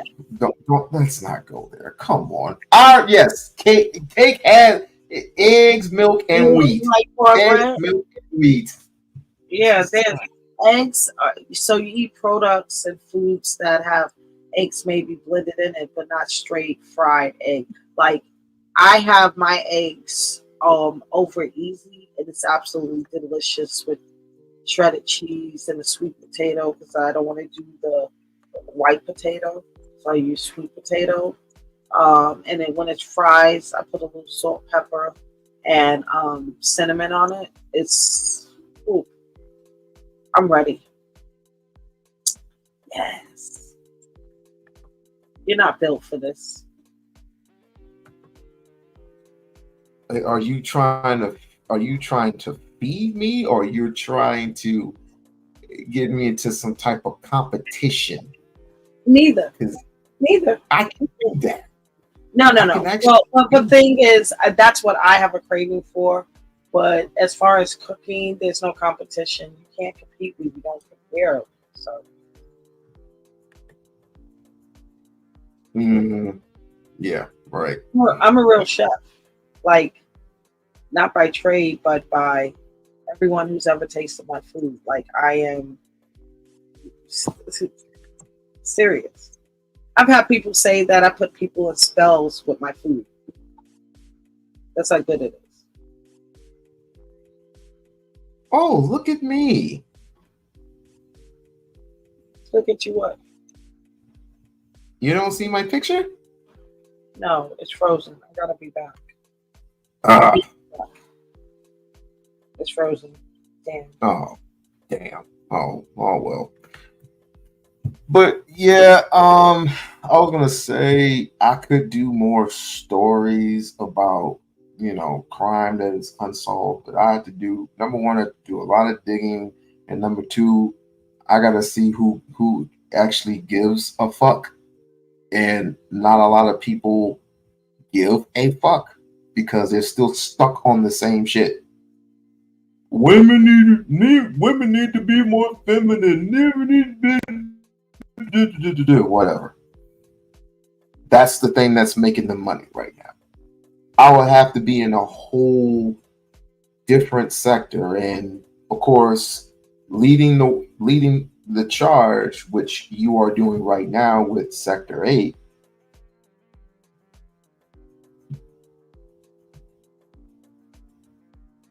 Did she just leave? Oh, rebooting. Okay. Leading the charge. See, no one cares about, let's just say, racism anymore. No one cares about speaking about these things because it's still in existence. Right? It's still in existence. I was frozen. Wally. Oh, I thought you evaded me. I was like to say, this woman actually left me. She left me alone by myself. Like, share, and subscribe to the channel. Like, share, and subscribe to the channel. Become a member of the We-On-Loc Nation channel. Smash it. Question. Why aren't you a member again? Why aren't you a member? I'm wondering.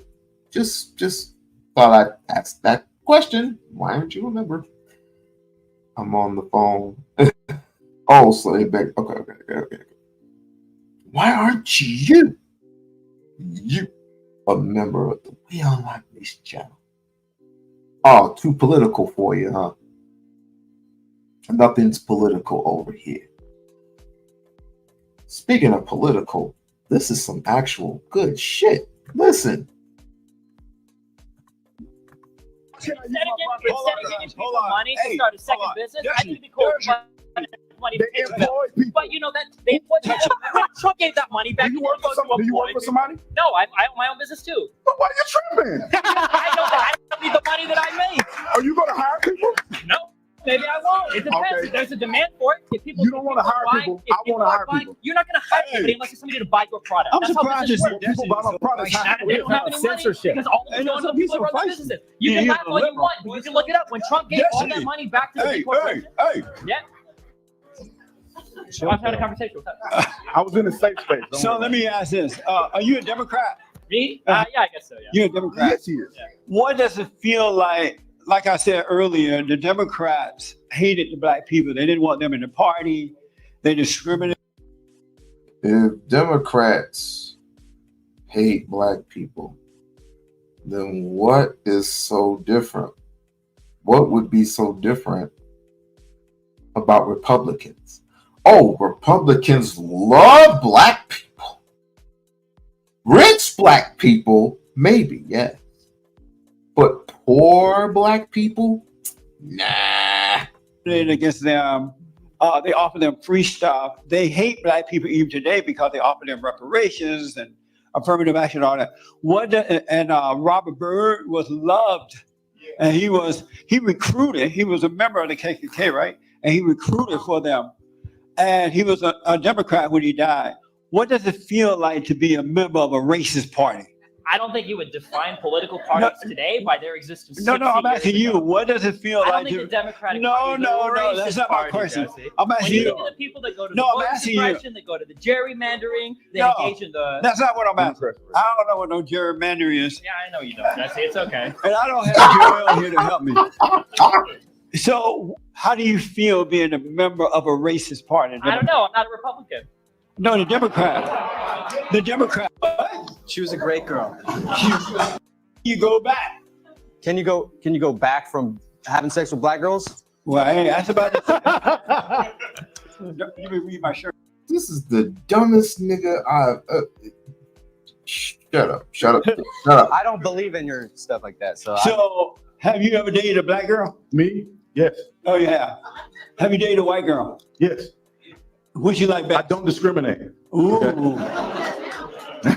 So what? That's my girl right there, y'all. Don't put me on the spot. My girl is right there. Are you white?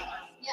You white? I'm white. I'm Irish and English and Norwegian. I'm white. Once you go black, can you go back? No, he's Once you go Brandon, you don't go back. That's it. There's nothing but white people in there. White people and some dumbass niggas in the audience. This is his audience, not anybody else's. So don't think of it as anything else. This is something that this man, Jesse Lee Peterson, cooked up because he thinks he has a relevant radio station. Oh, nigga, please. Okay. Have you ever dated a black girl? Not yet, Jesse. Have you dated a white girl? Yep. I'm Mexican. Yep. Why not black? I just haven't met I a thought white you woman yet. love black people. Doesn't mean I want to date them. Ooh. I've never Ooh. Have you? Well, we know you. Wait.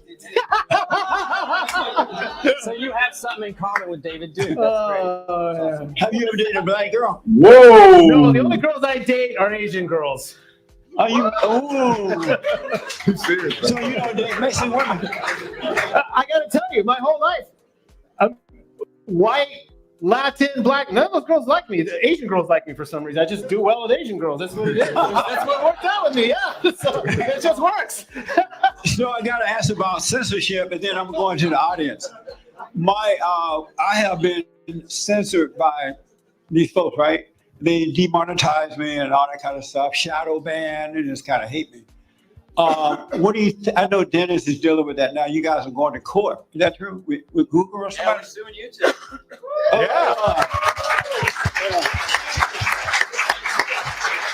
And so, and when did this happen? And when are you guys going to court? Are you able to tell us? I can tell you some things. I can Okay, say that our next court date is, if everything works out, hopefully going to be in Seattle at the end of August. which is very exciting. Well, we really think our case is going to go to the Supreme Court because these big tech companies, this is a First Amendment issue, and they've claimed to be public forums at the exact same time that they've said that they're private companies. So essentially, they can't censor people based on political content, and then also say, oh, we have no hand in this. We don't editorialize. We don't editorialize for any of this stuff. And so they're trying to play both sides of the fence, have their cake and eat it too. Have their cake and eat it too. And so we're basically calling them out for restricting our videos. They've restricted over 100 PragerU videos on YouTube. Videos like "Do Not Murder." You know, that's a pretty controversial topic, I guess. So, you can there's like Gab and stuff like that. I mean, I still got censored on Gab, but it's like they're garbage. Yeah, I mean, Andrew Torba, I don't know what his deal is. I don't know why he censored me. I don't get it. I think I criticized Trump, so maybe that's why. I don't know. So people always talk to PragerU about this being a lot of conservatives give us flack. Oh, they're the private company. Really tricky thing, and there's a lot of differences. It could be like a utility, right? Can't we make like Google like a utility, right? Party, which are anti-America, pro-radical, Muslim, the whole deal like that. So he's painting right now, again, he's putting the bait and he makes the face of, when you say Democrat, you're going to think of Ilhan Omar, the Squad, these crazy women that hate America. That's the whole point of what he did. So that's the way I look at it. Yes, sir. Yes. Right. Somebody, the Democrats take over. They hate men. I agree with you. That's why I don't think they should implement red flag law. Period. I'm just explaining what it You're looks not like. coming in late ever. I'll call ahead if I come in late. It's called wanting to be happy. That's all it is. What? They call what? Want to be happy. So. Oh God, this is just anyway. Given up, we got 20 more minutes left. I don't know, but these people here are some wannabe white ring. How you say? Just say rightist. Alt-rightist. Alt-rightist is the prevalent word for it. Alt-rightist. But Chat Lives Matter sent me something. He wanted me to look at this Negro, this so-called Negro, the Pampers guy. Brandon, the Pampers guy. I forgot what I left him out of my peripheral because he is a character, just like all of them are characters, just there for clicks and views. If I had nothing to do, if I was just a regular person and I was just starting a channel and if I had nothing to do, I would probably think of the exact same thing. These people are here for attention because they hadn't gotten the attention at home. So they might as well say, fuck. They say, screw it. I'm going to get some attention. Just like Charleston White. He wants attention. Right? He wants attention, and yet this is the same nigga that proclaims to be an activist, but he likes being around white women, even though he's married, supposedly, allegedly married. He has been to jail, right? He's been to prison for robbing, murdering, stealing, killing, willing, stealing, dealing. Came out a normal citizen. Now he wants to stop bad guys. Now he wants to stop rap artists. He wants to stop rap artists from getting all this such and such out. He wants to stop the King Vons, the Sexy Reds, the Drakes of the world, the Soldier Boys. He went after freaking Soldier Boy. Ain't nobody paying attention to no damn Soldier Boy. These people are basic con artists, and they conned you. They conned you. I'm not saying Officer Tatum is a con artist. He's just a flat out coon. Big difference. One last thing, and then we gonna be out unless Trish returns, which I don't know what Trish is doing. But like I said, I gotta play it one more again because this is quite interesting to be at an event that is so profound and so important that other YouTubers have been invited to this. Hopefully I'll be able to go. And please get your tickets. If you want to get your tickets, go to Ed. She needs to send me a little bit more. I think she needs to send me a little bit more information regarding, or if you need more information, just go to her channel, which is Shush Trish. At the, of course, looking at right here, the Beef Sector 8, which she is the leader of the pack. And she is a very profound, she is a very nice looking woman, a very woman, but she don't take no shit either. She don't take no shit. I gotta get rid of that fucking song. This fucking song is driving me nuts. And I hope I don't get dinged for this. If I get dinged for this goddamn song, I'm through. I had it. I'm gonna find the actual Lisa. I'm gonna have to do some research, or the guy that you told me about, he hasn't contacted me yet. So I'm gonna have to do some digging, some research. But I gotta find out if I'm gonna get dinged for this particular song. I mean, it's just freaking ridiculous. Anyway, let me play this one more again. No, as a matter of fact, yeah, let me play this one more time.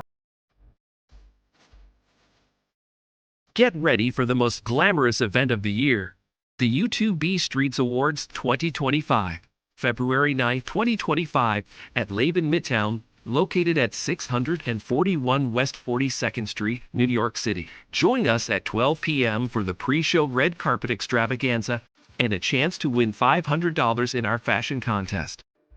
From 2 p.m. to 4 p.m., enjoy the gold tier experience with speakeasy confessionals, press interviews, and premium cocktails. At 4 p.m., the platinum tier includes performances, a comedic host, an award ceremony, dinner, and gift bags. From 8 p.m., the diamond tier features a VIP after party with a DJ, aerial dance, fire performances, and gift bags. 24 YouTube categories and many nominees. Can't attend in person? Stream the entire event live on Hush and Move Media via Uscreen for just $9.99. Get your early bird tickets before September 15, 2024. Visit now. Be a sponsor. Be extraordinary. Be there. Be great.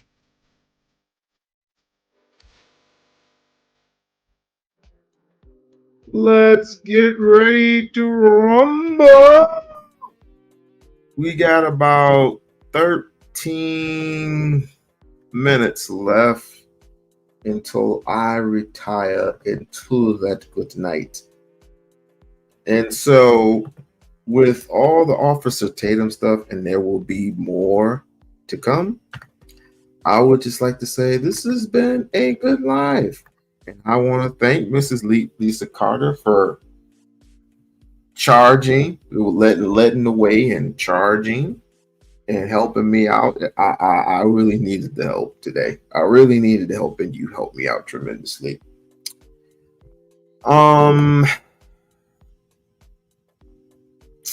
Since the award show is around it's in February, but it feels like it's around the corner because how fast because how fast the months go. The months just go completely fast, and you have to get your tickets. The tickets, I believe, are starting at like 800 and up or something like that. I'm not sure. You have to get, like I said, you have to get the information from her. But yeah, real live show with real live people, and once again, don't forget your tuxedos, fellas. Don't forget your dresses, ladies. Speaking of which, I heard through the grapevine that some people are going to be coming to Las Vegas. Some people from that particular sector. Before I go, I might as well just yes, let me see what the hell is going on. I might as well introduce you to the people who are going to be in Las Vegas, Nevada. Supposedly, allegedly, coming, I would say, is this Thomas Sotomayor already? All right, but anyway, I want to introduce you to the actual people who are going to be in Las Vegas, including some of the people in my old sector. Okay, some of the people in my old sector are going to be there, and some of the people from the beef sector are going to be there. Just introducing you to the people who are going to be there. And I am not coming out the house unless my comrades are there, unless my comrades come. I am not coming. I am not getting out. I'm not coming out the house. I just want to remind you, for those who are going to come to Las Vegas in this hot ass heat, I just want to introduce you to. I just want to introduce you to some. I mean, I don't know these people. I just assume that they're decent people. But here goes let me see.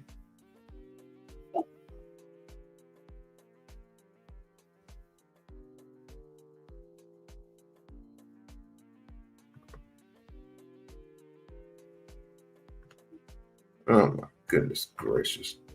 Oh, I didn't know my sister was in town. Oh, I didn't know my sis was well, we only got but 9 minutes left, so I might as well just play this and just fair use. I'm chilling. Can y'all hear me? Loud and clear. Let's see about this fuckery. Child, listen. So, first of all, Glitter Boots, whatever y'all call him, child, he is completely irrelevant to me. Okay, and anybody in my sector, we don't give a fuck about this nigga. Like Shakim said, I know me and Shakim don't get along a lot, but he is right about the rejects of the sector going over there and talking to him. Okay, nobody in our sector cares about what this man has to say. He came to my chat room today when I was talking to my sector regarding anti-Afro, okay? And because he's trying to suck her dick so hard, he came to my channel and tried to spread some rhetoric, and I told him to drop the evidence of it. I told him to come up. I dropped the link and was like, since you want to say something and you want to talk about something you know nothing about, go ahead and hit this link and you can show, I'm gonna give you the opportunity to present your evidence, and I'm gonna hand you $1,000 if you can present it, right? Of course he don't have the evidence because the evidence doesn't exist, but I wanted him to present what he kept claiming that was true. And he tried to get on my channel and call me a bitch and your mom's a bitch. I was like, okay, your mom's a bitch too, but either way, you know, at the end of the day, do you have this evidence? If you don't, and get the fuck out my face. Like, period. Wait, he did click your link or he did not? He did. He clicked my link and he wanted to like cuss and you bitch and your mom's a bitch and your dad's a... I don't give a fuck about none of that shit because I don't even know this nigga enough to fucking drag him. Okay, so I don't fucking care what he thinks. At the end of the day, if you don't have evidence of what the fuck we're talking about, then bitch, get the fuck out my face, period. So that's what the fuck he did. And then he went over there to his channel. And this is the first time I'm hearing about him talking about dragging my grown sons. I wish that nigga would come down here and come get any of my grown adult sons. And let's see if that nigga would do anything to them. Let's see. I'll wait. And I promise you, the moment he step outside and ask niggas about me, I guarantee you he gonna change his fucking tune. He can talk all the shit he fucking want to, on these YouTube streets, but niggas know what the fuck it is in Philly when it come to me. So let's see. From what we hear, he's a whole cripple. I mean, the man. That's what I heard too. So I'm not sure how he think he gonna do any motherfucking thing to my sons, but we'll see. I'll wait.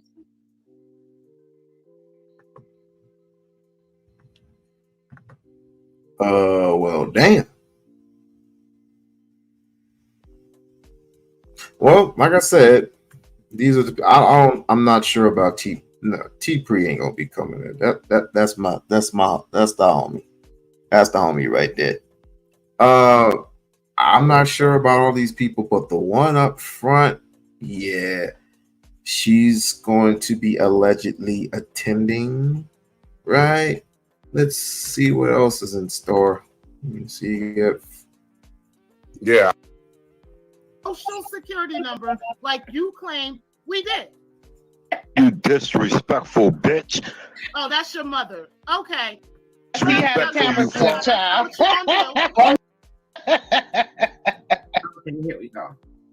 What the fuck? Okay, they got Robbie. Of course, Robbie is there. Oh my god, I can't hit I can't go to any Umar channel without seeing her. Can y'all just rename it the Robbie sector? Come on, Shakim. Can we call a truce for just a second? It ain't that deep. I'm just trolling. I'm just trolling. I know. All right, I'm just trying to find. Do you have a timestamp? Because no, because I did the show. Like, I don't remember what time he came up there or whatever, but you can scroll through and see it. I got it. Okay.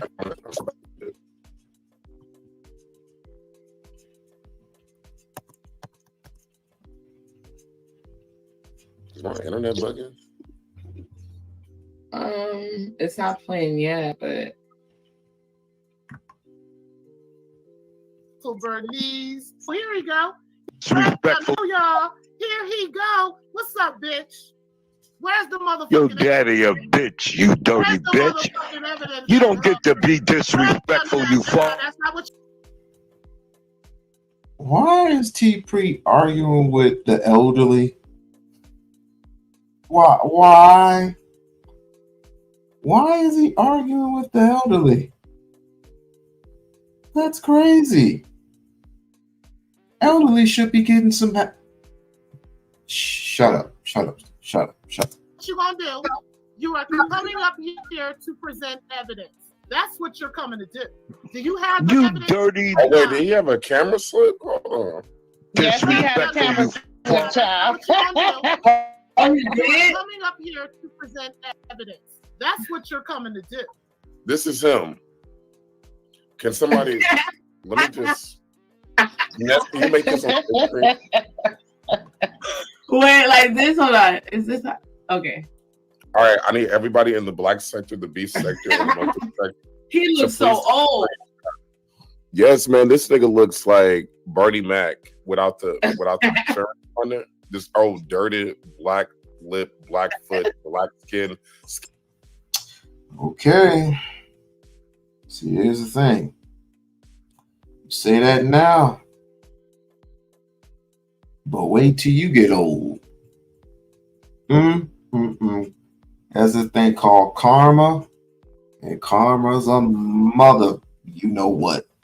This thing. I would suggest you watch your words. Watch your motherfucking words. Scaly skin, old ass bitch. Do you have the You evidence dirty or not? Do you have the Turn my evidence or not? Do you have the Stop playing with.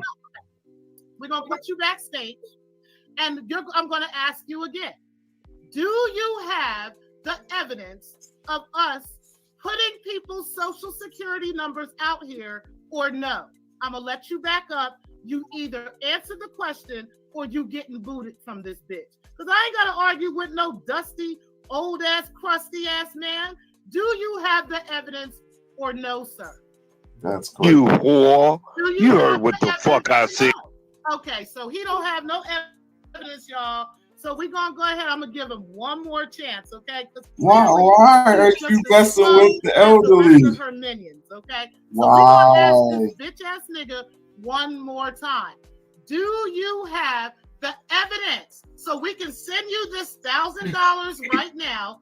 Do you have the evidence of presenting anti or anybody else's social security number like you claim we did? You disrespectful bitch. Oh, that's your mother. Okay. So either way, he don't have no fucking evidence of any of this.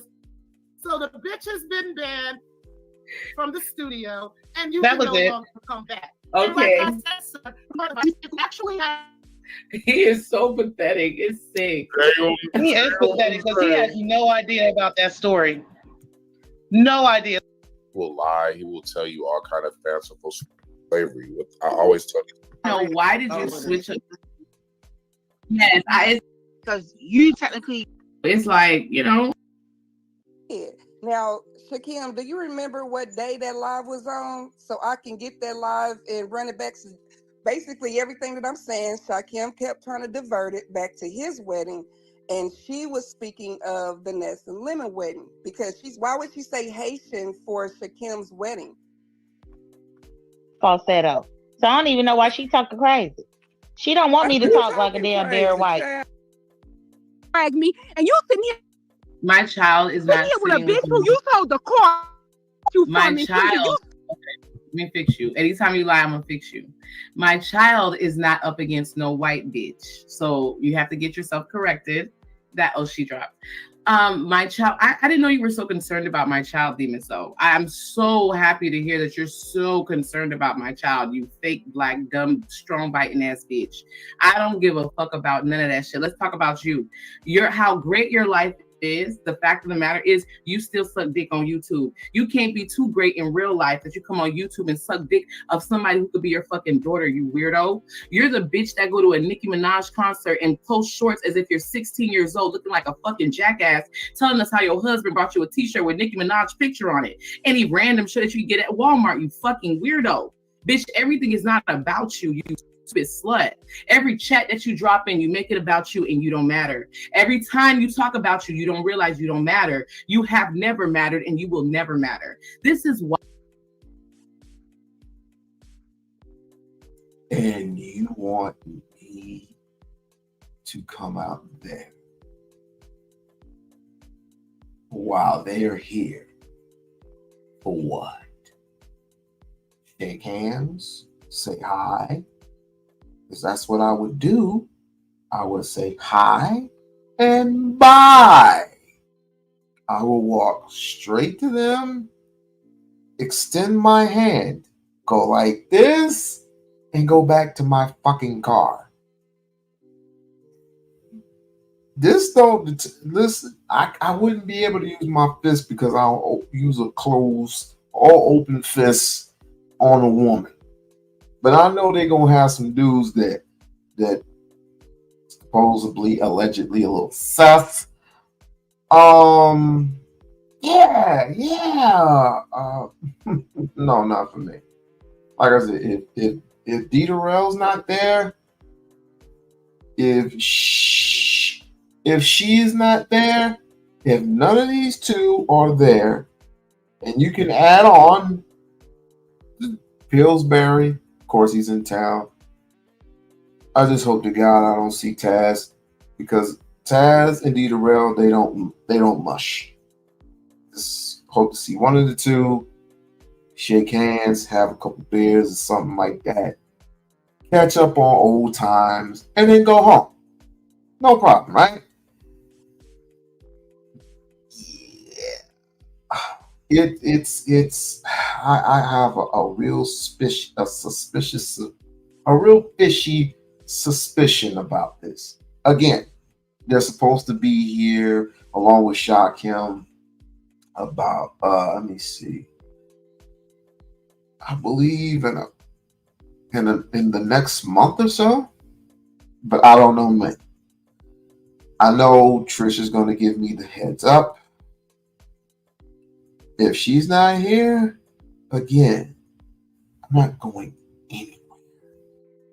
Why talking shit about you is just so effortless. It's never a task. It's never difficult. It's really easy to talk shit about you because all you do is run your fucking dick suckers. Bitch, you got a husband that you keep trying to hide from us, and that nigga busted in on your ass while you was live, and we saw that fat bitch. And we see why you're not impressed because we're not either.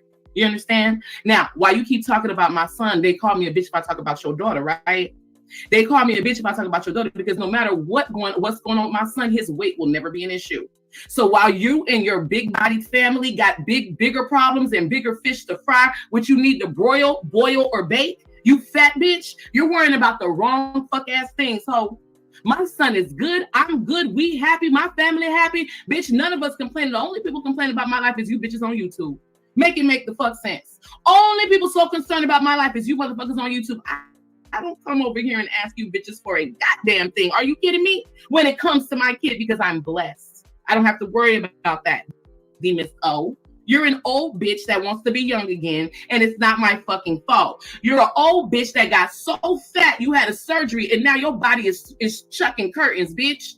Are you kidding me, bitch? You look like you got fucking comforters hanging off your ass, drying off your fat ass. How you still fat and you lost all the weight? All the gravity has been removed from your body. Are you kidding me? Bitch, you upside down looking ass bitch. I don't give a fuck about your feelings. We'll never give a fuck about your feelings. You will forever be a reject, like I motherfucking said. And bitch, you are a reject bred from rejects. So you've been in everybody's camp and kicked out all of them. And you sitting over here talking to me. You can't even try to start your own camp. Bitch, you only attend camps. You can't start your own camp.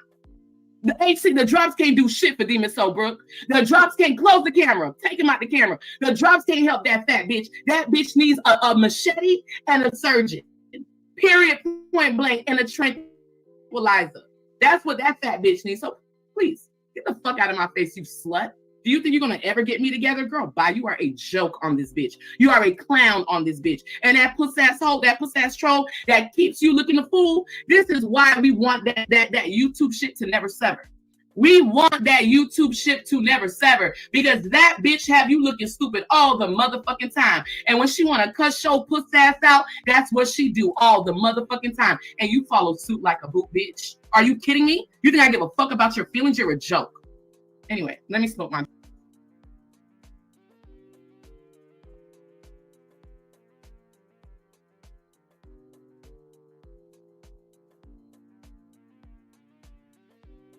This is where I say the young get old quick, fast, and in a hurry.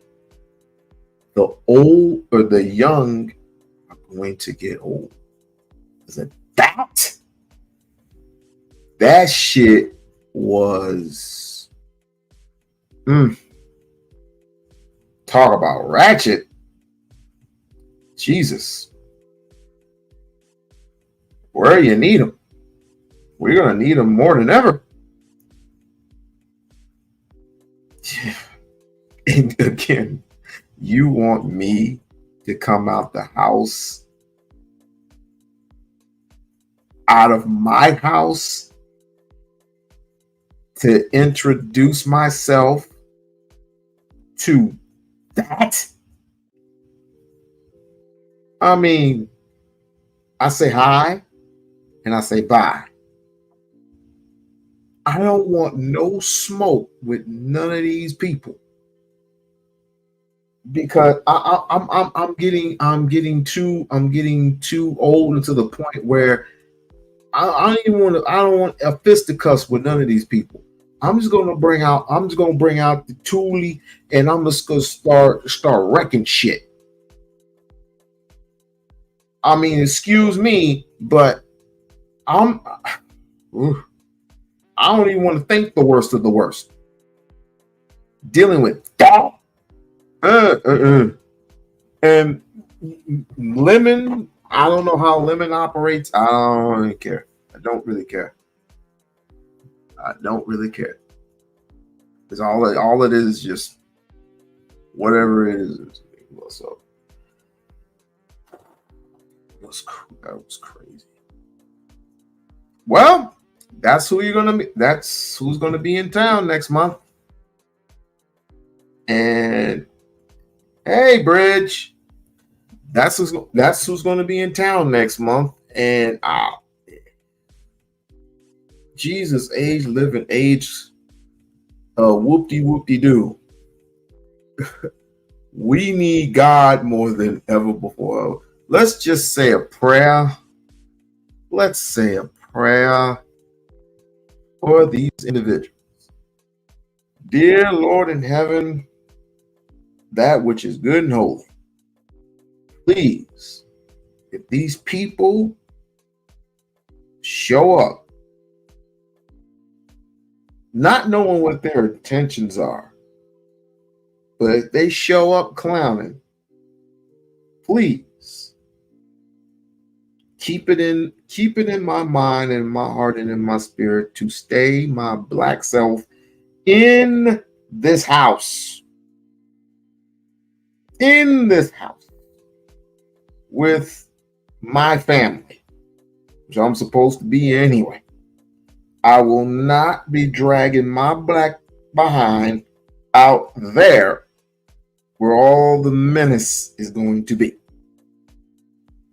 Amen. Amen. Yeah, Bridget, you missed a whole hell of a lot. You missed a whole hell of a lot I did the whole Officer Tatum thing. I did the whole goofy what was it called? AFW thing, which was getting on my nerves. And Trish was just here. I think she is still on the phone with her guy, which is to be expected, but I played a lot of stuff. I think I could squeeze in one more. What the hell? Nothing. You gonna be voting this year, Bridget? I know you're gonna be voting. Wait. Black won't help themselves. Denied. What's going on here? Blacks won't be helping themselves. King Ronald unable to develop properties due to the same battle by the community. Okay. Let's see what I can do here. I want to show you.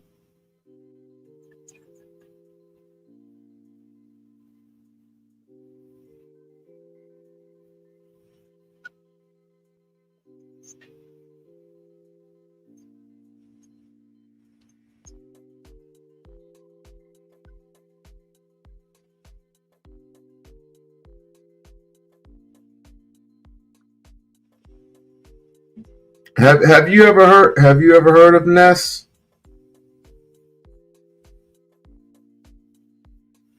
Have you ever heard of Ness?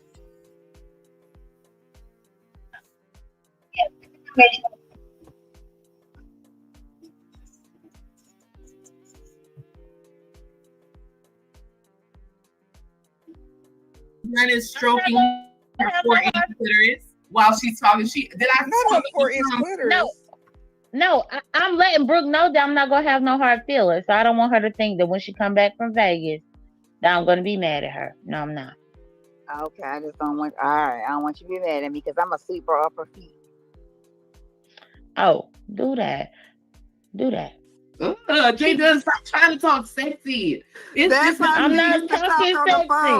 Girl, I'm not talking sexy. Yes, you are. You are trying to talk sexy. That was your sexy deserves. voice, Jay. Hold on. Oh, now you want to call me Jay. But she deserves it. Sweep her off her feet. Did you know that these people are going to be here? Did you know this? Well, let me rephrase my question. Did you? I'm telling you that these people have a date that they are going to be here, and quite frankly, I don't care what they do as long as listen. I don't want to be invited to none of this. That I don't trust none of it. I mean, I would like to meet the crew, but again, it's gonna be so crazy, and I don't trust it. Would you trust being around these people? Just a question. I wouldn't. I wouldn't do it. I wouldn't do it. See, take her wherever she want to do, whatever she want to do, take her. Let her do it. And don't forget the last line. Send me the bill, J Dunn. You gotta tell Brit to send you the bill. No, cause Malik already said no. Malik already said he gonna be there, so she could just pass the bill to Malik. He lied. Y'all is crazy. You know he did drop down. Was it in this chat or where Lemon that he is not going? I know why y'all be falling for him, trolling. He ain't going no damn where. Oh, so he did confirm that he's actually not going. Yeah, he confirmed it. But she could send him the bill first, and if Malik card decline on paying the bill, then I might consider it. I might, but send the bill to Malik first. Hold on, Miss Lady T. Hey, yeah. Send me them drops on this. Well, the link, they dropping the link in the chat. If you want to buy the drops, the link is you don't have no feedback now. But if you want to buy it, the link is in the chat. Hey, when the sky. That's what I was over here then. That's what I No. You know. No more locked doors. Woman, no more locked doors. Please. As a woman. Do you remember when Lord Karma? Do you remember when Lord Karma came over here and he was always talking about this is the beast sector? This is the beast sector. Umar boys, but you're not around the OG. This boy so hurt. You're around so the hurt trolls. up in his feelings. You're hanging around the trolls. That's what you're doing, idiot. So y'all could already see why he's so upset. And just so y'all know, Ness, if I didn't let you know, I won third place in the poker game last night, which meant I won money from the Umar boys. Who gives a fuck? Like you probably made $100. And he mad. No, my supporters cash at me every day. So, I don't have to play a poker game and end up in third place to get a couple dollars. You probably need the money because we know that your 401k is a little capped right now. I don't need the money at all. But you're bragging about $50. No, you mad about me being over there playing the damn poker game. It wasn't like I went over there and dragged you. Why would I be mad? I was just saying you were looking a little thirsty. That's all I was saying. How I'm looking thirsty for playing a game that I know how to play? Because you were the first person in the chat. Like, don't ever be the first person in the chat. Like, don't be that. Don't ever. What? Girl, please, Shakim. No. Boy, please. Boy, bye. Boy, bye. I had shared anyway, the link. I dragged so smoke. You don't even sound right. I dragged smoke when I went live, and it's on members only. So if you want to, I don't even know who Smoke is. You have to come over here to get clout. I ain't have to do shit. I had you clout crazy? before I was here, and I just added more once I got here. So I don't give a fuck what you squeeze your fat into. Girl, bye. Well, guess what? This fat that you want to call fat is actually gone in 2 weeks, and none of you hoes are gonna be able to hold a candle to me. Take your nut raw. So she said if you could take the nut raw, then you was helping her. Bitch, please.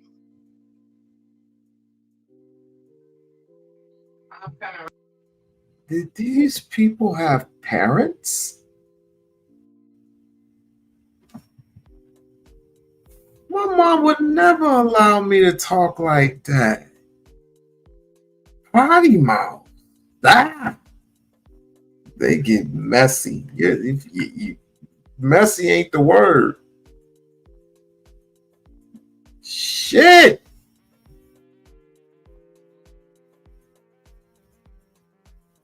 Messy ain't the fucking word. Oh, you can't. Well, I'm gonna be gone a little bit, but this shit right here. No, you don't want to introduce. And I understand if Trish is not going to be coming. I would definitely understand if Trish is not going to be coming. I totally understand it. Listen, I would prefer Trish hang out with me and Darrell if he can get here. If he can get here, cool.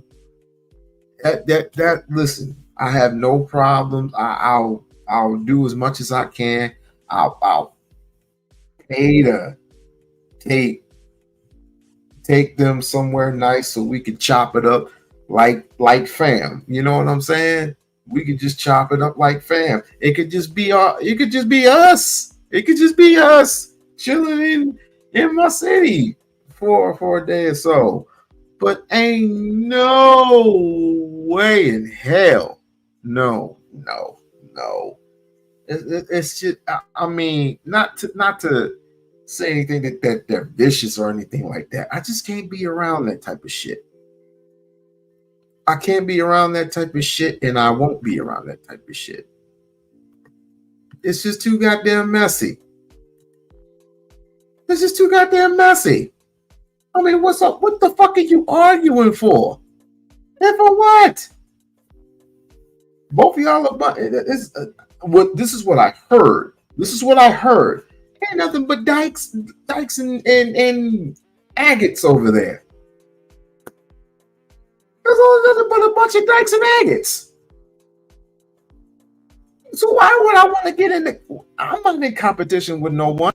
I don't owe anyone money. I don't want to get into no confrontation with none of them people over there. That's why I say hello, hi, bye. I say, where you going? I don't want that. Nah. I'm good. I'm good on me. I'm gonna kick it with the fam. You know what I'm saying? I'm just gonna kick it with the fam. You know what I'm saying?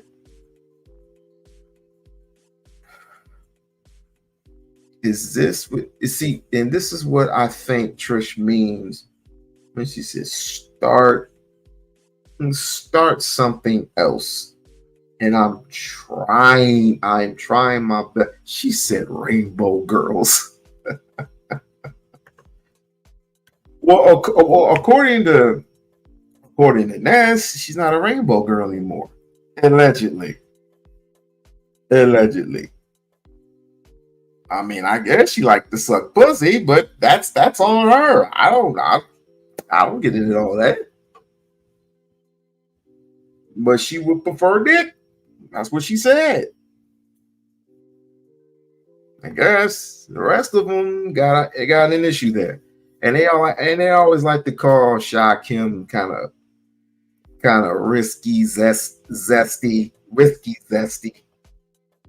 And by the way, why would Sha Kim put his whole information out there for people to want to come out there? And does he need that much attention? Yeah, anymore. That's what she said. That's what she said. I don't listen. I'm not putting words in the mouth.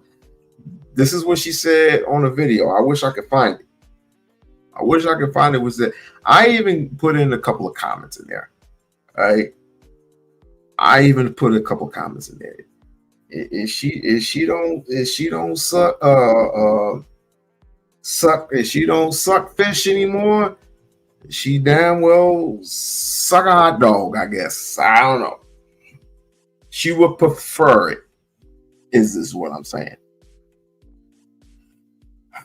But nevertheless, they're going to be coming here next month.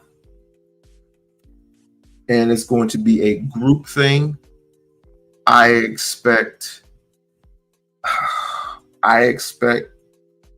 the worst to happen, even though I don't expect the worst to happen. But needless to say, I don't want no parts to it. Like I told you before, I would prefer if Lisa were to come, or Bridget, you were to come and be my security guard. You're gonna be my bodyguard for a little bit.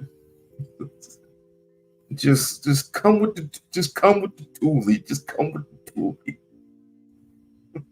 Just come with the toolie.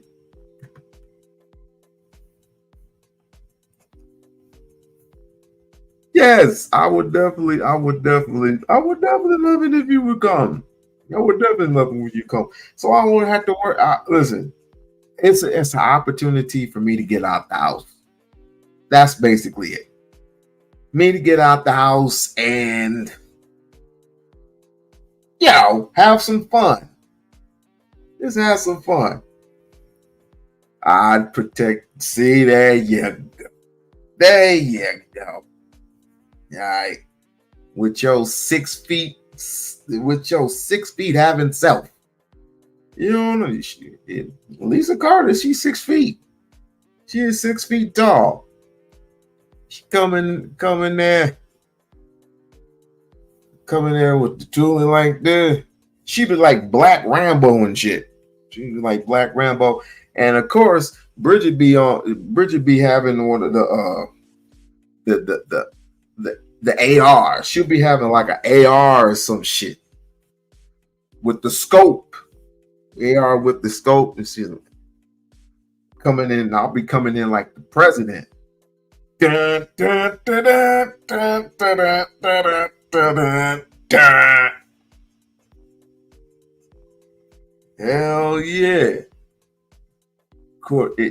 If she comes by, Trish would be coming in with her little chocolate self, and Dieterell come in and we'll just kind of become, family. We just got to find a place. We just got to find a place where we can chop it up somewhere where we can eat. I'm not going to the fucking strip. I'm not going to the strip because if I go to the strip, I know 9 times out of 10, I'm gonna knock into somebody of their own. I'm not knocking into nobody out there. No. I'm not knocking into none of them. No, ain't doing it. And I'm gonna venture downtown too. See if they're there. Downtown Fremont. I'm gonna go to Fremont to see if they're there. If they're there, I'm not going. I'm driving around in my car. I'm looking around. See, it's too expensive to go out on the strip. It's too expensive. You better off going to the Tuscany or the Blue Green Hotel. You better off going to them cheap hotels. Because everything's pretty much is getting renovated. So, and the Tropicana is no longer there. So the only thing that there is irrelevant is Excalibur in New York. Oh well. Oh, and the MGM brand. But why the fuck would you want to go to the MGM? Never mind. Don't go to the Lexor. That's all I will say. Do not go to the freaking Lexor. Because it number one, it's just weird. Just do not go to the Lexor. Yeah. And if you want to go downtown, that would be your preference. That'll be your choice. Oh well. I gotta see what it, because she already has a specific place. I'm not gonna tell you where. Trish already has a specific place. I'm not gonna tell you where. Who has the best food? I have no idea. I have no idea. See, I like to go play. Listen, back in the day when I went to the Tuscany, right? They crab legs, off the chain, off the freaking chain. Who has the best food? You're gonna have to find out, girl. It all depends on what's your pleasure. What's your pleasure? Soul food, Chinese, Italian, which? It all depends. I have not drove anybody around across town as of yet. Last time I did that, I got in trouble. They always say the same thing. Well, let's go to the dispensary. Can you take me to the dispensary, please? Okay, so I take him to the dispensary, and I gotta wait a whole damn hour. And then they finally come out of the dispensary. Well, I want to go to the strip club. I want to go to the strip club. For what? I haven't been to the strip club ever since the goddamn pandemic. And that was back in 2019, something like that. It's crazy. It's crazy out there. Oh, well, you live and you learn. Oh, well, to all my peeps out there, I'm still going to get on Tatum's ass. I'm still going to get on Jason Lee Peterson's ass. I'm still going to get on Jason Lee Peterson's ass. I'm on all these foot soldier white supremacists. Be on the lookout. Because We-On-Loc is on your neck. We-On-Loc is going to be on your neck. It's not how many subscribers I have, how many people are in the chat. It's what counts the most. What gets underneath all these motherfuckers scrawl. Until next time, all my siblings are here. My nieces and nephews are here. I'm going back to a regular life. And I suggest all of you Negroes do the same. I'm just playing. Y'all have a great night. Deuces.